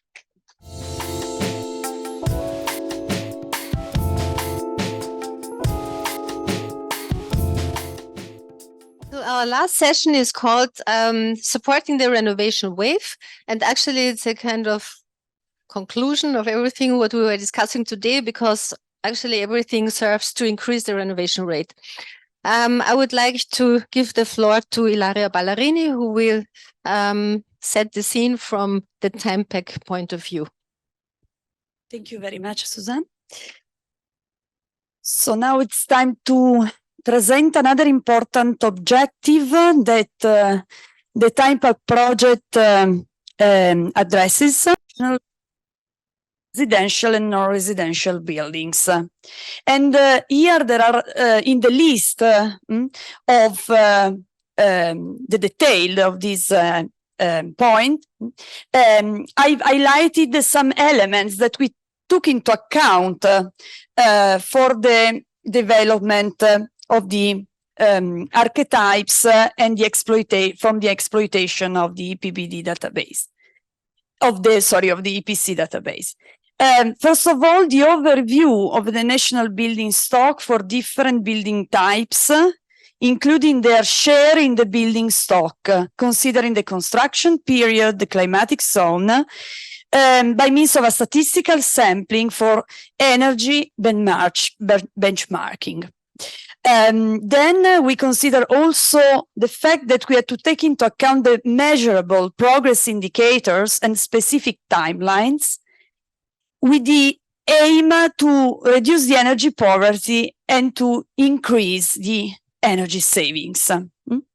So to reach this objective, at international level, the research community recognized the urban building energy modeling approach as a method to assess the energy behavior of the building stocks and also to carry out large-scale energy and environment building, and takes into account bottom-up models to assess the energy behavior as a support tool for public administration, energy agency, urban planners.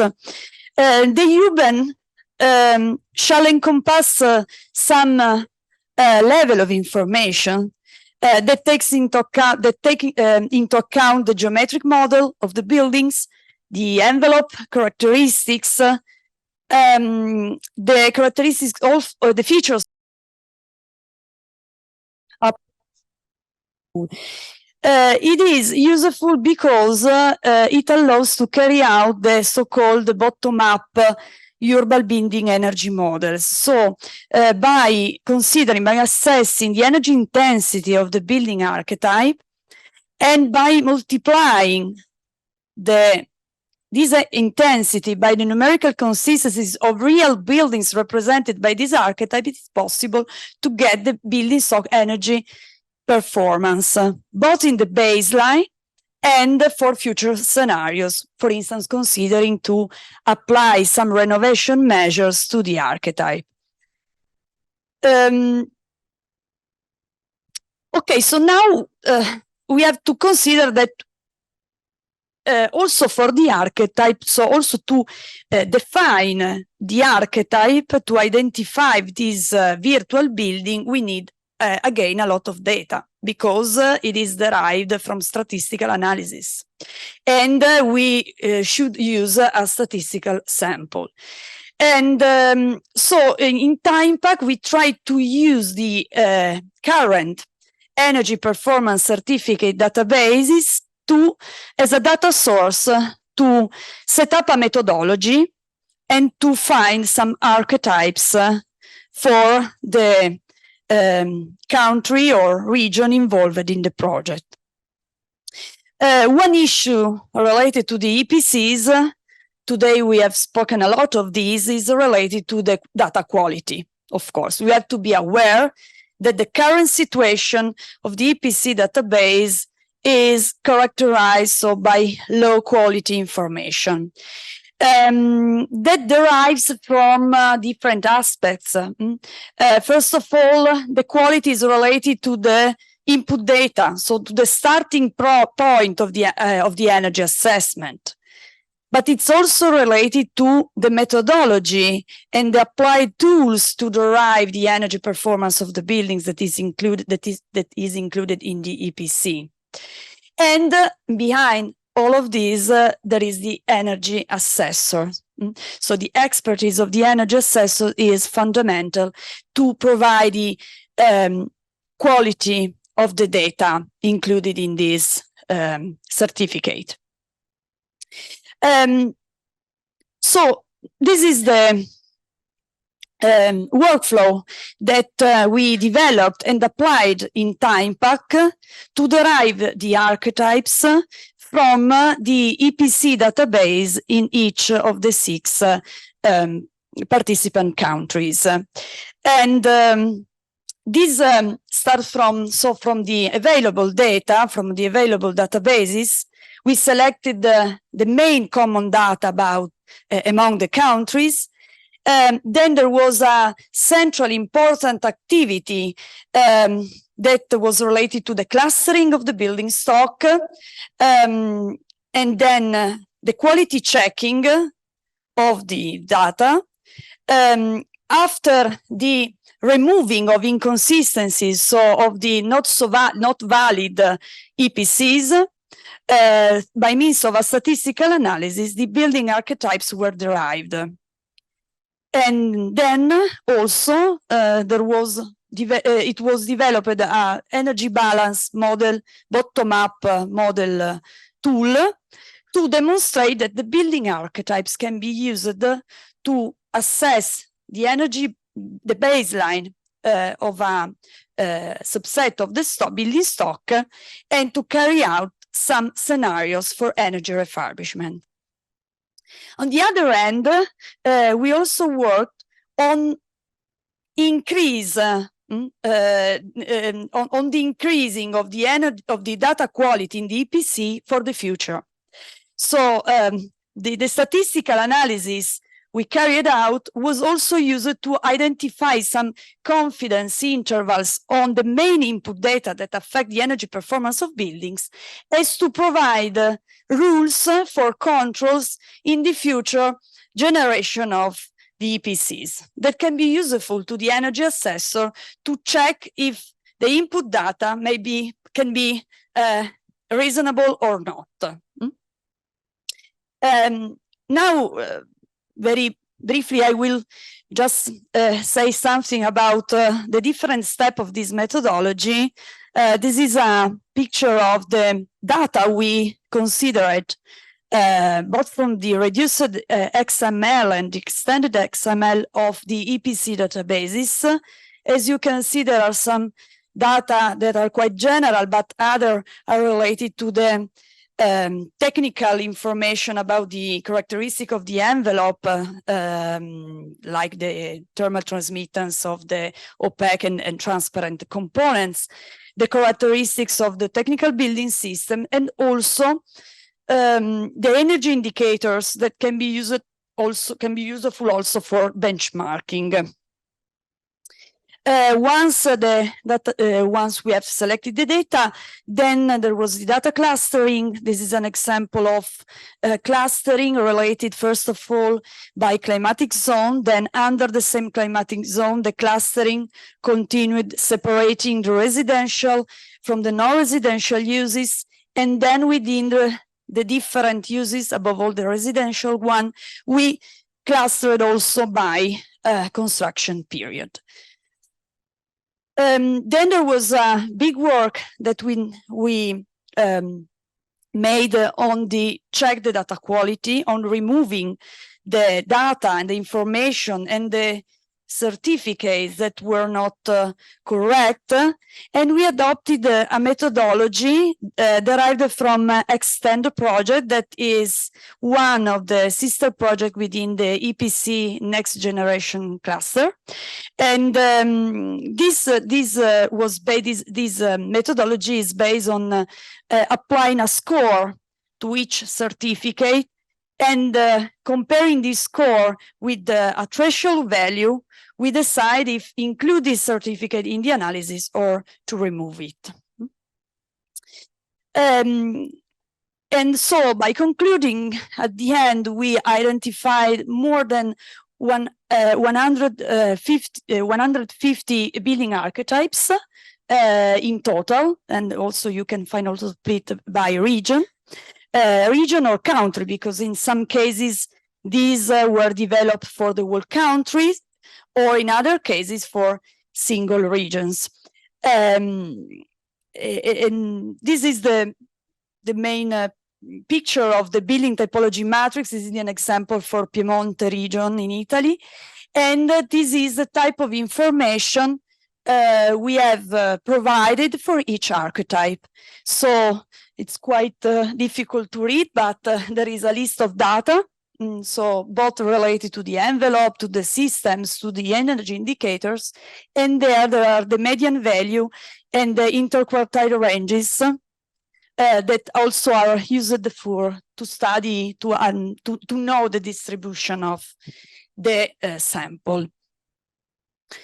And finally, the model to do the bottom-up analysis. So starting from the building archetype energy intensity, we try to project this intensity on the building stock by applying the numerical consistency of each archetypes in the stock. And it is possible also to have the energy performance of the territory, a specific territory, as well as some scenarios on the reduction of the energy consumption. This model, it's quite easy to be used. It was implemented on an Excel spreadsheet. And anyhow, it can be upgraded with additional functionalities, for instance, also some economic aspects or other indicators. This tool is not meant to replace a urban tool, but it has the objective to effectively exploit the archetypes with a plain and transparent approach, easily adoptable also by public administrations. And here, finally, the example of the confidence intervals that we derived. This is a subset, so a cluster of the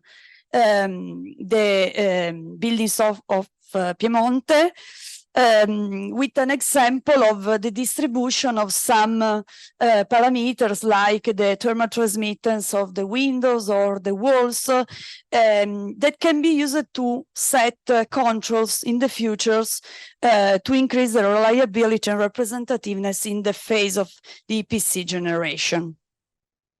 So by concluding, we can say that this approach, the building archetype, demonstrated to be an effective support for building stock benchmarking and to track the implementation of renovation measures. It's important to say that it cannot be considered static because it should be progressively updated once new energy performance certificates are issued. So the idea is that the information about the status of the building stock by means of the statistical analysis should be continually updated. Then the data clustering and also the quality evaluation enable the creation of the building archetypes for bottom-up models, but of course at the moment they are still characterized by the level of reliability that we have in the current EPC database. So the methodology is robust, demonstrated to be robust, but the results suffer, of course, of the limitation that we have today on the current EPC database. The limitation can be, of course, overcome, considering that in TIMEPAC we are working for the enhanced EPC. So in the future, by adopting the new indicators that have been calculated, and by adopting the rules on data quality that we have set, we can, at the end, increase the quality in general of these models, of these procedures.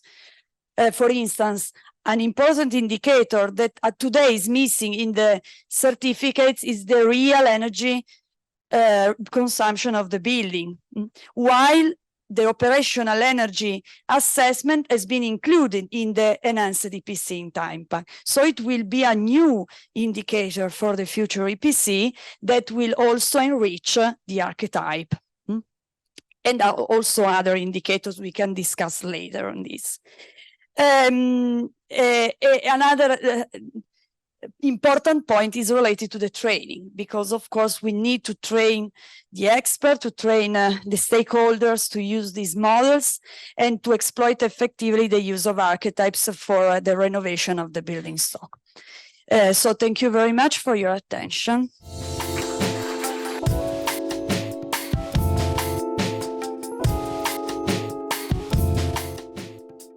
Jutta Wörtl-Gößler, architect, will tell us about the Urban Transformation Collective for urban conversion on different levels of action. Hello, hello everybody. I think you will hear some different information from me now. I wanted to talk about collective urban transformation, and my question is how we can speed up this transformation. When I was a child, I loved to play in the attic of my grandparents, where I found many old things which I loved to look at. And when I was 18, I came to Vienna, and I loved and was fascinated by the city, the buildings, and the people living in. I began to work in an urban renewal office before I began my own office 7 years ago. And the project I'm showing you is Smart Block, which comes out of the experience of this urban renewal office. Smart Block was created 2014. I met the newly appointed chief of the municipal department of MA20 energy planning, and he stated that they had no ideas for the building stock in Vienna, and I said I do, and so we got commissioned. Yes, my colleague Uli Machold is up there, and from then on we started to work together. Smart Block is about communication and about bringing people together. It's the inhabitants who use the joint courtyards or who share their mobility, and it's the owner who refurbish together and get better prices. At first, we evaluated 2 cross-property refurbishment, and as you can see, these were 8 different houses, and here we had 6 houses which were developed together. Sorry, other way around. And you see in the basement, it was really good to develop them together. Also the joint courtyards and the ground floor zone were really benefit. And when we asked about the cost, there were cost savings from 10 to 20%. This was the pilot block. Oh yeah. Yeah.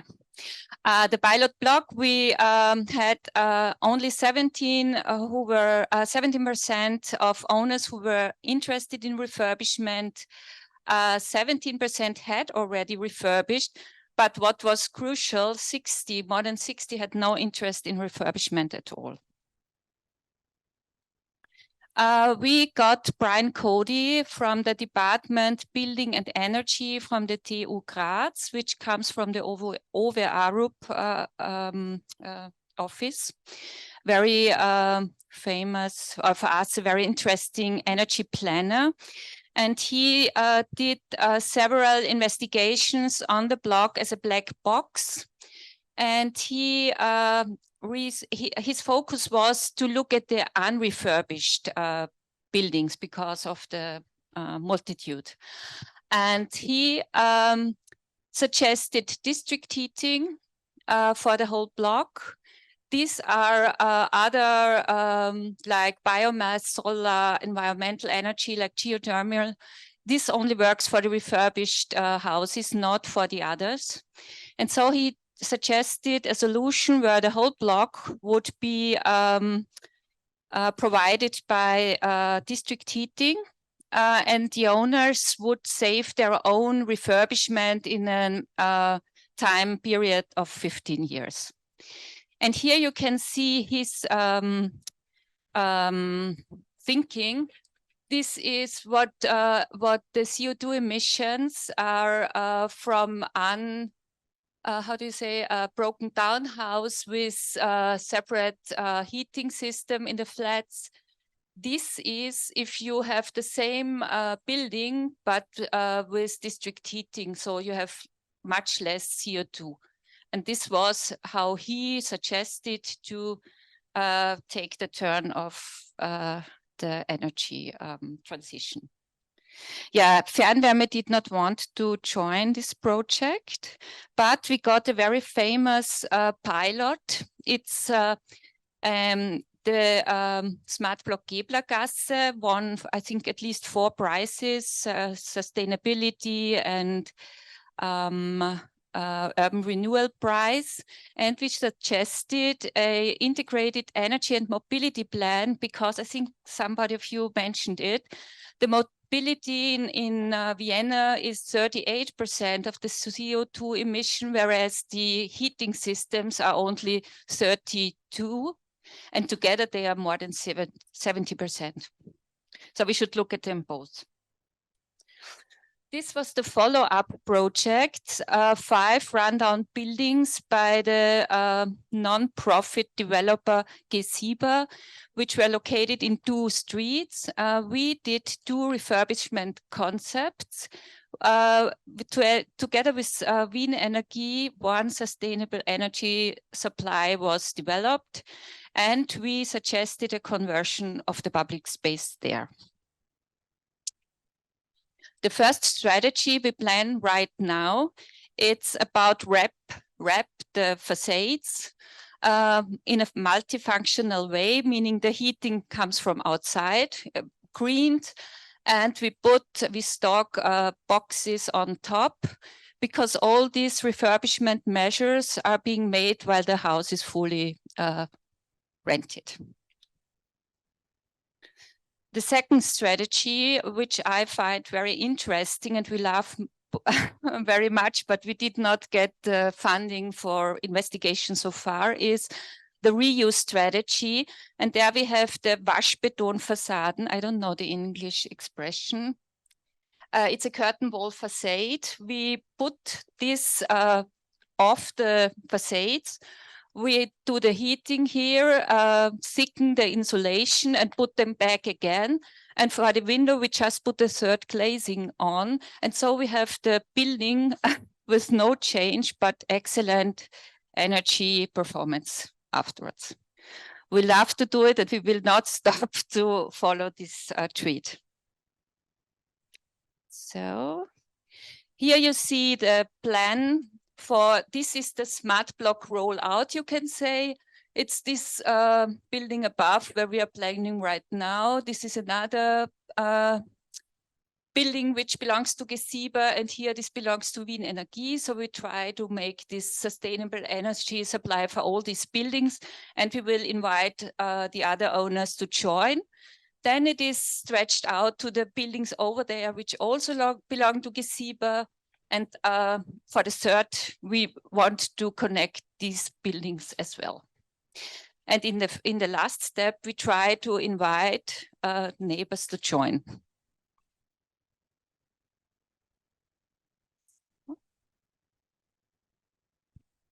Okay, oh, sorry. Here you see the conversion of the public space. These are the buildings from the Gesiba, the green ones. And for here, we suggested a green layout, meaning to redesign this road in a green park, connected this green area over these Grundstück plots. Yes, thank you. And reach here the others, and we create a park in this area which is quite overheated in Vienna. To go on further after this study, I founded an urban transformation collective, and we try to work together, all 7 experts. And now at the moment, we are finding out how we cooperate. It's kind of really warm. It's nice to work together, but we also discuss a lot. And how we do the measuring of the achieved goals, we are not sure. We have to discuss. I think this is where your numbers come in. So, and the open question is for us, for every project we try to push on is what is the benefit for whom? Who needs to participate? Why should anyone take action, and who pays? Yes. We have experience in a community project. This is one of the first community garden founded in 2009 in front of our office, and it works out quite well. The people love it.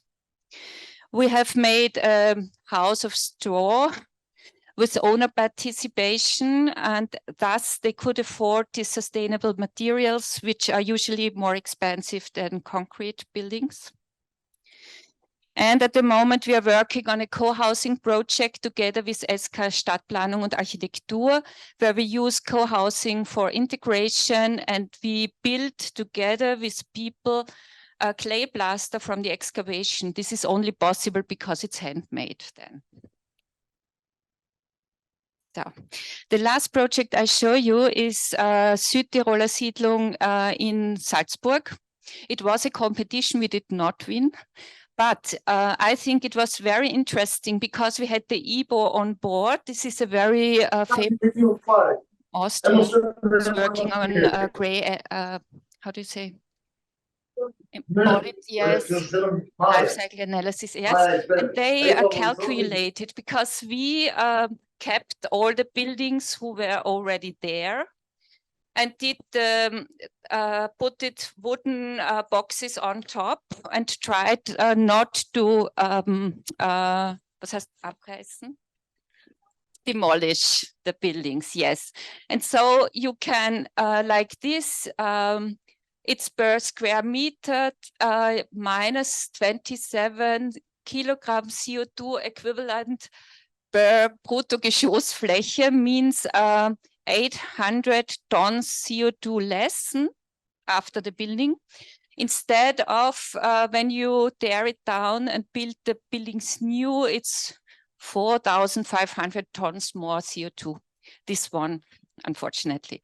But I think it is really important to look at these examples too, and to have, how do you say, to have a mean to push projects which are CO2 friendly, and to calculate with this number. Yes. So for my final statement, sorry, my English is not so very good. I think the transformation of the building stock is the crucial task for us now.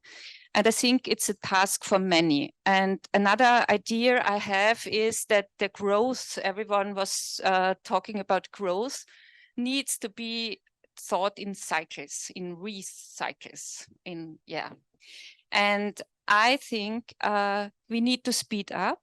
And so I wanted to say, let's shape the future. Let's shape the future beautiful, sustainable, and together. Thank you.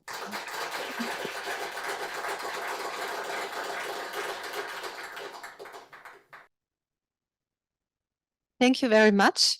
It's good to see examples from the real world, which will hopefully come out of all our data collections. And you addressed a very essential aspect of life cycle analysis, material, circular economy issues. And I think these are also what we deal with under the additional indicators. So we will discuss it in the panel discussion. Thank you very much.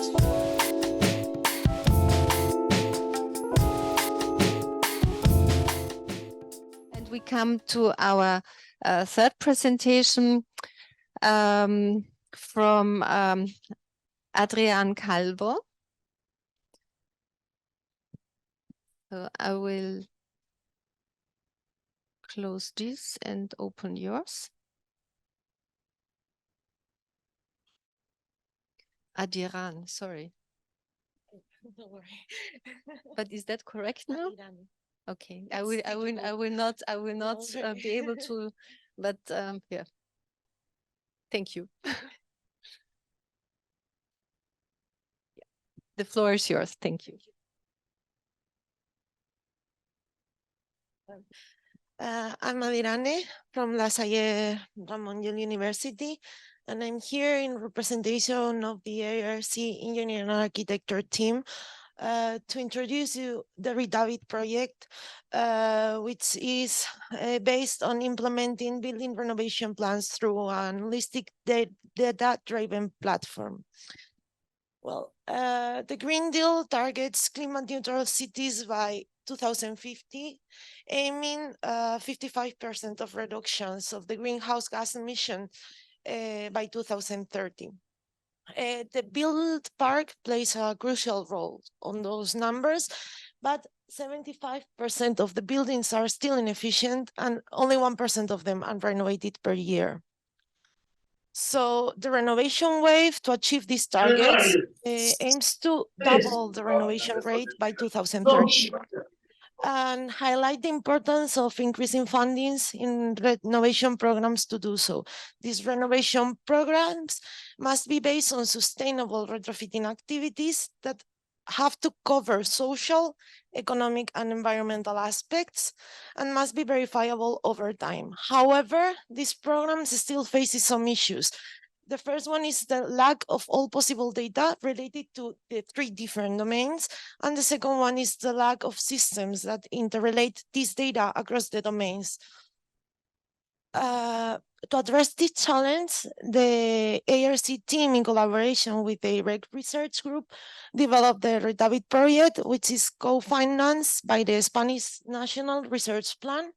And the goal of this project is to develop a service platform helping Catalonian stakeholders in implementing large-scale residential retrofitting programs. And to do so, the platform will explore the current status of the buildings and their potential of renovation, and would create 2 renovation scenarios based on multidimensional indicators. The final goal of we had about Renovate is to follow the impact of the implementation of the renovation measures over time.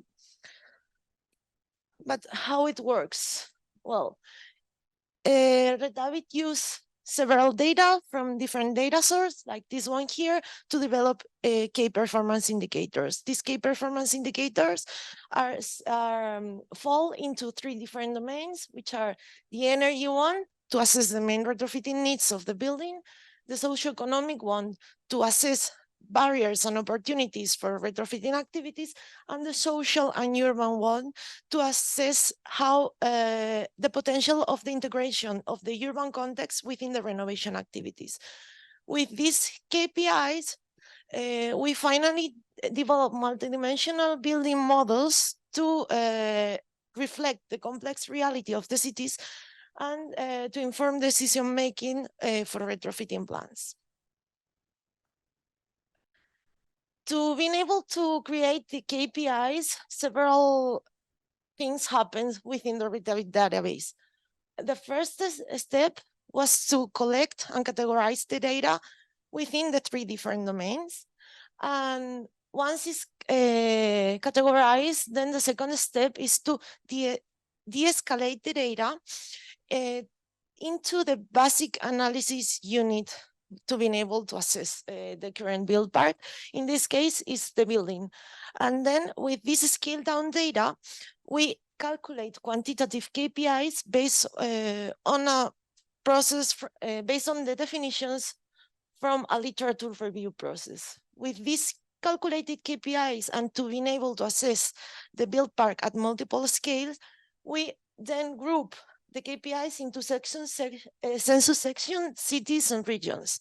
The outcome of this database information will be shown in the Renovate platform as your reference building models that in a second step can be prioritized using a multi-criteria decision method, which aims is to give a priority value for each buildings based on equal weighted selected KPIs that evaluate social, economic, urban, and energy context of the buildings. I bring here 2 examples of the use of the platform. The first one could be an urban planner in a Catalonian city that is asking which densified areas with low urban and building quality are inhabited by economically vulnerable population. So, to answer the planner's questions, the Renovate platform will call socioeconomic context KPIs from the Renovate database. Key KPIs here could include the median household income, which is the average value of the incomes of a family within a building, and the vulnerability to heat waves, to temperature rise, indicator, which is the increase of the discomfort within the building due to heat island effect. Then, according to the question premises, the platform will combine these two indicators and will give a priority value for its building. And then the planner could notice that some key areas having a high priority, like this one in dark brown here, which is a combination of the lowest, median household income and the highest vulnerability degree rates, could be a potential target for retrofitting plans. Another example could be the same planner asking for urban issues in the planning, like, for example, limited access to green spaces and essential urban amenities. So the process within the platform will be the same, but in this case, we'll call from social and urban context KPIs. Key KPIs here could include the green areas within 500 meters far from the buildings and the number of amenities within 15 minutes walk from far from the buildings. And according to the premises of the question, the Renovate platform will combine the lowest green spaces with the lowest number of amenities. Then the planner can notice that, for example, in the same area, target before,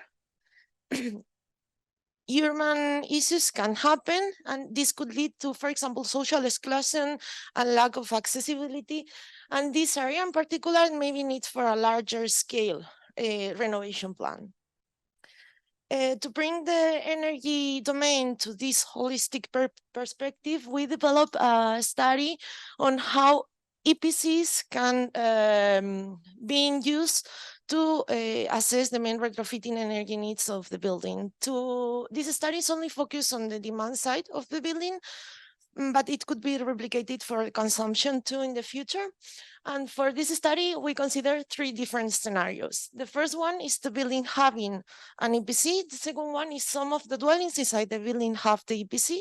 And the third one is there is no EPC.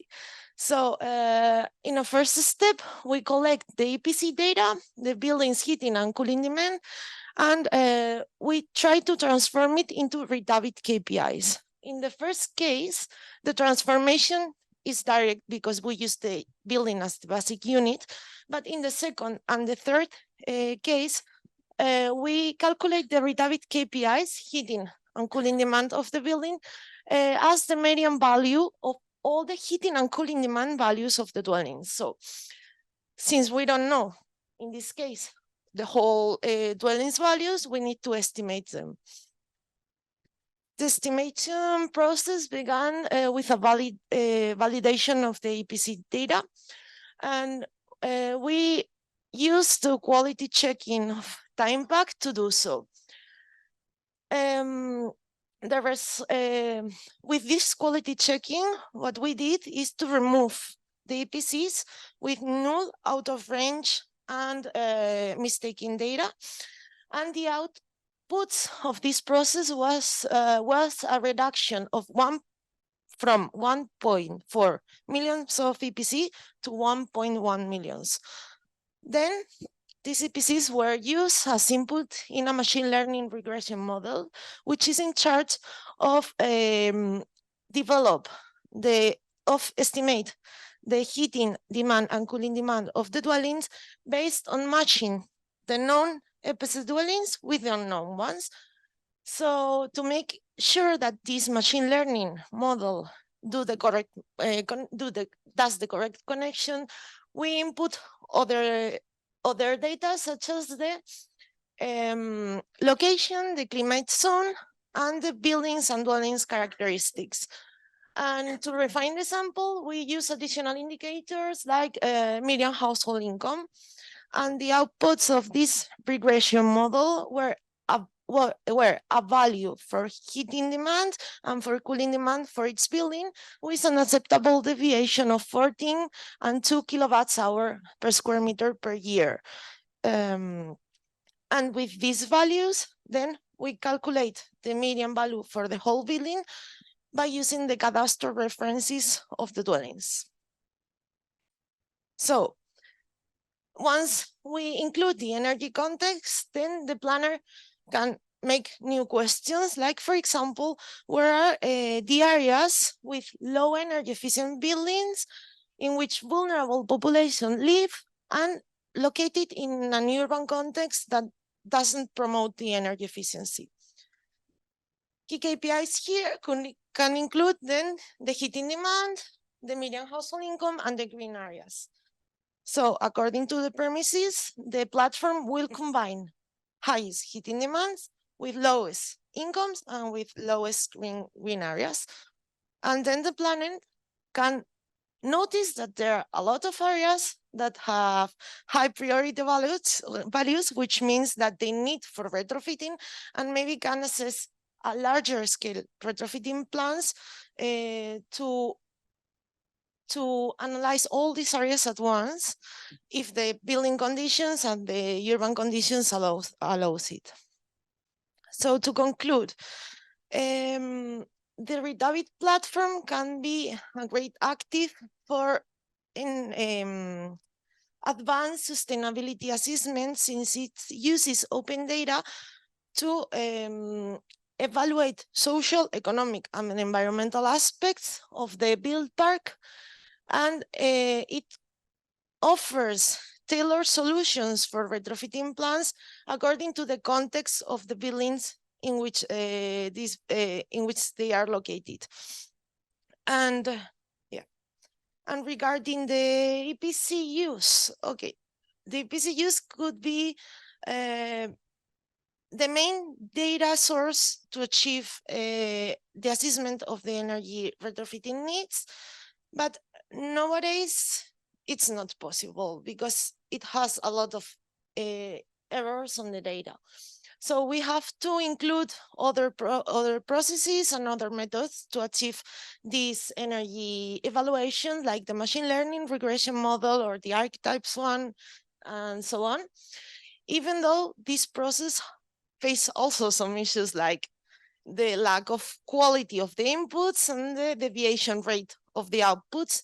However, these different issues can be reduced by using the quality check-in or using additional inputs to improve the results.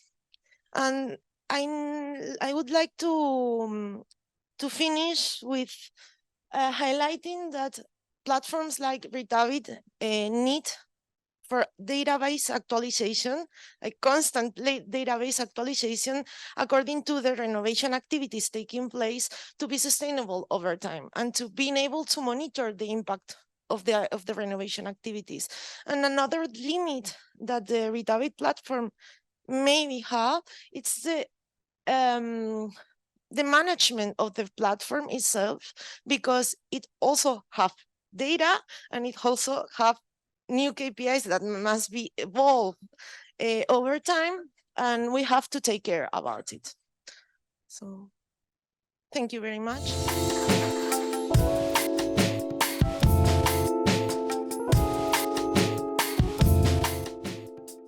We come to our last presentation for today. Lukas Kranzl from Energy Economics Group TU Vienna. I will just close this one and open yours.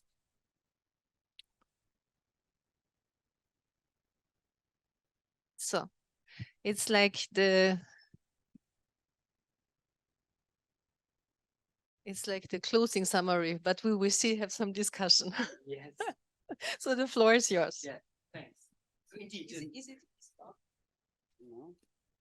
No? No, yes, yeah. So indeed, yeah. It's an honor and pleasure to be the last speaker here, and also a challenge to make sure you will not fall asleep. So I will do my best. So my presentation, I chose the title From One-Time Data Collection to Continuous Monitoring. I think we already heard a lot about that today, and it's finally all about the point that we see data, and we have identified data as a key enabler of climate and energy policy target achievement. And I would like to take 2 examples from the newly established EED and the still under discussion EPBD recast. First example from the EPBD recast is strengthened role of BRPs and EPCs. We heard a lot about it, and it's obvious that we need data for it to establish BRPs. We need also continuously updated data, or updating data. The second example that I would like to bring is from the EED calling for local heating and cooling planning for municipalities with a population of more than 45,000 people, also needing a lot of data on the municipal level. Basic starting point for all of these approaches, usually the heat demand mapping, then a projection of future heat demands, and then, for example, extracting from these projections economically feasible district heating areas. And of course, we need a lot of building related data to develop these heating plants, which I would say often are still missing. And if they are there, we, at least historically, took this approach of a static, locally constrained, one-shot data collection. Now, if we wanted to know the data or if we wanted to get more information for the building stock of a certain city, we did a huge data collection effort, collected the data, and then we had it, but it was obviously also outdated very soon again. And so we're now approaching, and I think we heard a lot about that today already, we're now approaching towards a dynamic, continuously updating cross-regional integrated data and monitoring framework. And I would like to bring a few examples now in the following part of my presentation, how this could work, and also which problems I think we still have with such systems, such data concepts. First example is from the project Spatial Energy Planning. It's embedded in an Austrian research program, and there 3 regions in Austria, Styria, Salzburg, and the city of Vienna, cooperated on developing a database and a data concept and a tool to support spatial energy planning. And how did it work? Basically, we combined different data sources in terms of building identification. I mean, may sound simple, but in the end, it's not so straightforward to exactly know where a building is and what we exactly define as a building. And then after we have identified the buildings, also determine usages, envelope quality, geometry, building conditioning, and in the end, come on a building level to information such as the building polygons, address, usage, and all these details. And above these boxes, you see different sources that were used and combined and intersected to come up with this approach. And now the advantage for me is that, for example, the billing registry is being used to determine the usage of the buildings, or the EPC databases are being used to determine envelope quality of buildings. And so as EPC databases are enhanced,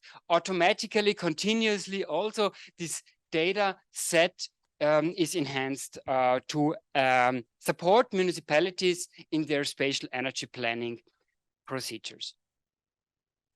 So that's a good point. The downside is a lot of these data sources are not open data. So a lot of these, so the final product unfortunately, is not publicly available.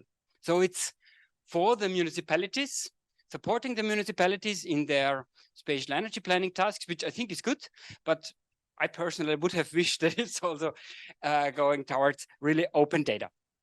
And from this concept now, it's possible to derive these heat demand maps on a building level. And on each building level, we have a large number of different parameters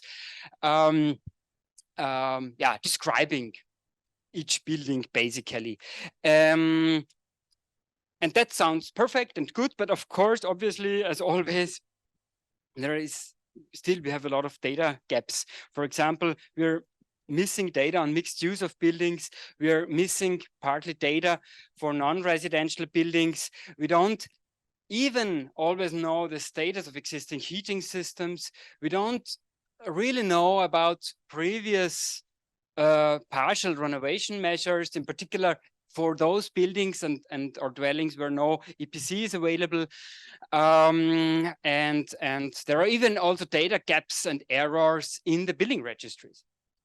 So this is where we are, but I think the concept as such is very promising, allowing this data to be continuously updating. As next example, I would like to highlight, maybe I guess some of you know this outcome of a previous EU project. I wasn't involved in that. It's from EVE, Renov EU, and they developed a tool for an automatic creation of building renovation plans for the case of Valencia. And how does it work? You go to this page, select your building on a map, then determine the status quo of the building. You can choose from default, or you can choose whether to take the default settings or also update the data if you have more detailed information and the time to fill it in. Then calculated recommended measures and their effects on energy consumption and costs. And in the end, you also can access more details to the measures. So for me, that's already a great outcome.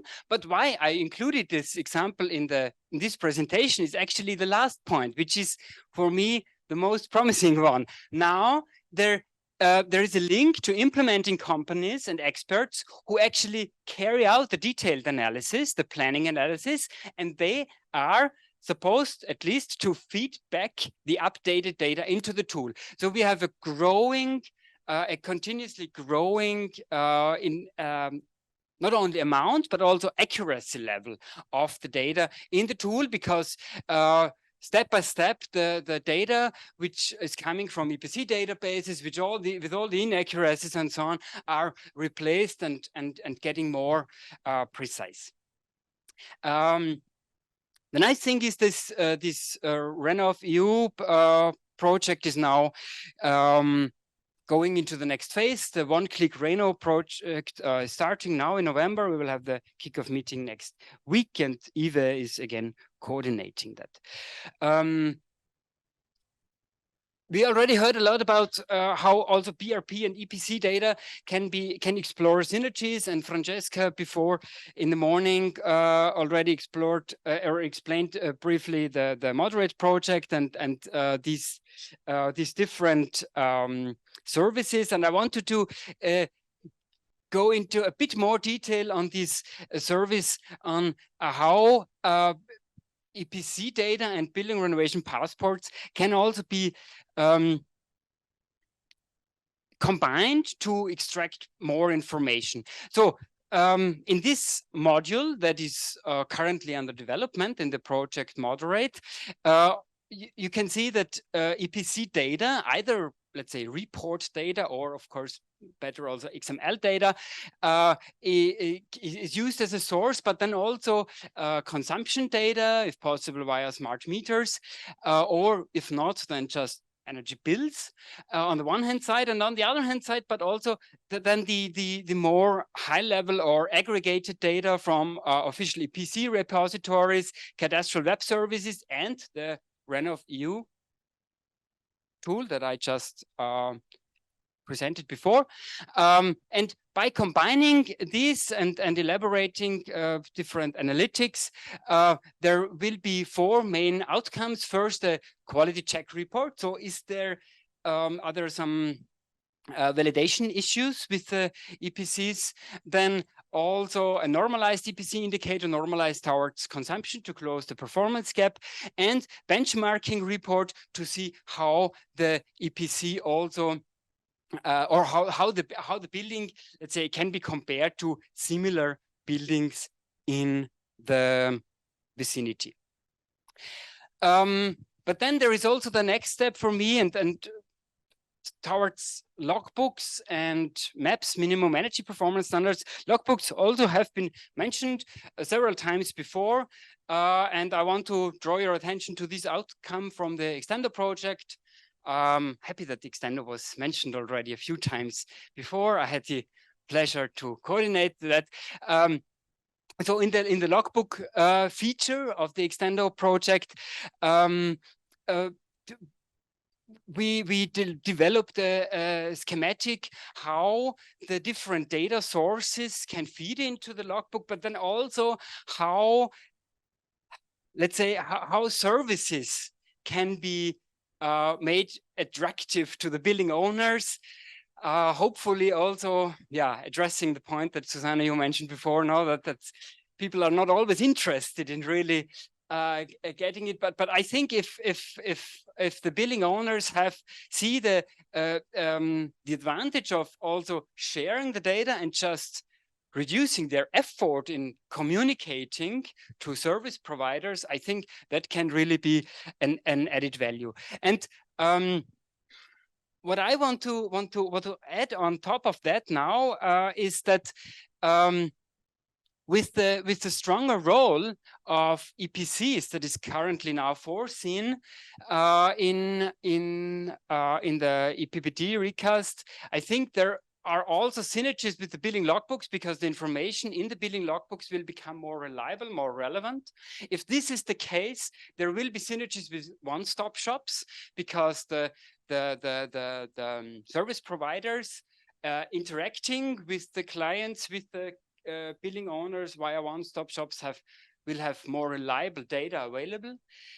This will create synergies with the building renovation plans and the passports and the measures implemented, and finally also will contribute to fulfilling minimum energy performance standards targets. So I think, or I hope, let's say, such a scheme could lead to a finally really strengthened and continuously updating and improving data concept, while the measures are implemented for really improving the building stock.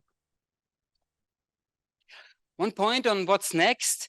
I have the pleasure to coordinate this new project on effective implementation of the EPBD in line with short-term and long-term policy requirements.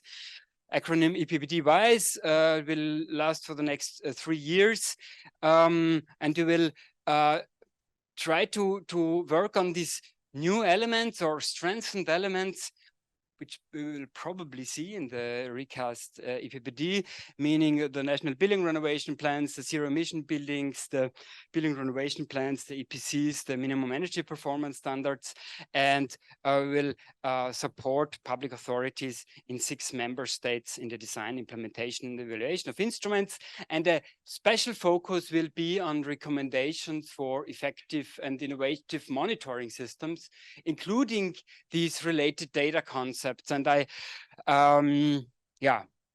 hope that during this process of really elaborating the solutions, we will also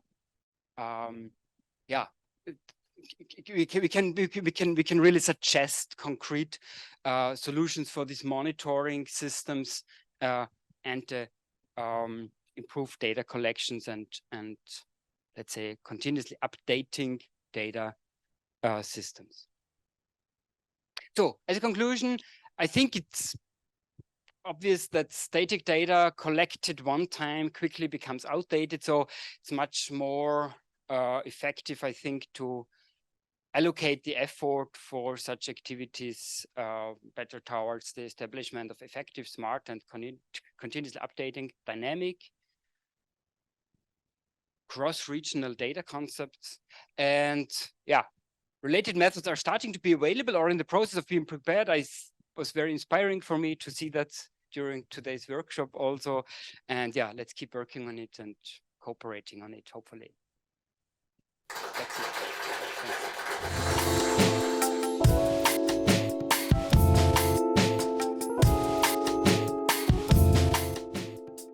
So would you join me, please, for the last discussion round? I'm taking over for Ina Meyer from the Energy Economics Group, who is unfortunately sick. So I will lead the discussion. Are there any questions for our speakers?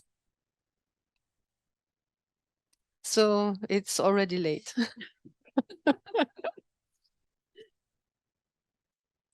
I have a question also, maybe a bit philosophical question. Do you think we're talking about all this data and repositories and management and so on?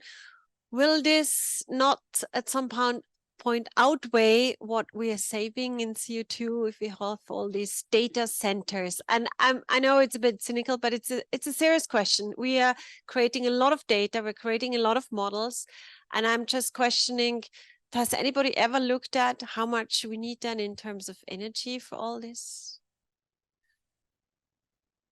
Or is it too late for this question? I don't know. I don't know. But I would just estimate that compared to other efforts that we are doing with data processing and transferring, this is relatively negligible. But it's my estimation. I don't know whether you here or somebody in the room has better estimate. But I think that at the moment I speak about Italy above all, because my experience is on my country. We have so very few data that the problem of to manage server is not the the first. But of course, your comment, we have to take into account in the future of also this aspect. I think this question relates again to the source of energy. If like the electricity is climate neutral, it's renewable, then also like the data center management is also more or less climate friendly. So in this regard, is greener as the electricity production gets, the better is the data. We need the data.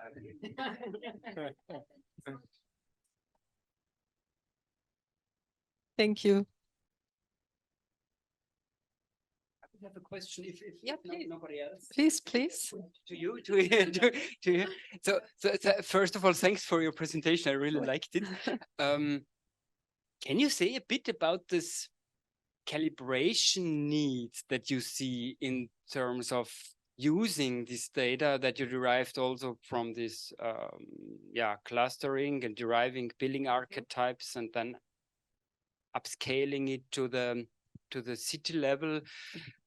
Just according to my experience also from this SCP project that we've shown, considering also the data lags that we still have, we have some calibration effort. I admit, let's say, So I just wanted to ask you whether you want to share something. Okay. Thank you for your question. The problem today for the calibration is to have real energy data. So the actual energy use that we need to calibrate the model, it's the key topic, the key aspect. So at the moment, the only thing is to try to correlate the two indicators. So the standard consumption with the operational one, considering to change the information about the standard user with a real user, but it's quite challenging now. So I think that at the moment, we can do this models, considering that we are exploiting the EPC information, and that at the moment it presents this fault. So we have to add new information on the EPC also related to the real consumption in such a way to have more reliable energy models for the building stock. Yeah. My question is, where does these data meet the architecture? This is what me interests. Or, for example, for this urban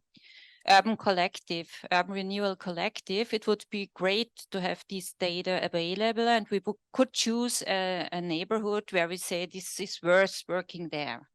So where does you meet? Where does we meet?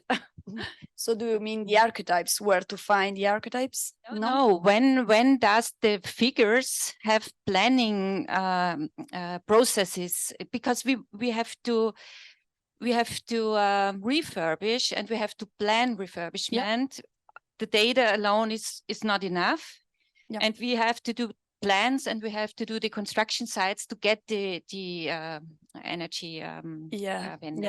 Again, for the renovation measures, we can, at the moment, we can find this information in the recommendation of the EPC, but they are not enough because they are only recommendations. So they are not real, I guess. I mean, a real application, a real applicability. There is not this address.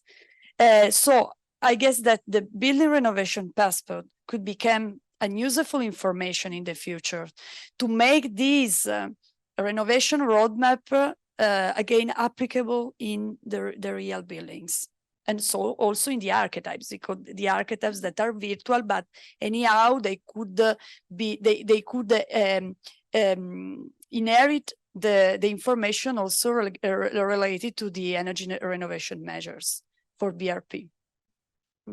So I think maybe there are two levels. One level is which information would you need, and the second level is where to find it, right? Yeah. Because what I think or what I see from your presentation was that you do this Renovate platform for the municipalities, right?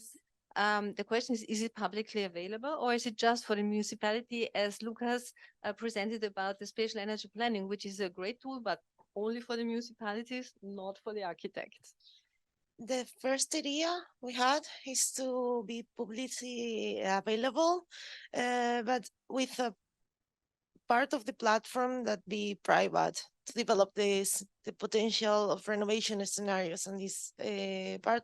But the data size of the platform, it should be public, so anyone can visualize what is happening in these areas. So just a question, would it help you what you saw from the Renovate? Your presentation was very inspiring. We talked before all about these energy poverty issues, the social issues. The 10th district is a social, quite not very well situated district with people rather poor. But we don't have a map of Vienna, and we're looking for this newly founded collective, where to start. Yeah. So, and I think with all this data, it would be possible to identify an area where we say, okay, here it makes sense. Yeah. Yeah.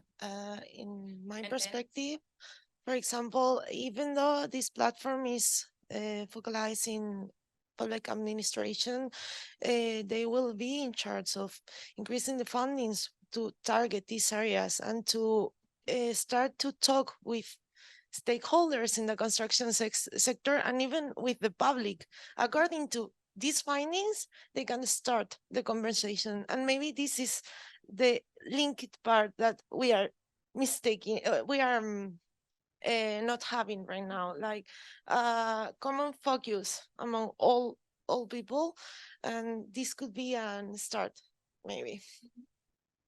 May I add just one thing about the availability of the information you address?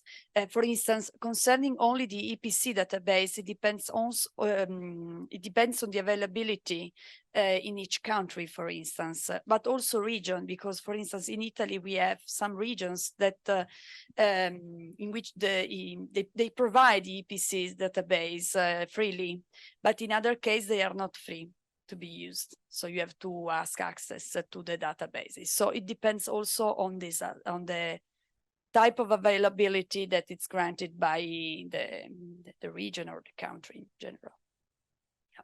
I have a small question on the Spanish project.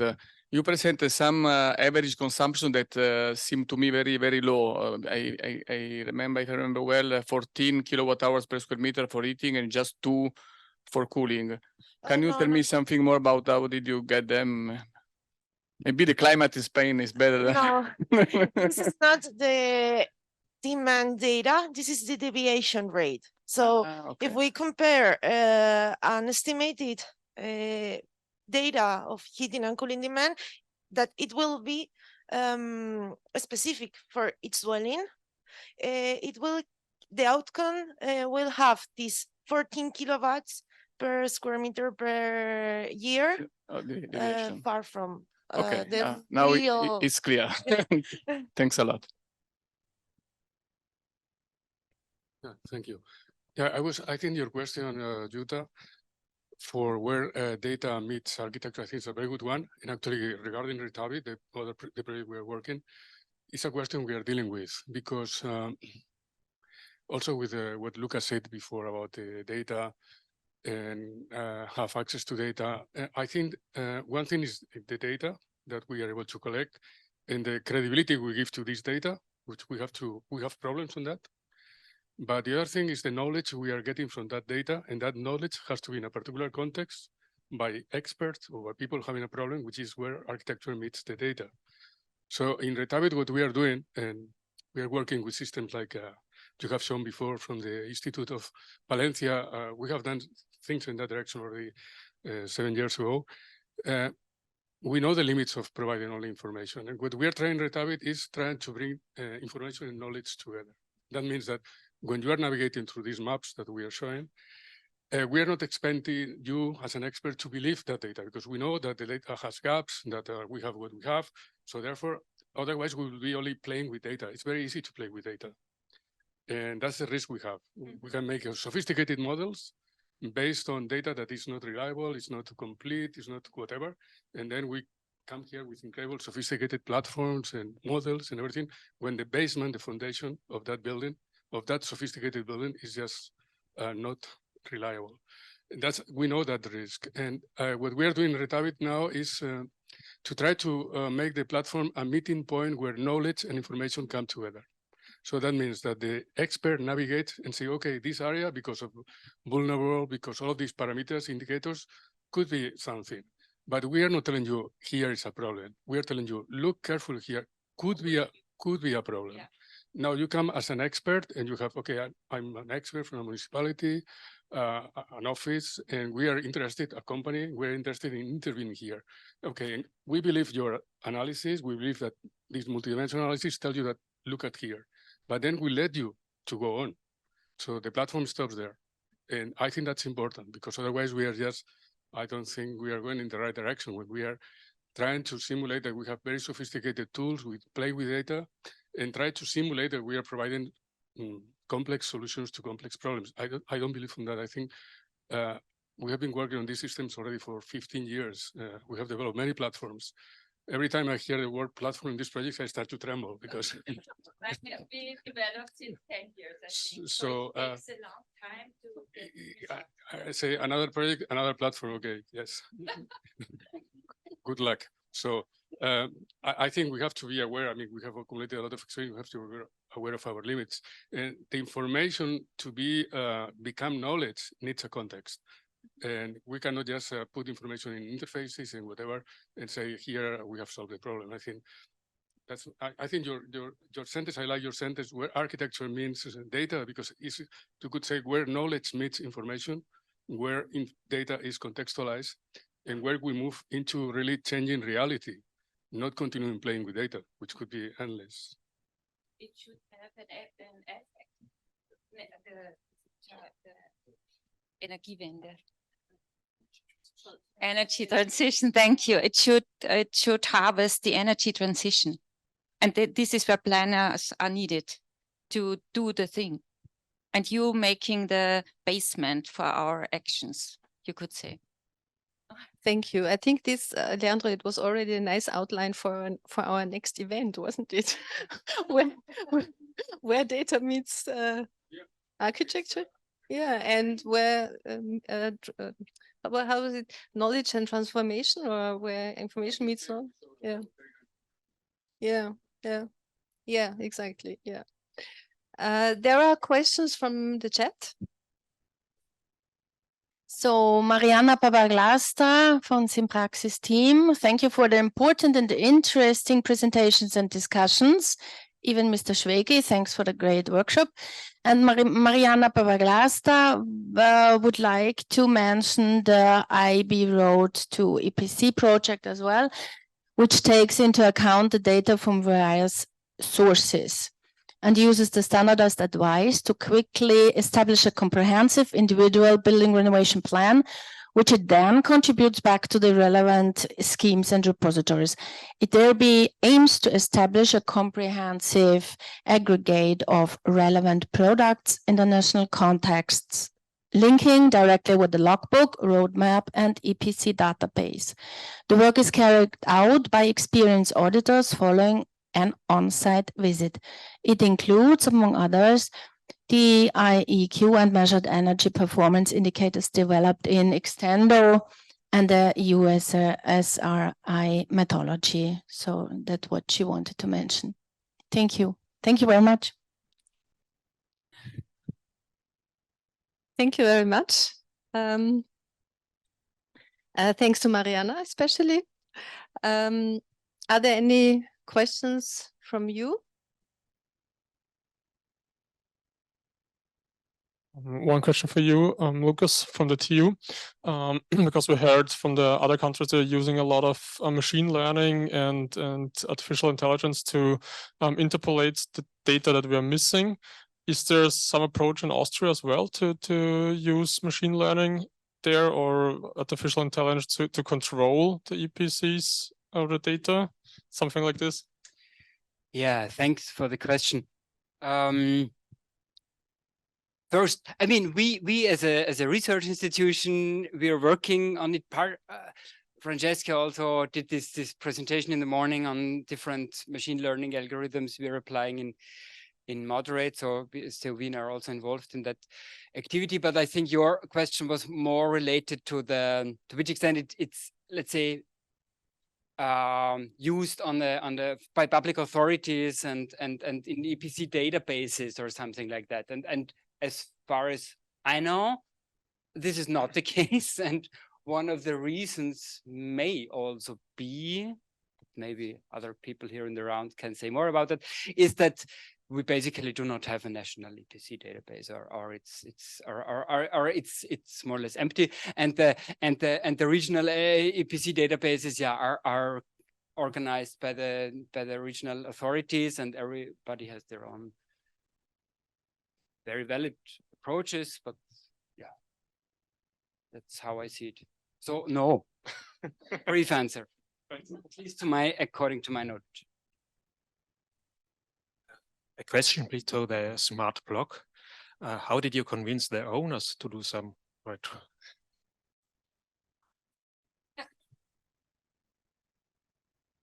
This is the crucial point. We don't get the owners. And we learned it in the urban renewal office. We always activated the owners, but they didn't come.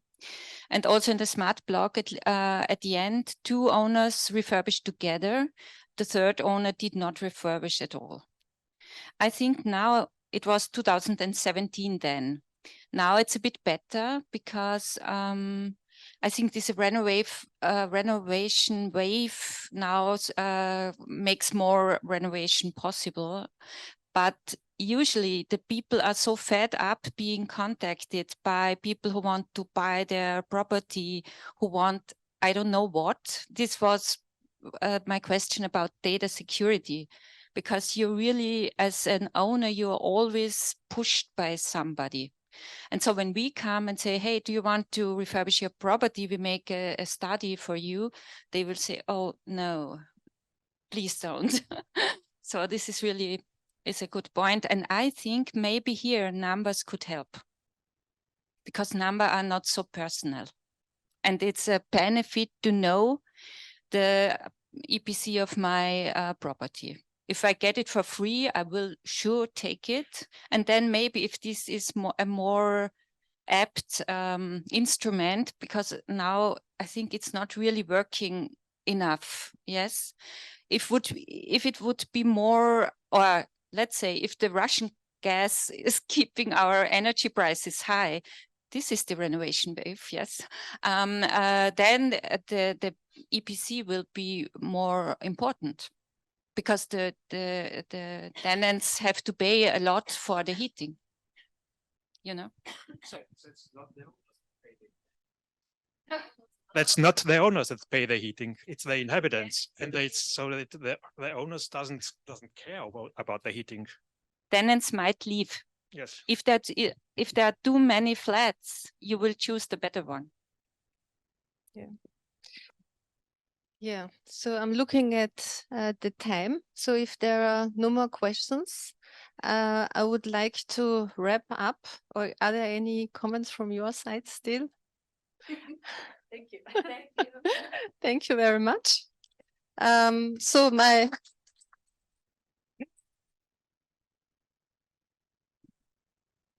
wrap up will be very short.